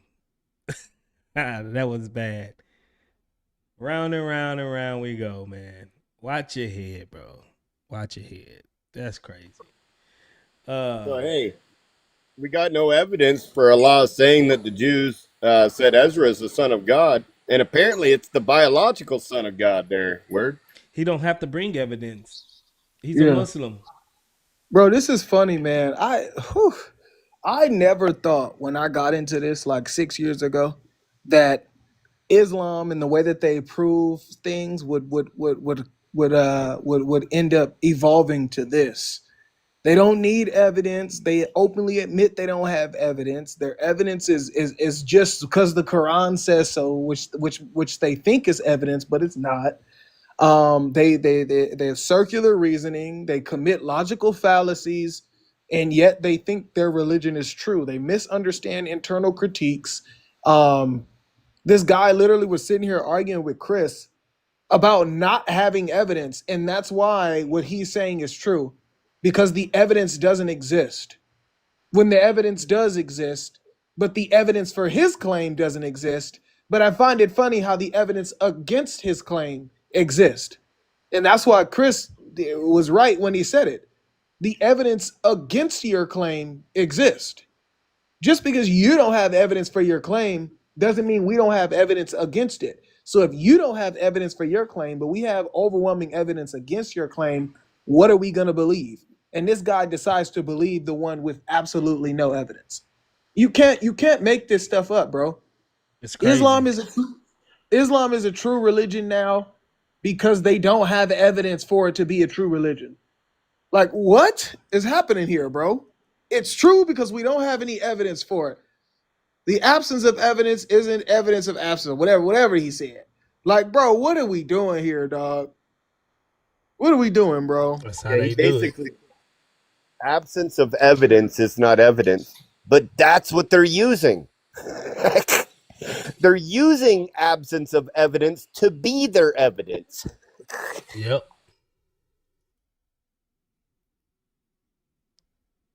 It's sad, bro. My evidence that Islam is true is that there's no evidence to prove our claims. Yep, is that our evidence doesn't exist. Our See? evidence is non-existent, so it gotta be true. You're doing an internal critique. You're doing an internal critique. You can't provide evidence. You can't provide evidence against the evidence I'm presenting because there is no evidence to prove me wrong. See, so it's a true religion. So now, when a Muslim comes up and asks us, or says that Jesus isn't God, then all we have to do is say, well, in our internal critique, the Bible says that he is, so therefore he is. We don't even got to give evidence anymore. Yeah, it's silly. It's literally silly. Brother DL, you on the panel. What's going on? Salam alaikum. Yo, I keep requesting by accident, bro. Salam alaikum. Man, Peace to everybody. You come at the end, man. I'm about to wrap it up. No, that's fine. I just wanted to, get on stage, man, and support my brother. You came into my live a couple of times, so and plus I need to unwind. I just got through debating Rocco and the Rockettes. Oh man, they came by. They went. Oh, they was at Live Live. They was at Live Live. Nah, well, they had a room open in Clubhouse. So. Oh, they had came by here earlier, by Life Live. Oh, they did. Yeah, Rocco came up and Rocco, he was on stage about 5 minutes and got booted. Man, bro. How long was you on a panel, DL?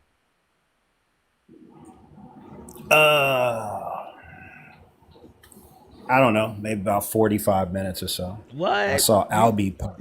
You lasted that long? Albie popped in. Well, they wanted to do a 2 and 2.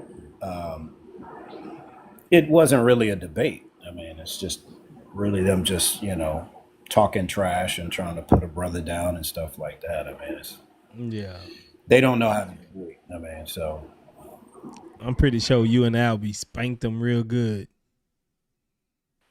No, Albie was just in the audience. Oh, okay. It was just me on stage with him and the Rockettes, man. His 2 ladies who travel around with backup singers. Yeah, they came by here, man, and life booted them off quick.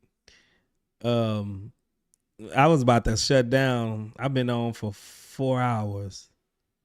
I was about to shut down. I'm gonna see what the finished work got to say real quick. Then I'm gonna shut it down. You going live next, Brother DL, or you done? I need to get in some little bit of devotional time, man. Oh, okay. What's up, guys? God bless. What's Thanks up? for having me. What's up, for a Finish? sec. I just wanted to make one comment about him while Chris was here and after he just left. Chris, I did post that day that we were talking to him, and I was able to get him to show his screen and everything that he went through on ChatGPT, and I made a post debunking him on his own ChatGPT argument. So he was selectively asking it questions, and then he was perverting the questions that he was asking, trying to find contradictions in our Bible and not applying the exact same standards when he was asking questions about the Quran. And so this guy's using GPT and debunking himself with his own arguments. But he ran circles, the other day on these exact same issues. And I made a post about that and tagged you. I don't know if you saw it, but it's pretty embarrassing. I mean, Hey, the same chap GPT is using is debunking them. yeah, I'll take a look, man. But yeah, guys, I just wanted to touch on that, and Life's got it right. This guy's just like waffling around with every fallacy you can possibly imagine, making a bunch of ahistorical claims, and then when you put him under the same scrutiny for his Quran, he's just like waffling all over the place and not wanting to answer questions. So yeah, that's what they do, man. take it seriously, yo. That's exactly what they do. So, Man, yeah, I appreciate you. for That's all I had to sure. say. God bless you guys. For sure. God bless, bro. I'm about to jump off, and it's about time. Been on for 4 hours, so I need to give my back a rest from sitting in this chair. Life, they say you gonna go. You going live again? You going live again? Life?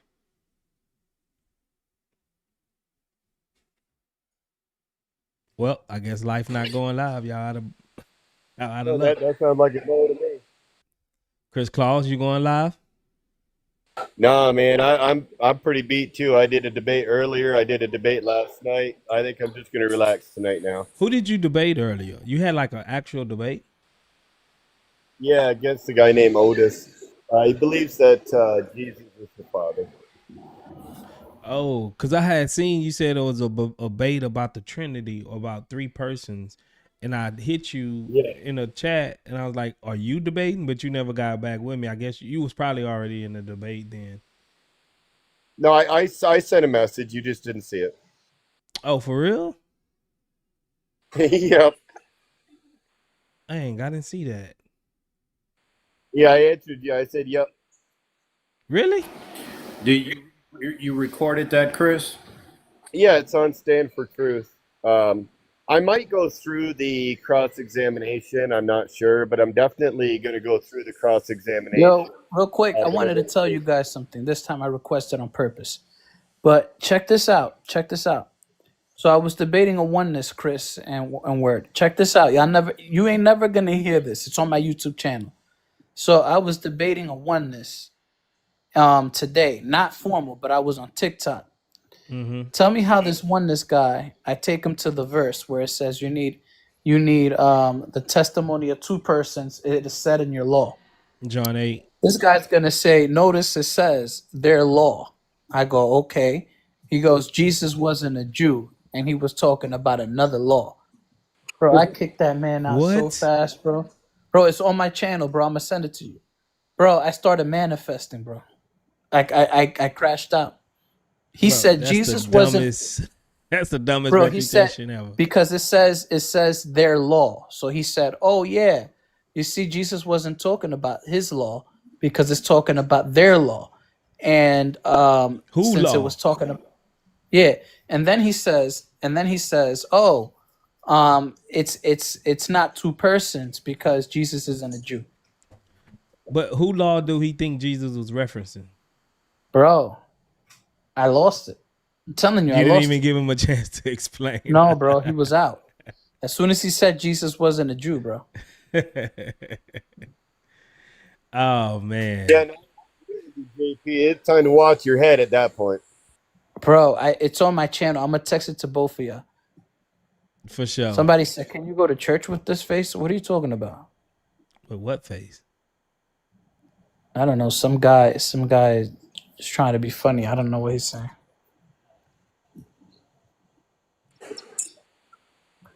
Then, bro, this other Muslim guy, bro, he tried to come in and trap me, talking about, the Torah has been changed. He said, the Torah has been changed.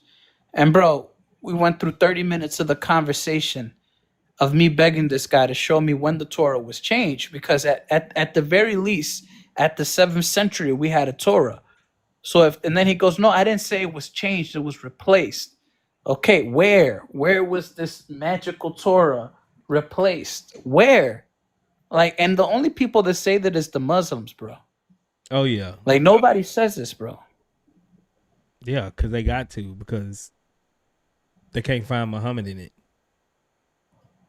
Yeah, bro, it's ridiculous, bro. It's like, bro, how ridiculous are you? How ridiculous is your worldview? You want to see how ridiculous, JP? Look at the chat. Ibro Bay says, yes, of course, the Torah was changed with the Torah, or the Tanakh. Can you come up and explain that to me, sir? Like, does he not know what the Tanakh is? No. It's an acronym, idiot. How about you come and explain it to me, sir? Click and request up. I bet you he doesn't even know what the T in Tanakh stands for.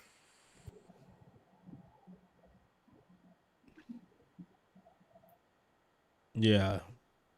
He ain't gonna come up. He don't never comes up. Bro, they're just making things up at this point, bro. The And then Tanakh- this guy comes up pretending to be a Christian. Hey, JP, the Yo. Tanakh is a made-up book by the Jews. Okay, so Ibro Bay, just so I can make you look stupid right now, the first letter T in Tanakh, that stands for Torah, idiot. Bro, and then this guy, bro, Chris, this Muslim tries to catch me. He goes, "Oh, the Bible says that homie was 33 years old, but in this particular passage, it says that he was 53 years old. So how old was the king?" And I said, "Bro, look at the ESV version." And then he changed the topic right away, bro. He ain't even want. He ain't even want to talk. You talking about Yeah, because the First Kings? Yeah, because the KJV version got two different ages. Yeah. So I told him, look at the ESV.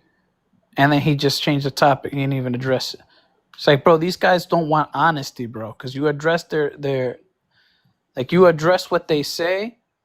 And then, bro, they don't even care They that you switch address real it. quick. It's like, bro, you're not being honest. It's like, be honest. Yep. Yep. That's how they get down, man. It's like, bro, these guys are not honest at all, bro. Like at all, not an inch, nothing, bro, nothing. They don't care. It's a game to them. It's Like, literally this guy a was, game.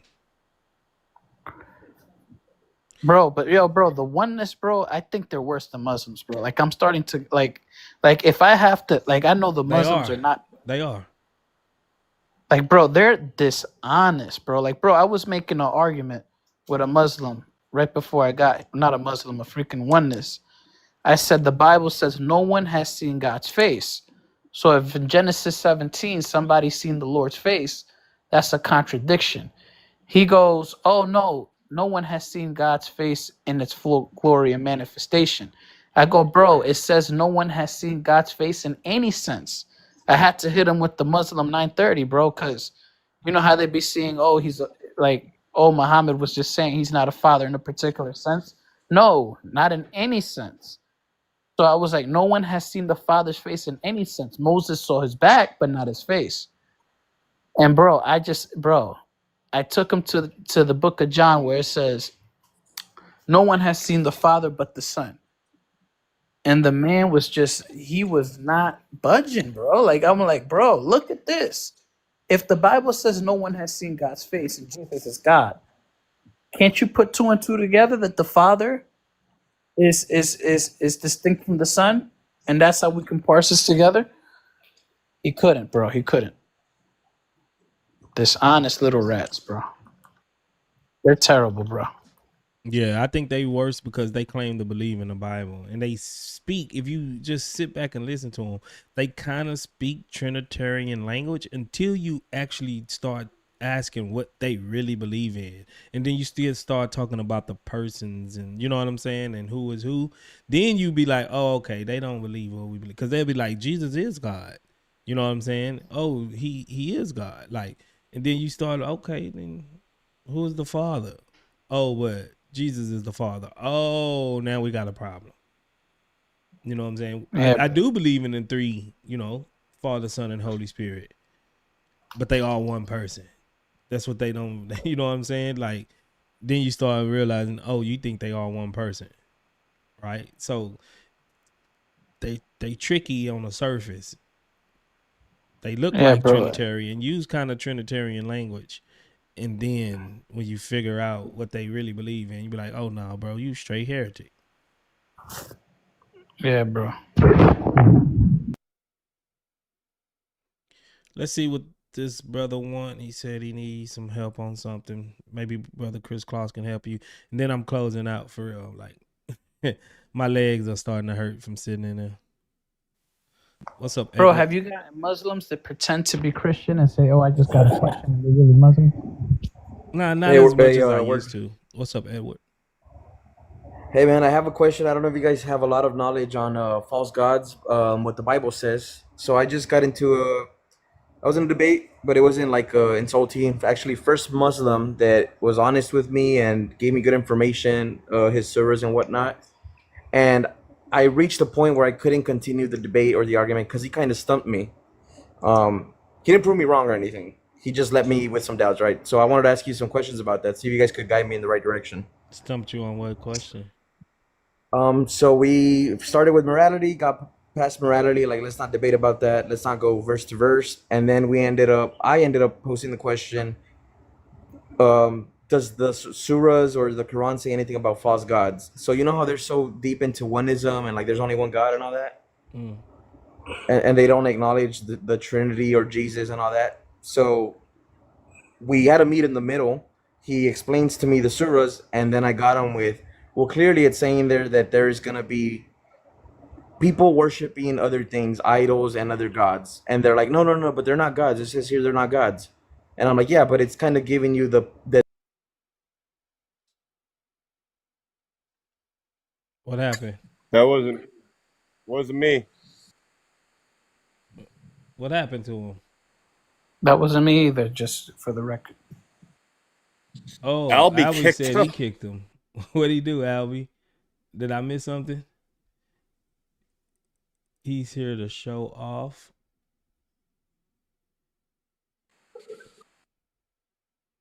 I don't know. I believe Albie. He my brother.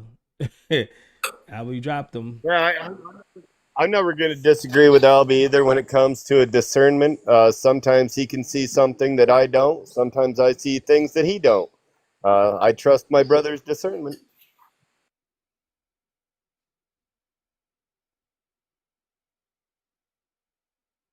Okay. Albie say he's here to show off. I trust him. He didn't, he's been doing this longer than me, so maybe he sees something. Hey guys, I'm not gonna be up here long. I know Word wants to go, but Salam Alaikum. Salam Alaikum, Albie. Great debate, Chris Claus, brother. God bless you. Thanks. I wouldn't have dropped him if Word 9 for the past hour and a half wasn't saying or putting it out there that he wants to go. So he came up here, he wanted to ask a question, right? But then he started going on about their debate and this and that, and he started getting into references and so what I'm thinking is he knows who you guys are.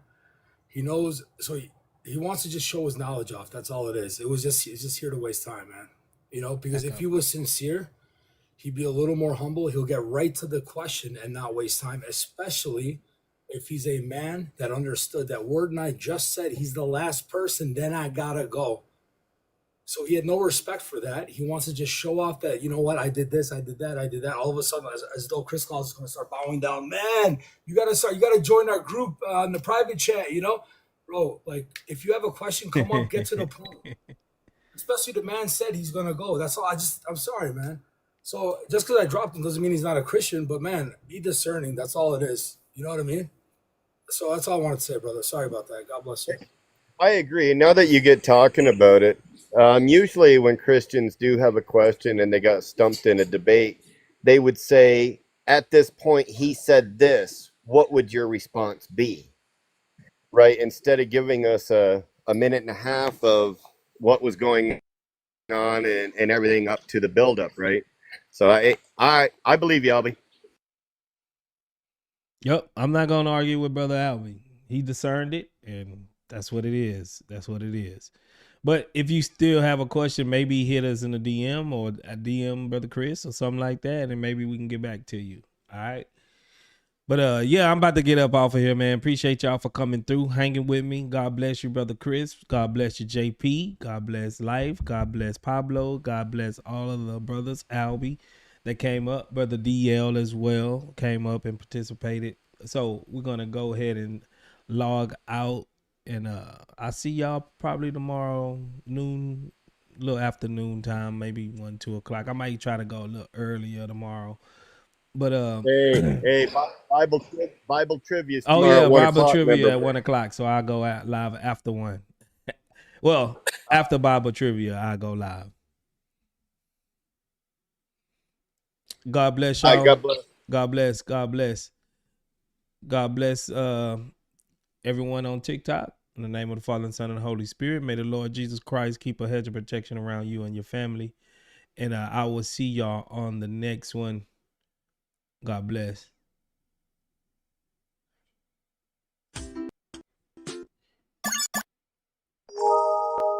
Uh-oh, I'm on stage 8. I don't know what that means, but I'm on stage 8. All right, y'all. God bless you on YouTube as well. I will be seeing y'all in the next one. May the Lord Jesus Christ keep a hedge of protection around you and your family as well. I will be getting with y'all. Appreciate everyone that hit the like button. Appreciate everyone that came in. God bless. You know how we do it. In the name of the Father, the Son, and the Holy Spirit, the one and only triune God that exists in Scripture, and our Lord and Savior Jesus Christ. God bless. I will see y'all on the next one. And y'all know what we do. Watch your head on the way out. Watch your head.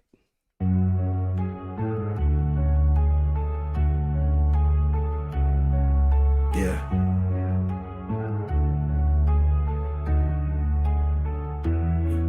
Watch your head down, yeah.